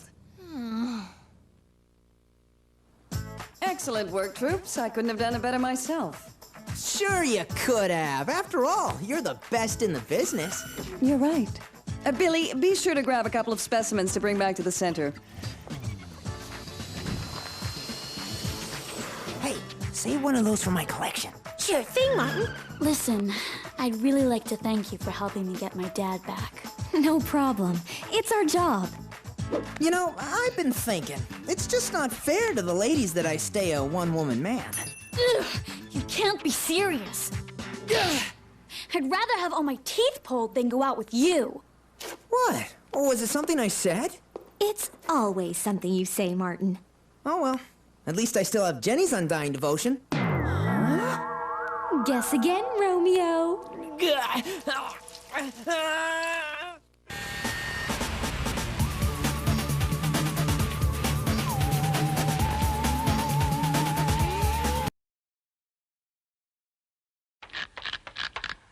Number 9, he put you on the spot. Number 9 will tie you up in a knot. When multiplying by 9, you might give it everything you've got and still be stopped. If you don't know some secret way you can check on, you'll break your neck on naughty number 9. Now the first thing to keep in mind when you're multiplying by 9 is that it's 1 less than 10. You see, 9 is the same as 10 minus 1. So you could multiply your number by 10 and then subtract the number from the result, and you'd get the same product as if you'd multiplied by 9, and you knew it. I mean, 8 times 9 is 80 minus 8, and 7 times 9 is 70 minus 7, and 6 times 9 is 60 minus 6. You could use those tricks. 'Cause you must have some secret way you can beat it, or else you'll need it with naughty number 9. Of course, it doesn't hurt to know the table of 9s by memory. It goes like this. 1 times 9 is 9, and 2 times 9 is 18. Mean old number 9. 3 times 9 is 27, and 4 times 9 is 36. 5 times 9 is 45, and 6 times 9 is 54, and 7 times 9 is 63. 8 times 9 is 72, and 9 times 9 is 81, and 10 times 9 is 9. Now the digit sum is always equal to 9. I mean, if you add 2 and 7, the digits, you get 9, the digit sum. That's true of any product of 9. If they don't add up, you've made a mistake. 'Cause you must have some secret way you can check it, or else you'll wreck it with a blasted mean old number 9.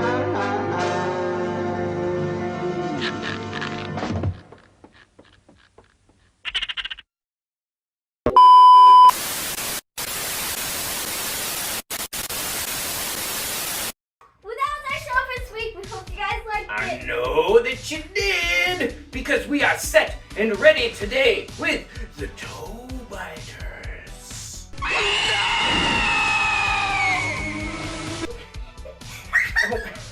Well, if you haven't already, go MAXSQUAD! That like button, subscribe to our channel, and go head over to KT News in the Easel as well, and smash that like button and subscribe to that channel as well. You know what it does, you know what it do, you know what happens. The Max Smasher. That's what happens. You go, you do this for me and for the Yizzle, please, you do this now. But we also have a wonderful surprise for you today. A lovely piece of artwork from one of our beautiful MAXSQUAD artists going right into the MAXSQUAD gallery. But today, my friends, today is a very special one. We say it's very special because today's the first day that we, the Yizzle and I both, we have been drawn. We've been brought to life in animation, for someone has decided to take it upon themselves to put us down on the paper with the pencil, and it is so glorious, my friends. And the Toe Biters too, no lie. Ready? Oh, be amazed at the masterpiece.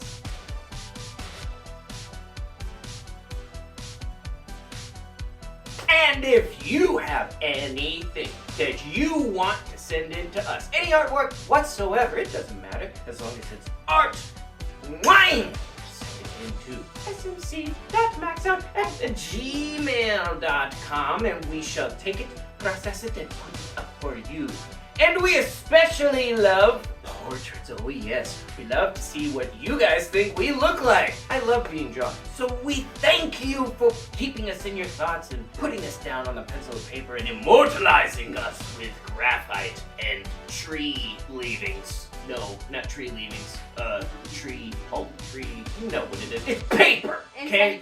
Paper. But anyways, you make sure that you hang out with us right here next week for Max Out Showcase. We are on Tales from the Crypt Keeper. right now, and it's going to be going for a couple of weeks. So be here with us for that Tuesday and Thursday from 7 p.m. to 9 something, depending on what the episodes are, because a couple of the episodes, I think 3 of the episodes so the last week, just 7 p.m., okay? So you just be there for the rest. And make sure that you're hanging out with us on Friday nights for Friday Night Sucks, because we are back. Oh yes, friends, we are back with Friday Night Sucks. And it is a glorious lineup. We have the MTV lineups back. We get a couple of new things thrown in there with another different kind of lineup. My cat is up here spying on us while we're trying to do this outro for you guys. What are you gonna do? You know, just make sure that you're here with us for all of it. And same time, same place next week for Saturday Morning Cartoon MAXOUT from 8 a.m. to 12 p.m. What It's within time. Right here on the only place for fitting while you talk, and for running out of things to say, and for closers after the cartoons. This is the one and only Saturday Morning Cartoon MAXOUT.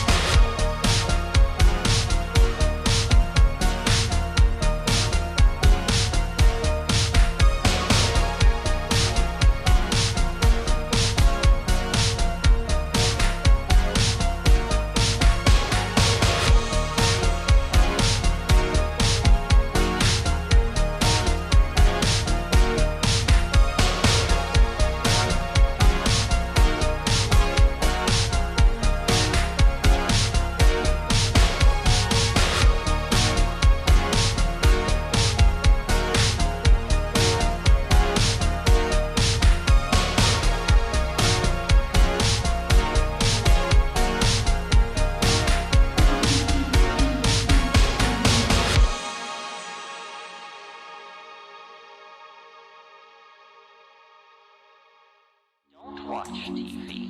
Don't read magazines. Don't even listen to NPR. Create your own roadshow.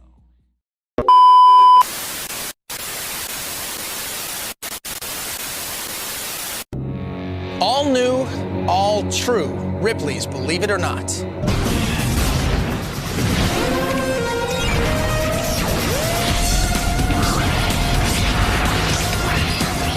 Tonight on Ripley's. This beautiful little girl always had an uncanny love for cats. But not even her parents ever imagined that one day she'd become one. In my dreams, I saw myself from head to toe with tiger stripes. Only Ripley's takes you through Catwoman's fascinating feline transformation. 57-year-old motorcyclist Roger Riddell was born to ride. I hate to brag, but I just feel like I'm the best. But now this spunky senior could be headed for a hard landing. Kelly Packard is there as he tries to fly over a row of cars at 50 miles an hour while riding his Harley backwards. He might look like a 90-pound weakling, but don't let little Josh Campo fool you, because he has the power to outlift a grown man. And he's only 7 years old. He doesn't realize his own strength sometimes. Join us at the gym as Ripley's puts this mini muscle man to the weight test. Plus, can a prosthetic leg save this horse from a death sentence in tonight's Unbelievable Animals? One woman's mind-blowing talent for threading a needle with her tongue. And the seductress who poses with serpents so she can help save their skins. Some snakes have the power to kill me just by squeezing me. Only on Ripley's Believe It or Not.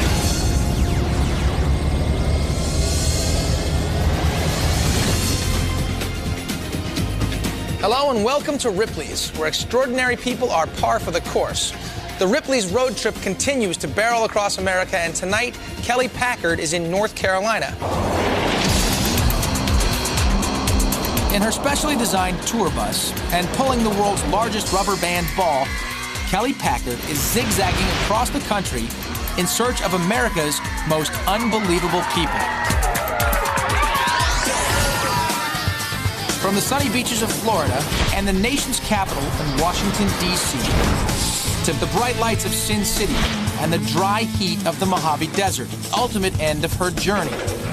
There, Kelly will witness a Ripley's exclusive, dropping the world's largest rubber band ball from an airplane more than a mile in the sky. This time, Kelly's caught up with a man who gets just about everything backwards. Kelly? Hey, Kelly Packard, crossing America on the Ripley's road trip. Right now, I'm in Charlotte, North Carolina. Hello, Charlotte! I'm at the Lowe's Motor Speedway, and there are more than 20,000 people here for what they call the Good Guys Weekend. Roger Riddell is one of those good guys, and he joins me now. Welcome, Roger. Hi, nice to meet you. Nice to meet you. Now, obviously, you're riding this bike backwards. Why is that? Well, I'm going to jump these 6 cars sitting on this Harley Davidson backwards. I'll look over my shoulder. When I'm coming down through there, I'll turn back around and I'll just go by the feel of the bike. So how fast do you have to be going in order to clear these 6 cars? About 50 miles an hour. That's pretty fast. Have you ever gotten hurt doing this? I've broke 50 bones. All right, well, it's truly unbelievable what you're about to attempt. Personally, I can't even imagine the time and effort you've had to put into this. All right, let's take a look at how you got started.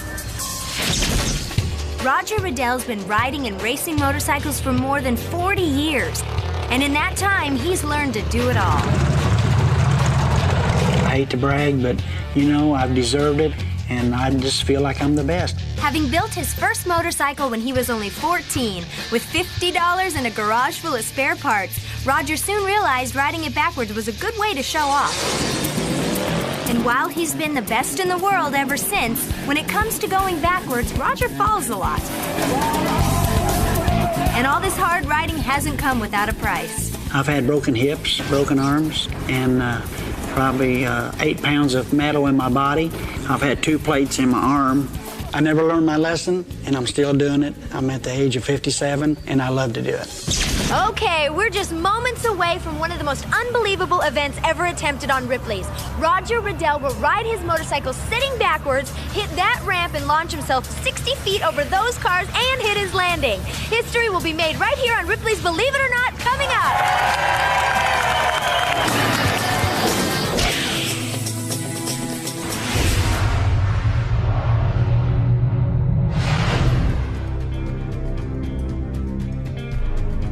The world is full of people who collect strange and unusual things, from rare coins and stamps to Beanie Babies and Pokemon cards. But the guy you're about to meet has a killer collection unlike any other. And every time he adds a new piece, he's nearly blown away.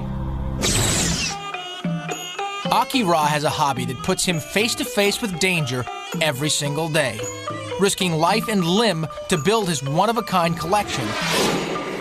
Because believe it or not, Aki Ra collects landmines. I am crazy about landmines. I am obsessed about landmines. Here in Cambodia, a nation of roughly 12 million people, the countryside is still littered with over 5 million landmines, left behind after decades of military struggle. I help my country and I clear the landmine every week, every month. Amazingly, despite the fact that some landmines use tripwires that are hard to see, and others that are buried just beneath the earth, Aki has a unique ability to spot the mines and then defuse them with just his bare hands. I clear about 20,000 landmines. Incredibly, despite clearing thousands and thousands of the treacherous devices, Aki has never had a single accident. Today, with Ripley's cameras rolling, Aki will take his life into his very hands with every step as he scours this former battlefield searching for undetonated explosives. Using just a wooden stick and no safety gear, Aki makes his way into the minefield. When I go to the minefield, I look the land. I know the land they lay mine long time ago or just new mine that they lay.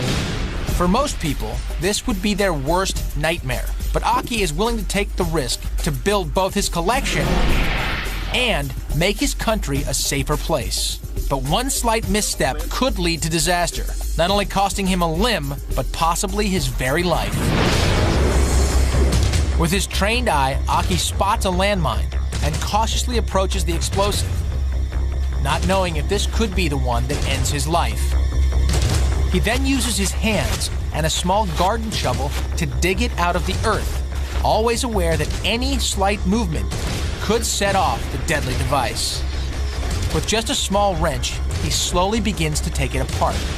While a professional bomb squad would take this deadly weapon away and dispose of it, Aki actually defuses it on sight, right in front of his face.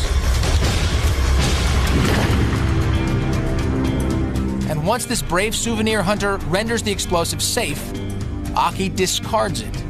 But if it's historical or rare, he adds it to his personal collection of over 5,000. It's a dangerous obsession, but Aki truly believes the reward is much greater than the risk. I want my country to be safe and people can walk everywhere.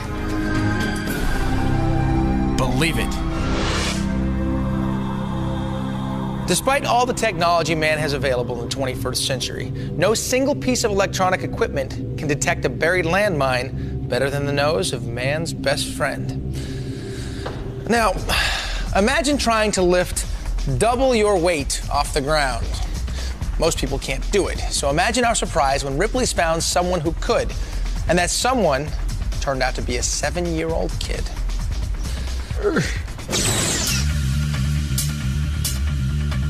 Weightlifting has always been considered a man's sport. Until now. Because, believe it or not, one world champion weightlifter is already competing against men and beating them. And he's just 7 years old. All the audience is watching me, and it's just, I feel like everybody's rooting for me. Born and raised in Santa Ana, California, Josh Campo is your average first grader who loves to play with his friends. And when he's not running around outdoors, he can usually be found inside the house, as strange as it may seem, lifting things. He doesn't realize his own strength sometimes.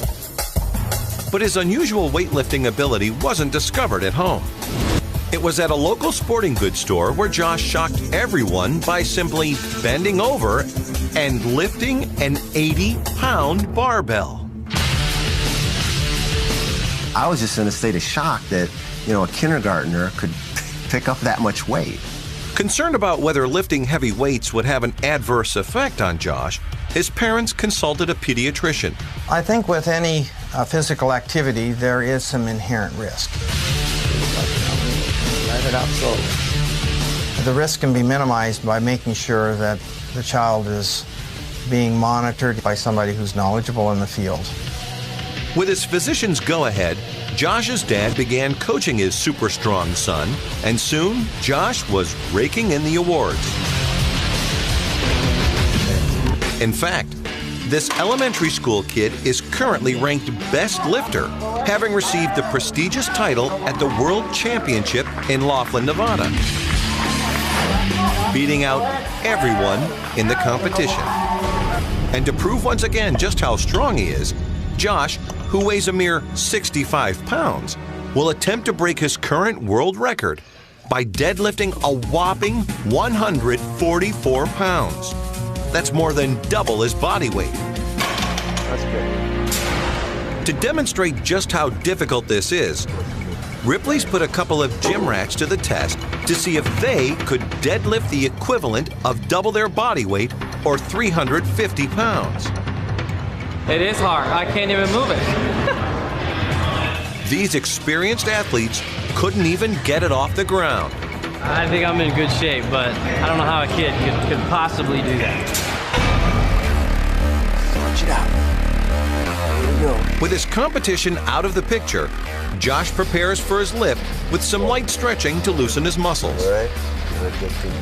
After pulling up his singlet, Josh's dad tightens his belt for additional back support and Josh approaches the bar. With chalk coating his palms and fingers, Josh grips the bar tightly and plants his feet firmly. Okay. But will he really be able to do it? Hands, good. Bring it close. Josh explodes with maximum force. Got it. Lock it. Very nice. Down. Excellent. Lifting an amazing 144 pounds, more than twice his body weight. Got it. Lock it. Very nice. Down. And this mini musclehead is quick to offer a bit of advice to other kids who may be thinking about following in his footsteps. Children, do not attempt this at home. Believe it. We'll be right back.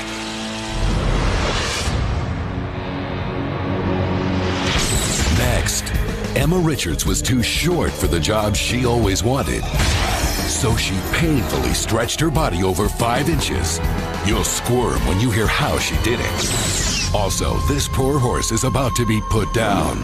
Unless vets can pull off the ultimate rescue, we'll show you the incredible invention that could save him in tonight's Unbelievable Animals. Plus, she has no arms, but that hasn't stopped one seamstress from creating these incredible designs using only her tongue. And meet the alluring model who's really getting wrapped up in her work. One animal lover's amazing mission to save the snakes when Ripley's returns.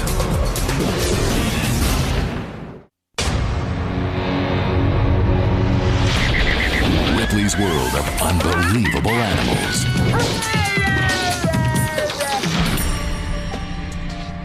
Most horse lovers have always realized that if their animal breaks a leg, chances are their pet will have to be put down.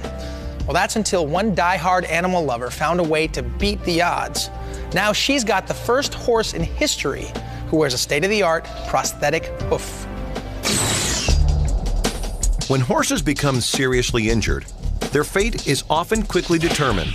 Sadly, they're put to sleep. But this steadfast stallion may have a chance at trampling the odds. Because believe it or not, in a revolutionary procedure, this horse is about to be fitted with a prosthetic foot. When owner Jan Munns first noticed 12-year-old Barnaby favoring his right foot, she took him to get help. The diagnosis left Jan devastated. Veterinarian Chris Coles determined Barnaby's hoof was one giant blood clot. 9 inches of his leg had to be removed. The arteries had clotted from this level downwards. But would Barnaby be able to live without a leg? Unlike cats and dogs, horses can't balance on only 3 legs. Jan had to do something fast. He's a dear friend. You don't let a dear friend die. I wouldn't let a child die, so why should he die? Desperate, Jan began thinking outside the box to find a solution. How about fitting a horse with a prosthetic leg like a human? With her creative idea to save Barnaby, she turned to Dr. Bob Watts, a pioneer in the field of artificial limbs. My initial reaction was one of, well, I don't really want to get too involved because I've never done it before. But Jan's persistence persuaded Dr. Watts to attempt this unique procedure. And although he'd never fitted an animal with a prosthesis, using a similar technique that he uses for humans, he created a limb for this hobbling horse. Now, only 3 months later, Barnaby's back on his feet with the help of this specially designed FiberFlex foot. And although Jan spent nearly $40,000, the look in Barnaby's eyes makes it worth every cent. There's been lots of times when I thought I might lose Barnaby, but always said, I'll never give up.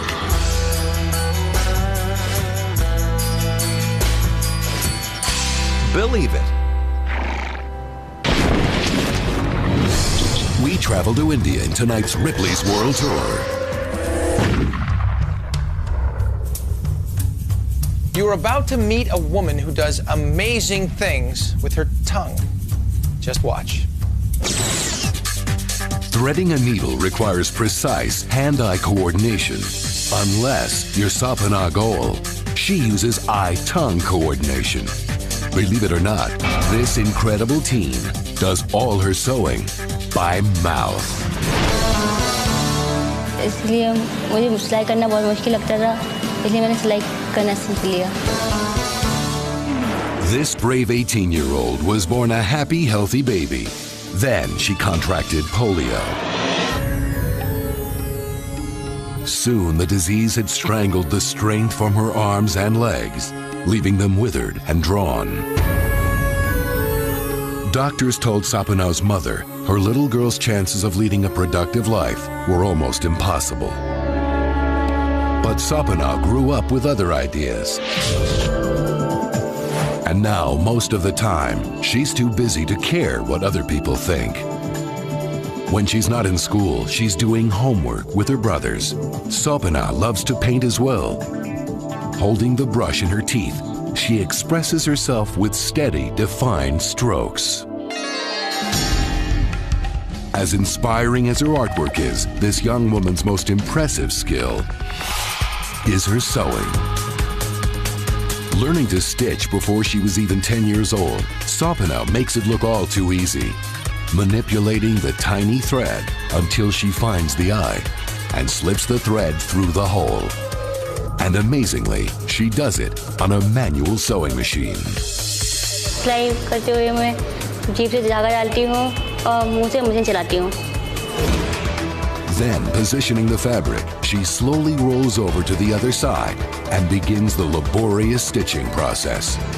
Displaying incredible patience, each spin of the wheel requires a coordinated effort of chin and mouth. Till finally, after 1 hour of painstaking work, the last few stitches are in place. And proudly, this unbelievable teen has finished yet another project. Believe it. If you're wondering, it takes Sapana less than 30 seconds to thread a needle with her tongue.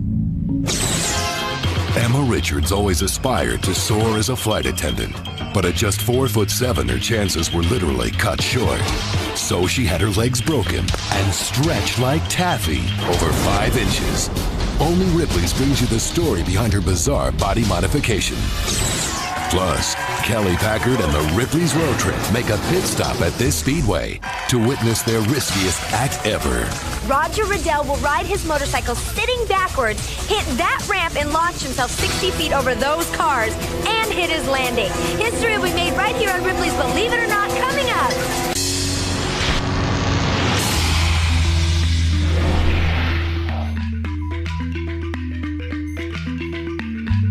Emma Richards stopped growing at 4 feet 7 inches, almost a foot shorter than all of her friends. Emma would hide at home, embarrassed of her size. But on her 15th birthday, Emma asked for something so bizarre, even her parents couldn't believe it. She wanted to be stretched to over 5 feet tall. Looking at Emma Richards today, you would never know the lengths that she's gone to transform her physical appearance. Enduring a surgery so extreme, it took a full year to recover. And that's because, believe it or not, Emma actually had her legs broken and surgically stretched to increase her height. When I was told about surgery, I didn't think about the breaking of the legs and having 6 pins in each leg and a big metal bar on the outside. I just didn't think about that at all. I just thought of the end result, being taller. As a little girl growing up in England, Emma was always on the small side. She wasn't very big at all. She went to play school, and all the other 3-year-olds were bigger than her. And that's when I noticed that she was really, really tiny. And as Emma got older, the situation only grew worse. She endured cruel teasing from kids at school and often would retreat crying to her room.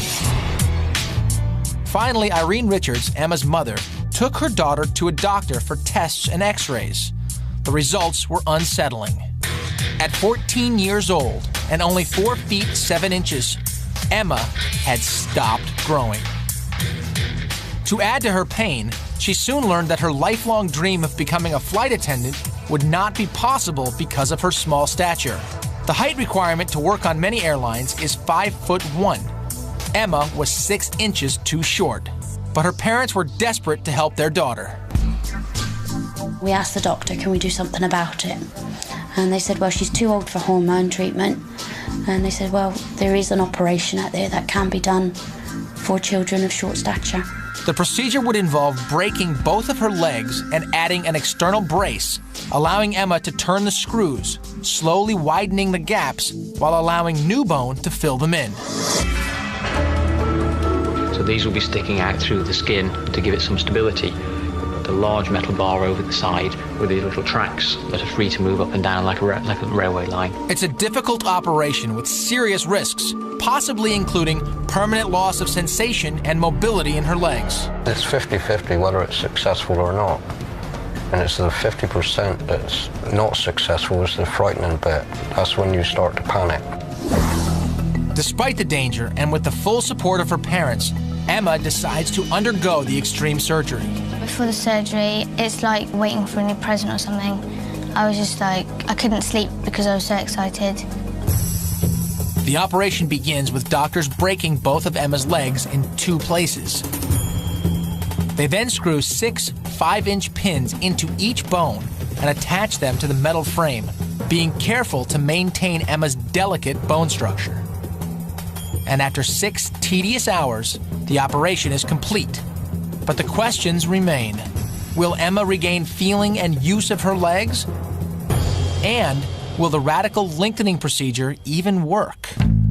When I woke up from the operation, I can't really remember much, but what I can remember is not feeling my legs through the numbness and asking my mum to lift the cover to check my legs were still there.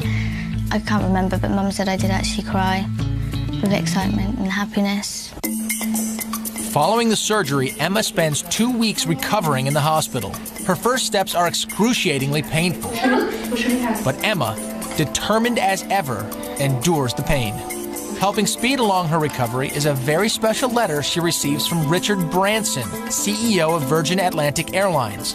He tells her she's mad to have had such an operation, but promises her a job interview as soon as she turns 19.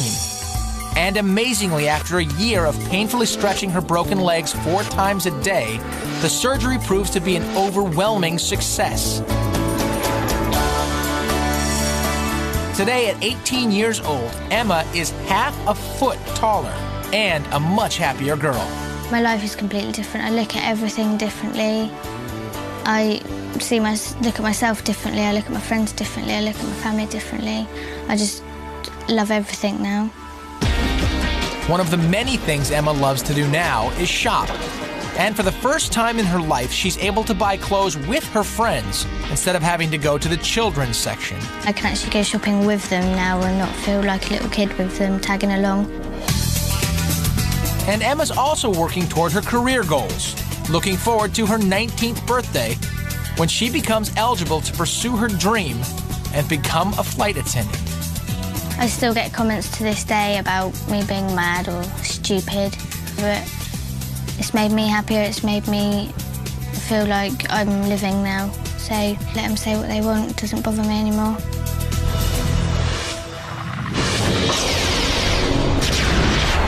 Next, the lifelong obsession that drove this beautiful little girl to fulfill her deepest desire and metamorphosize into a cat. I always enjoyed having the feline energy around me in my life. Meet the real Catwoman next. Plus, Dean flips through the pages of the world's smallest book, and you'll flip when you see what he found inside. It's so small that you need a magnifying glass to read it. Also, how one stunning model is using her curves to rescue the reptiles when Ripley's returns.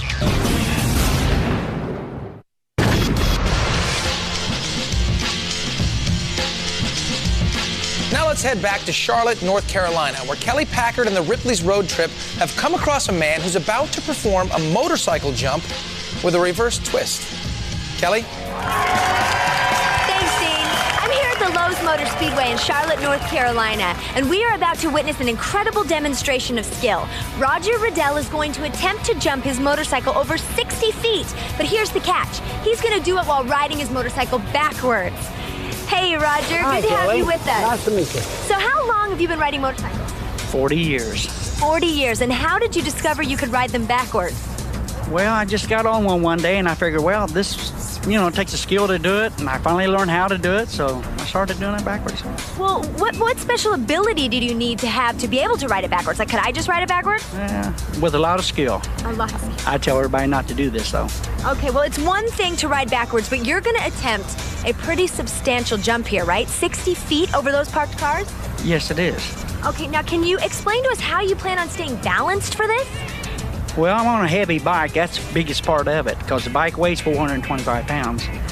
And I come down through there 50 mile an hour, and I hit that ramp. And if I'm running 50 mile an hour, I'm pretty well going to get on that down ramp. I got to hit the ramp, right speed, get in the middle of it to land on that trailer. So obviously, you are a trained professional, so no one should try this at home.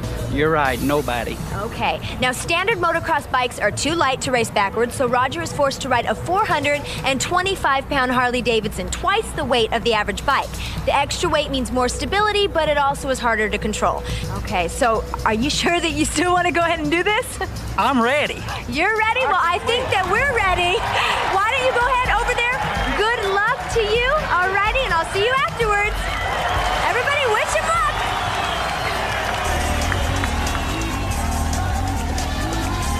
Now, we have paramedics standing by should anything go wrong. All right, he's putting his gear on, securing it. Now he's gonna get ready and start his bike here. The bike is started. Let's cheer him on, guys! Okay, he's getting on his bike.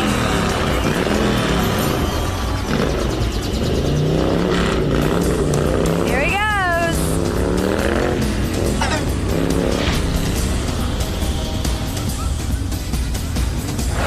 Here he comes. He's gonna make a pass.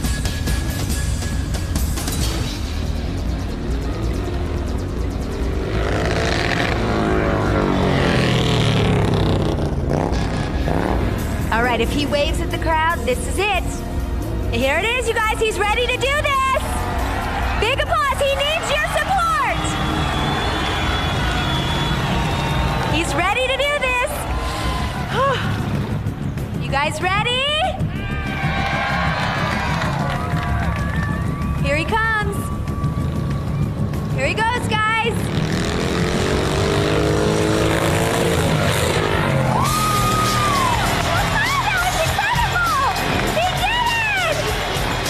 That was great.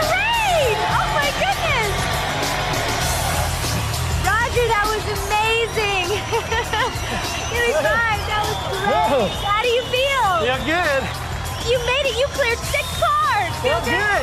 All right, well, we loved it. That was amazing. Roger Riddell jumping his motorcycle 60 feet through the air over 6 cars here at the Lowe's Motor Speedway in Charlotte, North Carolina. That was great. And you saw it only on Ripley's.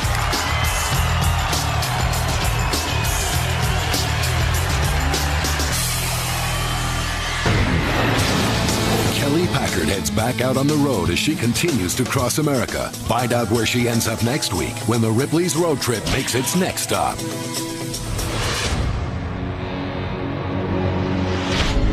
Next, this beautiful lock of platinum hair once belonged to the biggest movie bombshell in the world.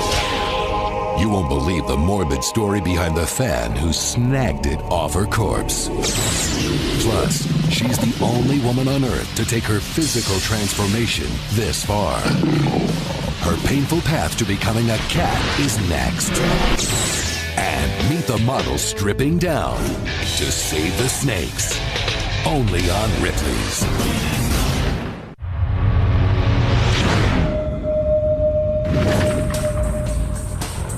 Here in the library at the Ripley's warehouse, you can find some of the most unusual books in the world. Take, for example, this, the world's smallest book. A German company with a miniature printing press is responsible for this leather-bound tome the size of a match head. It's so small that you need a magnifying glass to read it and tweezers to turn the 26 printed pages of this miniature book, which contains the alphabet. This next story is much easier to see, so watch this. Enter Robert Ripley's archives. Robert Ripley, leave it or not. Leave it or not. The year is 1945. The British Admiralty tests its bold new airstrip, which, believe it or not, actually floats on water. Dubbed the lily pad, this durable runway is built to allow a 4-ton plane to take off and land in emergency situations. And as if touching down on solid ground wasn't difficult enough, these brave pilots have an added danger to contend with: high tide. But with the advent of much heavier bombers needing massive aircraft carriers on which to operate, floating airstrips become a thing of the past.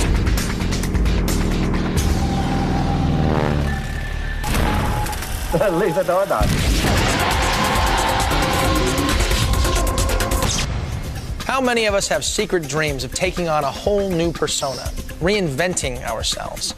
Well, the woman you're about to meet did just that. But instead of a someone, she assumed the identity of a something.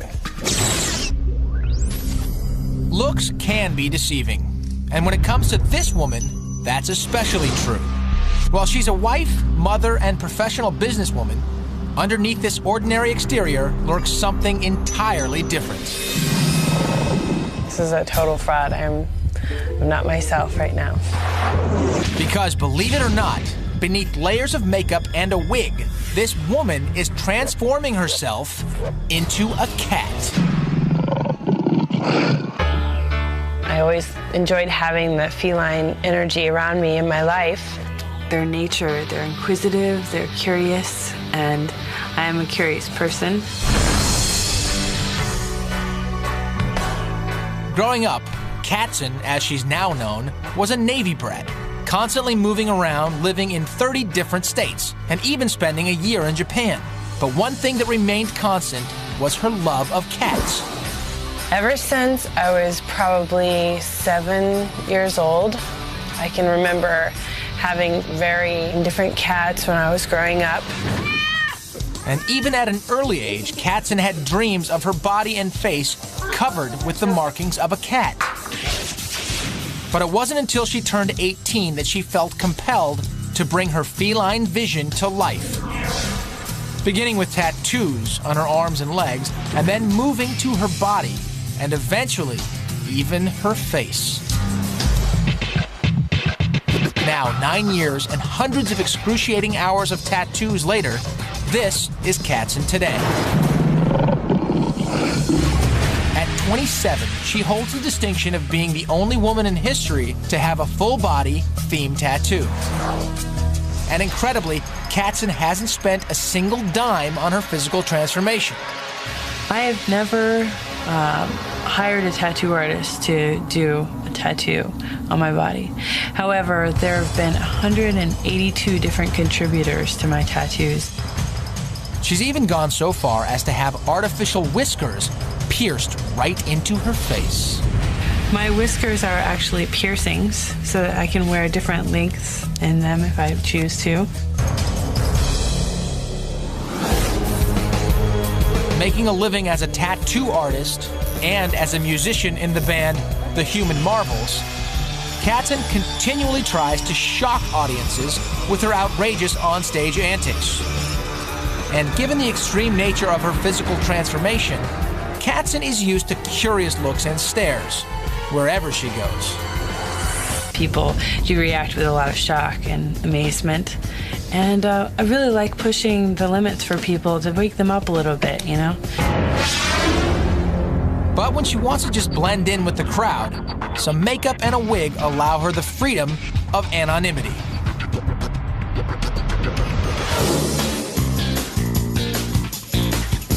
As for the future, Katzen is playing it by ear, following wherever her feline instincts may take her.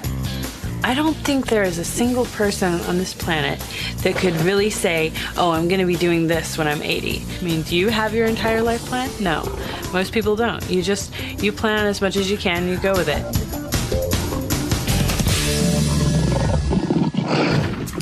Katzen has a number of snakes and scorpions as pets. Ironically, she does not own a single cat. Her theory is that now that she's one herself, she wouldn't want to compete with another feline. Still ahead, the beauty disrobing so she can save these slithering serpents' lives. I started seeing how animals were treated, and I really wasn't happy with it. One model's risky mission to rescue these reptiles when Ripley's returns.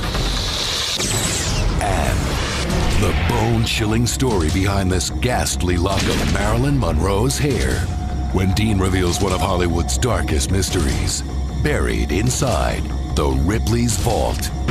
Next. Amazing stories and unbelievable people. Ripley's Believe It or Not.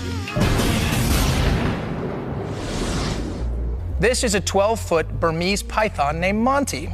A member of the constrictor family, these guys make great climbers and swimmers.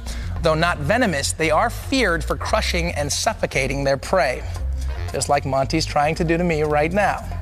And while that might be enough to keep most people at arm's length, it doesn't rattle Maria Guerra. Take a look. Ravishing Maria Guerra loves to model for the camera, but this alluring lady does it with a twist. That's because Maria is one beauty who loves to pose with beasts. And believe it or not, she takes these slitheringly seductive shots to help save these snakes' lives.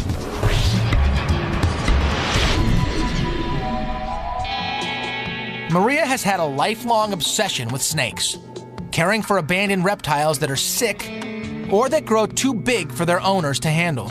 She's got some orange spots, and I want to make sure it's just color and not actually a bacterial infection. Beginning at the age of 5, Maria's interest continued to grow until she eventually became a licensed exotic animal handler, working hard to educate people about the demands of caring for reptilian pets at home. They're animals that need a lot of attention, a lot of care, and I just hate to think that the animals are being purchased and then they just suffer a very slow, painful death because they're not taken care of properly. But Maria faced a huge problem, getting people to pay attention to the plight of these reptiles. So the part-time model came up with an unusual solution, posing with her snakes.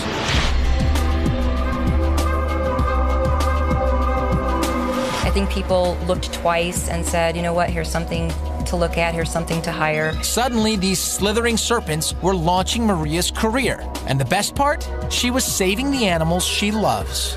But taking a beautiful picture with a boa wrapped around you isn't exactly easy. In fact, at times it can be downright dangerous. And Maria is always quick to warn others not to try what she does.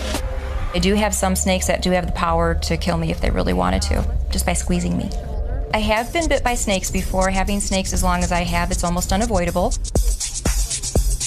I have to have 2 or 3 people that can move them around for me because we have to take, 50 to 100 shots just to get some of the ones of the snake right. 1, 2, 3. And now, not only is Maria's career thriving, so are her animals. She currently has over 40 creatures living with her and plans to use the money she makes from commercial and internet modeling to care for even more of her favorite reptiles. Believe it.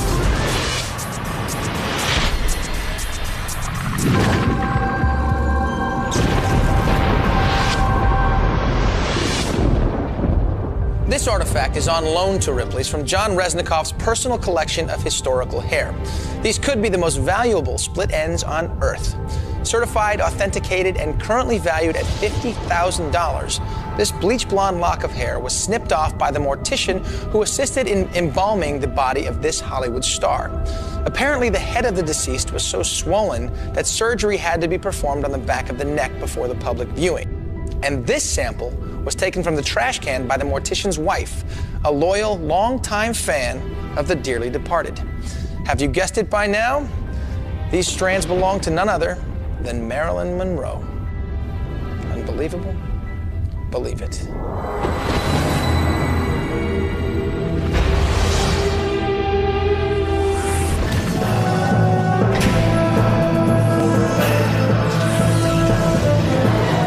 Would you believe a man, a wall, and a 3,000-pound wrecking ball? You won't believe what's left standing. He embraced Native American teachings to reach an altered state. I very often went to what I thought was the edge. These mole holes are inhabited by humans. An entire underground city where you dig your own hole. One day, she's worshipped by millions. The next, she's shunned by society. They actually have no life, no existence. It's the curse of the living goddess. From roasted rodent to dining in the dark, we've got your table for some jaw-dropping meals. Other people don't believe it. Unbelievable? Believe it on Ripley's Believe It or Not.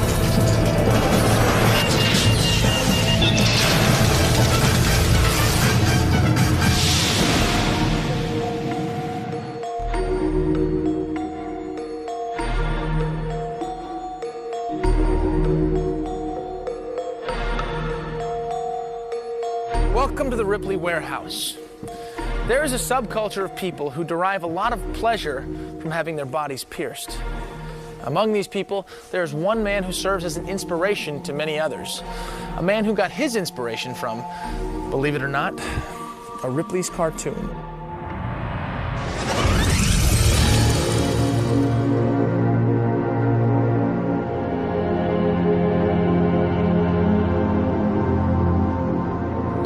I had this great urge to have some kind of modification and some kind of sensation in my body. For most of his life, he has thrived on experiencing sensations most people would find unbearable. I very often went to what I thought was the edge. And lived in a world few of us would even venture into. To learn things, to fulfill your purpose in life, you sometimes have to go to those extremes. These are all practices that are used to catapult one into another state of consciousness, into other states of existence. His name is Fakir Musafar, and he is widely considered to be the godfather of the body modification movement, what some people call a modern primitive. Moving into other states has always been a part of Fakir's life. Even his name was self-created after he saw two Ripley's cartoons when he was a young man. One was about a Persian fakir, which means wonder worker. The second featured Musafar of Iran, a human pincushion who had daggers, horseshoes, mirrors, and padlocks attached to his body. But Fakir's greatest influence came from the Native Americans who lived on a reservation near his home. Their culture had a lasting impact on him. So I've tried, most of the kinds of body rituals to access altered states that were used by, the Native American peoples, Sufi peoples, and the people of South India. Afraid of what his family might think, Fakir's startling rituals were always done in private. I never could let anybody know what I was doing. They would have me in a mental institution. I knew I was sane, but they didn't think that was a sane thing to do. These incredible black and white images of Fakir, shot over a period of 40 years, document his evolution. My parents had suspicions of what I was doing. They knew I was a loner. They knew I was peculiar. They knew that something was going on. And when I volunteered or tried to tell them what I was doing or what it was about, they said, "We don't want to hear it." The unusual rituals, rooted in Native American culture, began simply with clothespins. One day I just took a few of those clothespins and clipped them on my body, and I had a rather interesting change of consciousness doing such a thing. And so little by little I kept adding clothespins until finally I could make clothespin fans all over my body. Next, he tried to change his body's shape. And I had this great fascination with modifying the figure via corsets, wearing them, first 4 or 5 hours a day, then 6, 7 hours a day, then 8 or 9 or 10 hours a day. And like after 6 months, I was able to, with my own homemade corsets, be able to lace my waist down to 19 inches.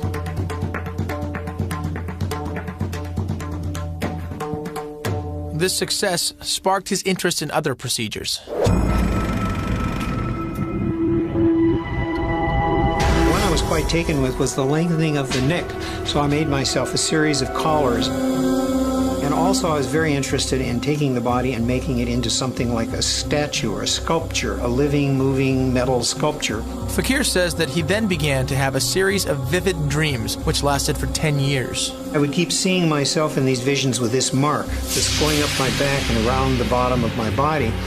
And I knew somehow that I wouldn't be me or be able to fulfill what my mission was in life until I had this mark.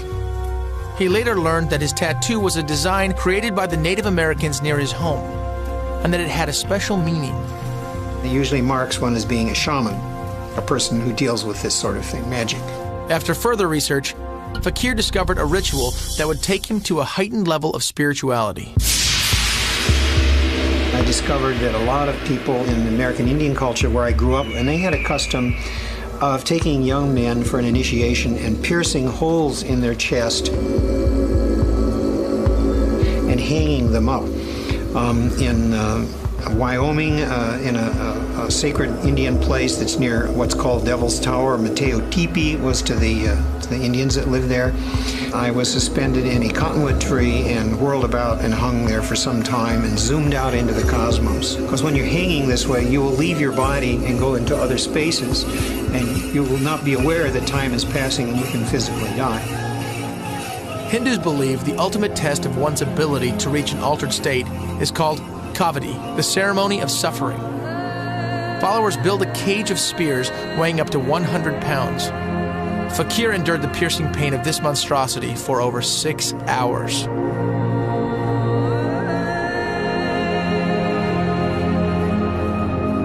After reaching his ultimate goal, Fakir then decided to open the country's first licensed body modification school. These young kids, through this, even though it's frivolous sometimes at the start, through their body piercings and their tattoos, are discovering their connection between body and spirit. For all the gifts and all the wonderful things that had happened to me and my experiences, I had to repay for those by being here to show other people how to do this in a more humane and spiritual way. Yes, okay. This unique approach to life has truly made Fakir Musafar a shaman for the modern age. It's enriched my life, and I like to think in some ways, by enriching my life, it's also enriched other people's lives.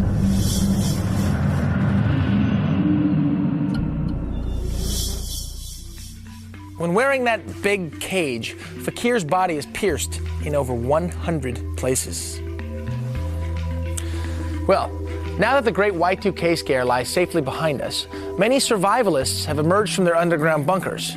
But in Coober Pedy, Australia, living underground is just a part of everyday life. And nobody seems to be in a big hurry to come to the surface.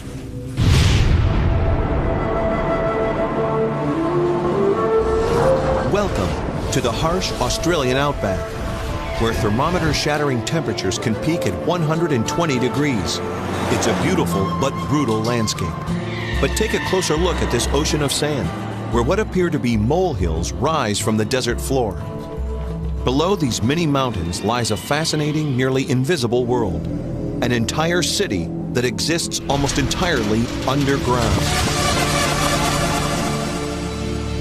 It's called Coober Pedy. Founded in 1920, 5 years after its first opals were discovered, it is presently considered the opal capital of the world.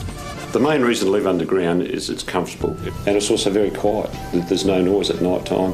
You sleep well because there's no lights coming in through any windows, and it's quite comfortable. The residents who live in dugouts find very little reason to come up for air. Why should they, when everything they need is underground? Shops, hotels, offices, even churches.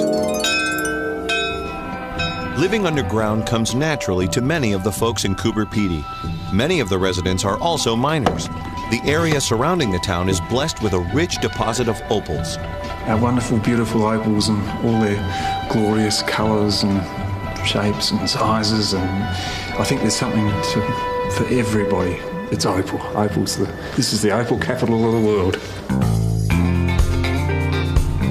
Opals have been mined here since 1915, but it wasn't until an opal boom in the 1960s that the miners came up with an ingenious way of escaping the oppressive, suffocating heat of the outback. We started digging a tunnel into the face of the mountain and just made one tunnel in And then we put our 2 bunks into the tunnel.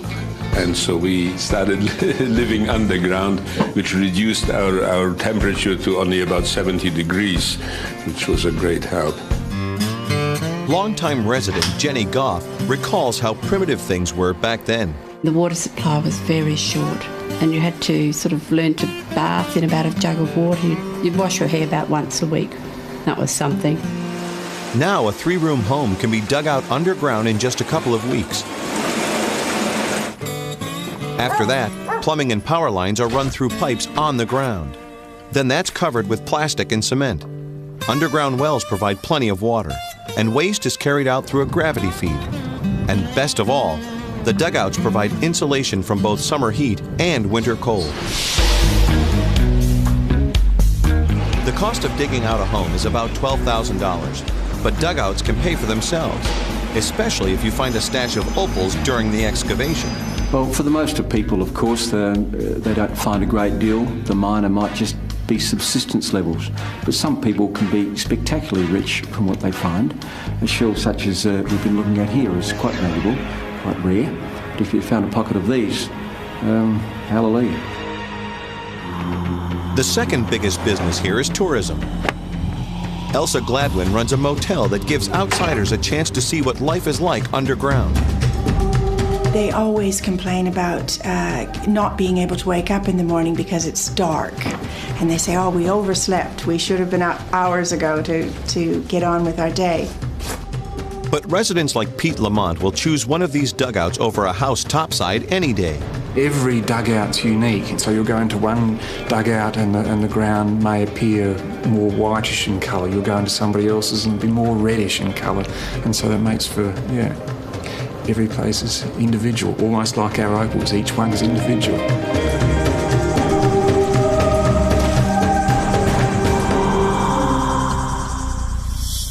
Cooper Petey's golf course is one of the most unusual courses in the world. No grass, all sand. Make sure you bring your wedge.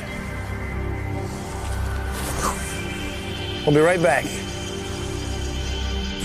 Next, imagine being stung over 20,000 times and then wanting more. It's kind of like a hot match head being laid on your skin. Oh! This woman swears bee sting therapy saved her life. Also, this guy says he can pop a wheelie on a bike that fits in the palm of his hand. Plus, from a diner where you are forced to eat in the dark. It's kind of nerve-wracking not knowing what's going to be on your plate. To the restaurant where after you see what they're serving, you wish it was dark. We taste test unbelievable eateries. That's coming up. Stories you can't imagine. People you won't believe. Ripley's Believe It or Not. Anything that promises to be a miracle cure should be looked at very carefully, especially a process that requires that you get stung up to 20 times daily by bees. But to a woman named Pat Wagner, the potential gain is definitely worth the pain. The ominous drone of bees and the fear of a painful sting make most of us run for cover. A bee sting feels kind of like a hot match head being laid on your skin. And you can't just go like that and get it off. But Pat Wagner and others like her endure dozens of burning bee stings every day. Oh! Whoa! Initially, when the bee stings, just like, oh, that's not bad. And about the time you say that, that's when it fires up. Yeah, it's hot and fiery, but it is so worth it. Pat was diagnosed with multiple sclerosis when she was just 19. By the time she was 42, the disease had progressed to the point where Pat couldn't do anything for herself. I was deaf in my right ear. I was numb all over. My bones felt like they were absolutely made of ice. And I was referred to as a breathing corpse. And her prognosis was bleak. She became essentially what we call paraplegic. And she was unable to walk and was in a wheelchair. It was a miserable thing, and there was no hope from the medical world. I mean, absolutely none. But only 3 months later, Pat had a conversation with her mother that would change her life.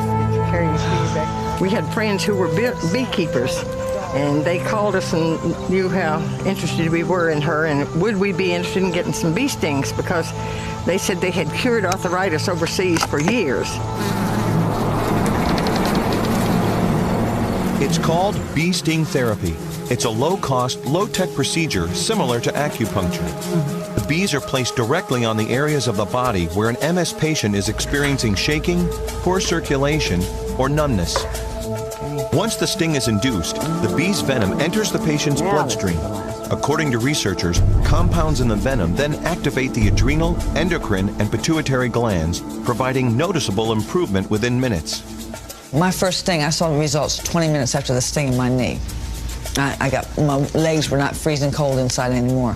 Pat's doctor was both surprised and excited by her next visit. She came back to see me again, and at that time, she told me that she was undergoing bee sting therapy and that she herself felt improved, and certainly on her examination, she was now walking independently with significant improvements. Pat's immediate improvement was remarkable. She started getting stung up to 20 times a day. What you feel is what's happening to the nerve. Then you may feel almost like an electrical current go down the hand. And you all of a sudden start feeling feelings in your fingers. Pat's husband Ray says the venom has given his wife a new lease on life. Bee therapy has restored her vision, it's regained all her senses. In other words, she has no numbness in her body anymore. She feels things where before she didn't feel anything. Astounded by Pat's amazing improvement, her doctor began to explore the medical implications of bee sting therapy, a treatment that over 10,000 people worldwide were now trying. There must be something in the bee venom that is in fact useful to help patients with possibly regrowth of the insulation around the nerves, or possibly helping with nerve transmission. As a result of her success, Pat was filled with hope for not only herself, but others. So she and her husband decided to make the treatment available to anyone in need. Although currently in clinical testing, no medical degree is required to administer the stings. So Pat and Ray, under the supervision of her doctor, opened their home in Waldorf, Maryland to other MS patients and arthritics. As her reputation grew, she became known simply as the Bee Lady. I never know exactly who's going to come what day, but I'm pretty sure that several others, I'm sure, will be here. Mary Bean is just one of thousands of MS patients who've received bee stings from Pat. Exercise. I really don't think I'd be walking if I hadn't started getting stung. And when she did her arms and she brought them in, instead of going like this, she just went. It was very, very mild, and I was real pleased with that. Of course, like any medical treatment, bee sting therapy has its risks. The major risk with the use of bee therapy would be an acute allergic reaction. And so I have instructed Pat that they have the, we call EpiPen, it's an epinephrine unit with them just in case, so they can always use it. So far, Pat hasn't had to use it on either her patients or herself. And myself personally, not that I keep count or anything, but I've had 20,604 stings as of today. As for those still frightened off by the prospect of bee stings, I mean, some people are not willing to get a bee sting to be better. So fine, be sick. It's just, why not? Why not get a bee sting? What have you got to lose?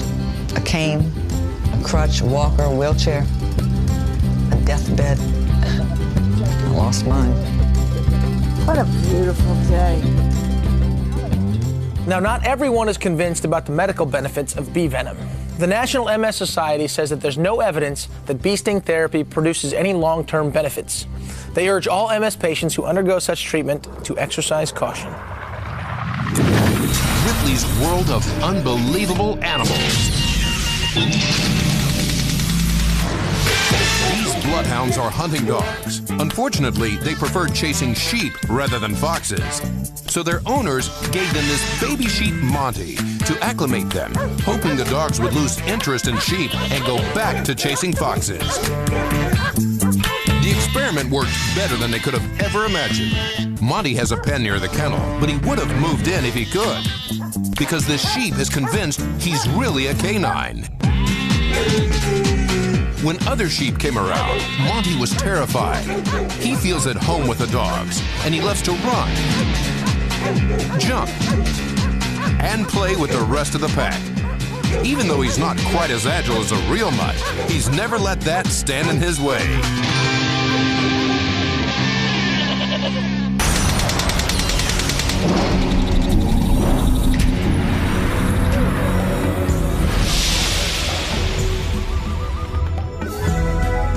The family that plays together stays together. And the Hunt family is the perfect example. And this little tiny bike that I'm not gonna try to ride right now is the perfect vehicle. This is my baby. When I first made it, I slept with it.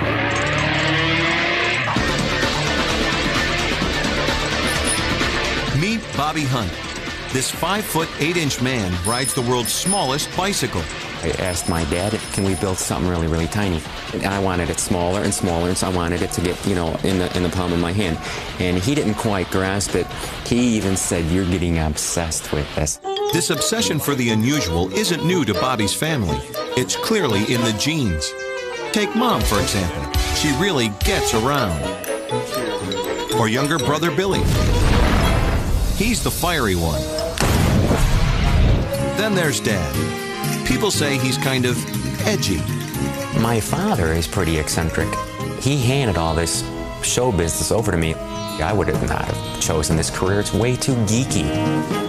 Ever since Bobby can remember, his father was a circus performer. He and his brother followed in his footsteps. However, it was the construction of this tiny bicycle that bonded him and his dad together once and for all. We made the bike together, at least parts of it, and I'm just as proud as can be. And as Bobby grew up, the bikes he made with his dad kept shrinking. So I went from big to smaller to smaller to smaller. But your body can only shrink up so far. The pedals to the seat, it's, you know, can only be so far. Bobby's bike is only 7 3/4 inches tall and measures just under 3 inches from axle to axle. The wheels are the size of silver dollars. The pedals, in fact, are the size of 2 of my toes. They barely can fit on a pedal here, and the handlebars are the size of 3 of my knuckles. I can only steer with one hand. Although the tiny bike is made of materials found around the house, special fabrication was required to make it even smaller. Now what I've got are 2 rollerblade wheels, but they were twice the size that I wanted, so I had to bring them to a machine shop, get those laid down. And then on top of that, I got a bicycle seat off of a child's bicycle. It was a little bit flimsy, so I had to rework some of that. Riding the world's smallest bicycle requires a special talent. Just getting on is a major accomplishment. I've got to get on 1 foot at a time, because if my toes are not specifically on the pedal, they'll hit the ground and I'll stop, boom, immediately, take a nosedive.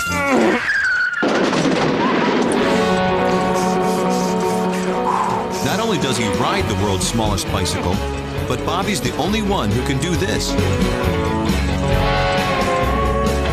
Pop a wheelie.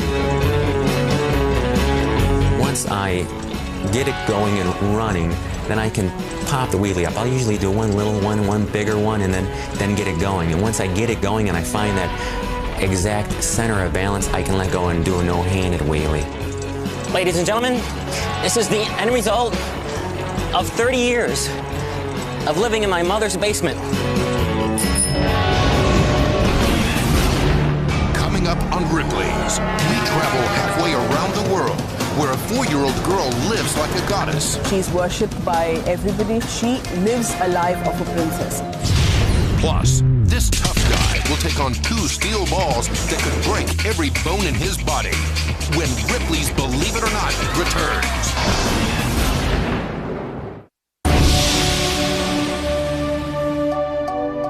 It's a familiar story. Young Hollywood star achieves great fame and notoriety, then is forgotten as they grow older. It's a very tough fall from grace. Now imagine an entire religion revolving around your every move. At least that is until you reach the age of puberty. Imagine that fall. High above the rest of the world in the Himalayan kingdom of Nepal lives a real-life princess. She is worshipped by her followers, idolized for her tremendous beauty and waited on hand and foot by her adoring staff. And yet, she is only 4 years old. She is called Kumari, and as our producer in India discovered, she is so exalted, even the king bows before her. She is put on a pedestal. Overnight, she becomes a goddess. She is worshipped by everybody. A Kumari, who is required by tradition to be Buddhist, is selected by a religious committee which has a list of 32 characteristics to look at when choosing the right girl. First, she must come from a specific caste or lineage. Next, her horoscope is scrutinized to make sure no evil will befall her. And then she is checked from head to toe for any mark or defect on her body. From her birth till the time she becomes a Kumari, she should not have fallen down or had any bruise of any kind on her body. No blood should have come out of her body. There are a total of 3 Kumaris in Nepal, but by far the most exalted is this young girl, the Royal Kumari of Kathmandu. Once chosen, the Kumari is taken away from her parents to live a life within the temple. For 7 years, she's closed off from the rest of the world and can see no outsiders, except once a day for worship and twice a year for religious festivals. That's when a powerful prayer or mantra is carried out, which makes her forget her past. She forgets that she's losing out on freedom, but she doesn't seem to miss that because the mantra has such an effect on her that she just loses all linkages to leading a normal life. Although her family is losing a daughter, at least temporarily, they also enjoy a new life of privilege. The government gives them a generous monthly allowance, which some believe might actually tempt a parent into allowing their child to become a Kumari. What a child does not know and cannot understand is that, like Cinderella, there will be one day when the princess once again becomes just an ordinary girl. On the day the Kumari reaches puberty, she is considered impure and must leave her throne immediately. She is no longer pampered, is no longer spoiled, is no longer revered by the public. The transition to private life is difficult. No one knows that better than Anita Saikya, a beautiful former Kumari who's turning 21 today. But unlike other women her age, Anita knows the best years of her life have already passed. 17 years ago, Anita was draped in beautiful clothing and jewels, and every meal was a feast. Today, she lives off a meager pension, has no job, and is not allowed to get one. And while her sisters are married with babies in their arms, Anita is virtually condemned to a life of solitude. She did not want to step out of her house into the balcony to talk to us because she was so scared that anybody around her house should not watch her, because definitely she and her family both enjoy a very, very special position in the society because of her being a past Kumari. For Anita, there is no Prince Charming waiting in the wings. Once adored by thousands, an ex-goddess will probably never become a wife. Although it's not forbidden to marry, it's considered bad luck to wed a former Kumari. Tradition holds that if you marry a former Kumari, you will die soon after. Today she is of marriageable age, though she of course denied that she doesn't want to think of marriage. But I think somewhere down her heart, she has a fear lurking in her because she may not get proposal. She may not have men coming up to her to ask for marriage. Alone and unmarried, Anita spends much of her time watching television. All that is left for her are mementos of her past.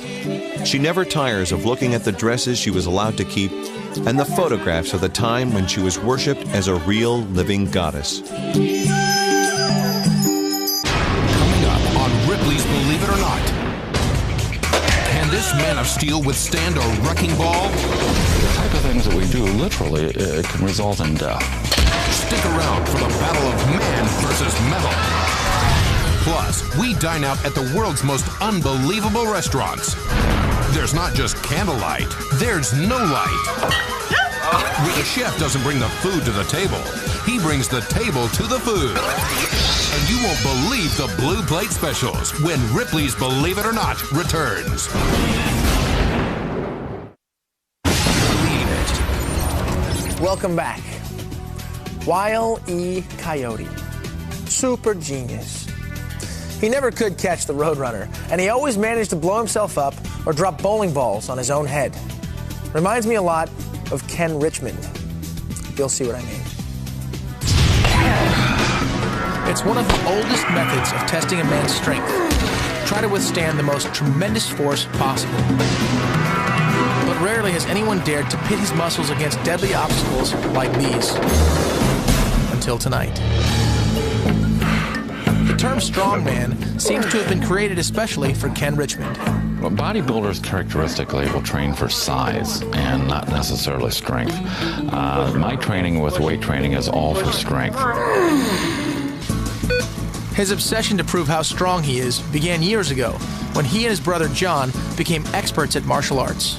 We honed all the different skills and the act became very complicated. A lot more breaking, a lot heavier bricks. He did ice, he did concrete, he did glass. Ken spent years building up both his outer and inner strength. Finally, he decided to try and develop a unique ability, one that would enable him to survive impacts that would kill most anybody else. Come on. Now he'll use that knowledge and experience to face his greatest challenge of all. With the help of his ex-wife Tanya, yes, his ex-wife, Ken is going to try and withstand the impact of two lethal objects. Good job. The first is a 45-pound Spanish cannonball salvaged from the Atlantic Ocean. Then a 3,000-pound wrecking ball will be aimed right at him. That's more weight than he has ever attempted to stand up to before. Without a doubt, being the envy of every ex-wife in the world because I'm dropping a ball on Ken's head. Despite what seems like an easygoing attitude in public, Tanya, Ken, and everyone else behind the scenes have painstakingly worked out every last detail. Yep, that's it. Because the type of things that we do, literally, it can result in death. And anytime you're dealing with someone's life, you have to take things very, very seriously. Now the time has come. Ken kneels down to have a pile of bricks placed on his head. The cannon shot is going to smash into him with a destructive force of 2,600 pounds. That's enough to break every bone in his body.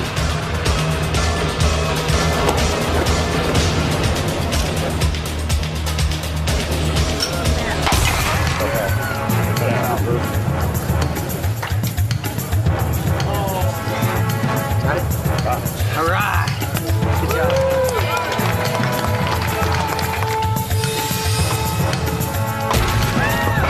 Having survived that first blow, Ken will now stand up to a 3,000-pound wrecking ball that will be aimed directly into his midsection.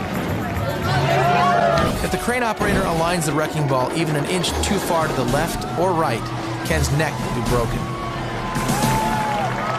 Ken gets behind the wall and prepares for the blow. The ball swings back into position. Now it's just Ken versus 2.5 tons of thundering metal, with nothing but a few inches of concrete between them.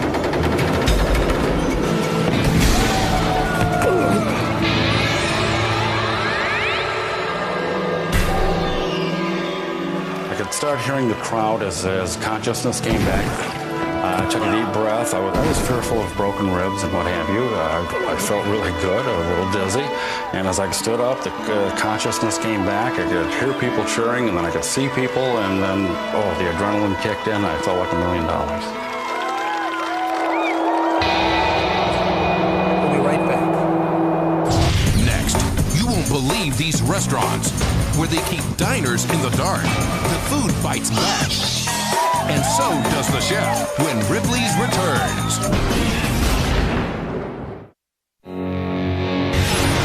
You're watching Ripley's Believe It or Not. Going out for dinner is one of life's little pleasures. Sometimes it can be one of life's more valuable experiences as well. Take a trip to Paris, and you'll quickly see why it's the favorite destination for gourmets from around the world. So why is Le Goût de Noir, which means the taste of darkness, one of the hottest restaurants in town? I heard that it was an incredible experience. And for me, it's a very, very good way to understand what people who don't see normally, how do they feel. I want to discover this sensation. You see, the lights aren't just dim at the Taste of Darkness. They're off completely. The reason? Owner Michel Rayat, a French film producer, wants to serve diners a lot more than food. It allows people to understand what it's like to be blind, completely blind. It's kind of nerve-wracking not knowing what's going to be on your plate, and not knowing what's going to be in your glass, and not knowing who's going to be sitting next to you. Diners walk into a pitch-black room. We can only show you what happens next with the aid of a night vision camera. We bring the guests by groups of 8 into the dark dining room, and they're greeted at the door in complete darkness by the blind guide. To avoid unnecessary messes, customers are given some important information right off the bat. In the middle of the table, there is the wine here, and the water here, and in front of you, you have the plate with a salad, and the fork, and knife, and a small spoon. The guide, who's blind, not only plays the role of a teacher of sorts, but also ably serves the guest, serving hot dishes and clearing away the plates without any mishap. If there is an accident, I spilled my wine. it's not the guides who have them. At the end of the meal, the guide returns his unsteady guests back to the world of the sighted, after a quick stop in a dimly lit room to help their eyes adjust. The only way I could find my food was to actually feel it in the plate. I had a hard time cutting and finding anything. Taste of Darkness may be the only restaurant where the owner hopes you don't remember the food. It's the experience that counts. It's just like having a dinner at someone's house, except that your host is blind. What an experience. You've heard the expression, his bark is worse than his bite? Well, that's not true in the case of this chef. When it comes to a well-balanced diet, it's hard to beat mighty-jawed Jackie Del Rio, part of Ripley's history for lifting 2 tables and 6 chairs using only his teeth. If you want to see something like that today, you'll have to dodge the roller skating waitresses and peer past the flashing neon signs to catch a glimpse of a cook they call Mighty Mouth. It's not this burger flipper's healthy appetite that earned him the nickname, but a jaw-dropping act he demonstrates after the night's last order is fired up. I was really amazed and scared, and I just kind of wanted to run out of the restaurant because it's just weird.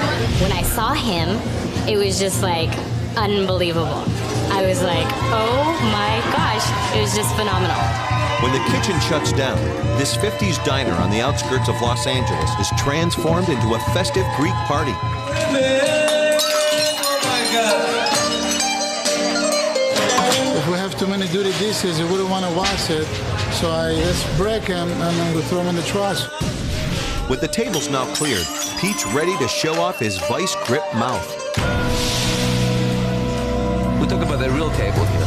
I think he's the only guy. I never see anybody to do that. What he does is, I think, is something unique.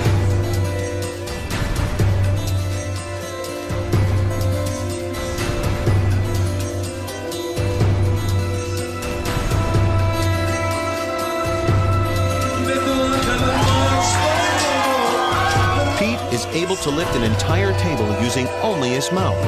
The boisterous crowd showers him with dollars to show their appreciation. And it's all for an ability Pete says is strictly the result of good genes.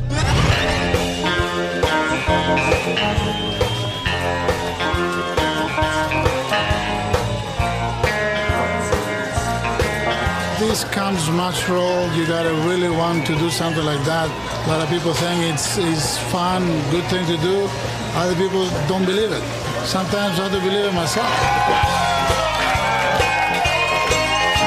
My dentist is very amazing and surprised how I do it, and believe it or not, I don't visit the dentist very often. Maybe it's a denture, I don't know.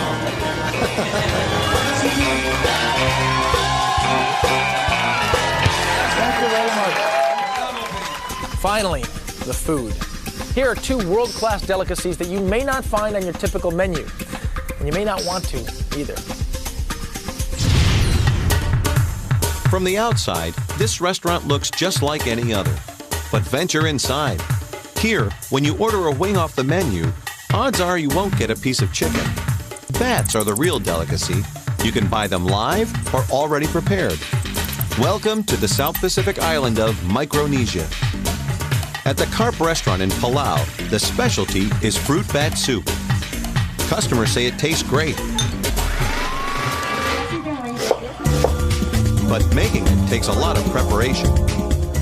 First, the chef boils the bat for 2 hours to sterilize it. She then adds a mixture of coconut milk and salt to the broth for flavor. But she's not finished with the bat just yet. She slices and dices, then adds its parts into the soup. When the bat's finally served, the guest not only gets the first taste, he's also given a special honor, the bat's head. We'll let you use your imagination on that. If bats aren't your food of choice, maybe you'll prefer our next stop in Guangzhou, China. Most restaurants try to keep rats out, but here they bring them in. They aren't much to look at, but diners love to dig into them. And chefs like rats because they're a versatile ingredient. They make a great stir fry and can be used in everything from stew to soup. A diet of rat meat is also supposed to have amazing effects on the body. For starters, rats are low in fat and cholesterol, and supporters claim that eating rats can prevent hardening of the arteries, exhaustion, and allergies. Sounds like just what the doctor ordered? Bon appetit! You may have noticed that all of the bat soup diners were men. The reason? They believe that fruit bats are nature's Viagra. We'll be right back.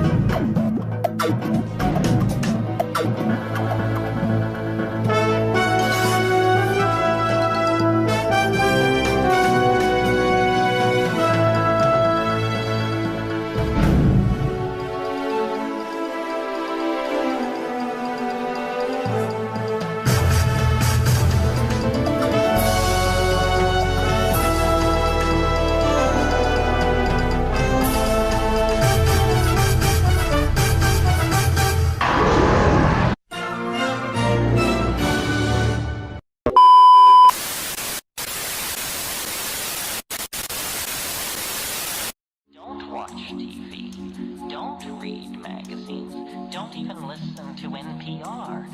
Create your own.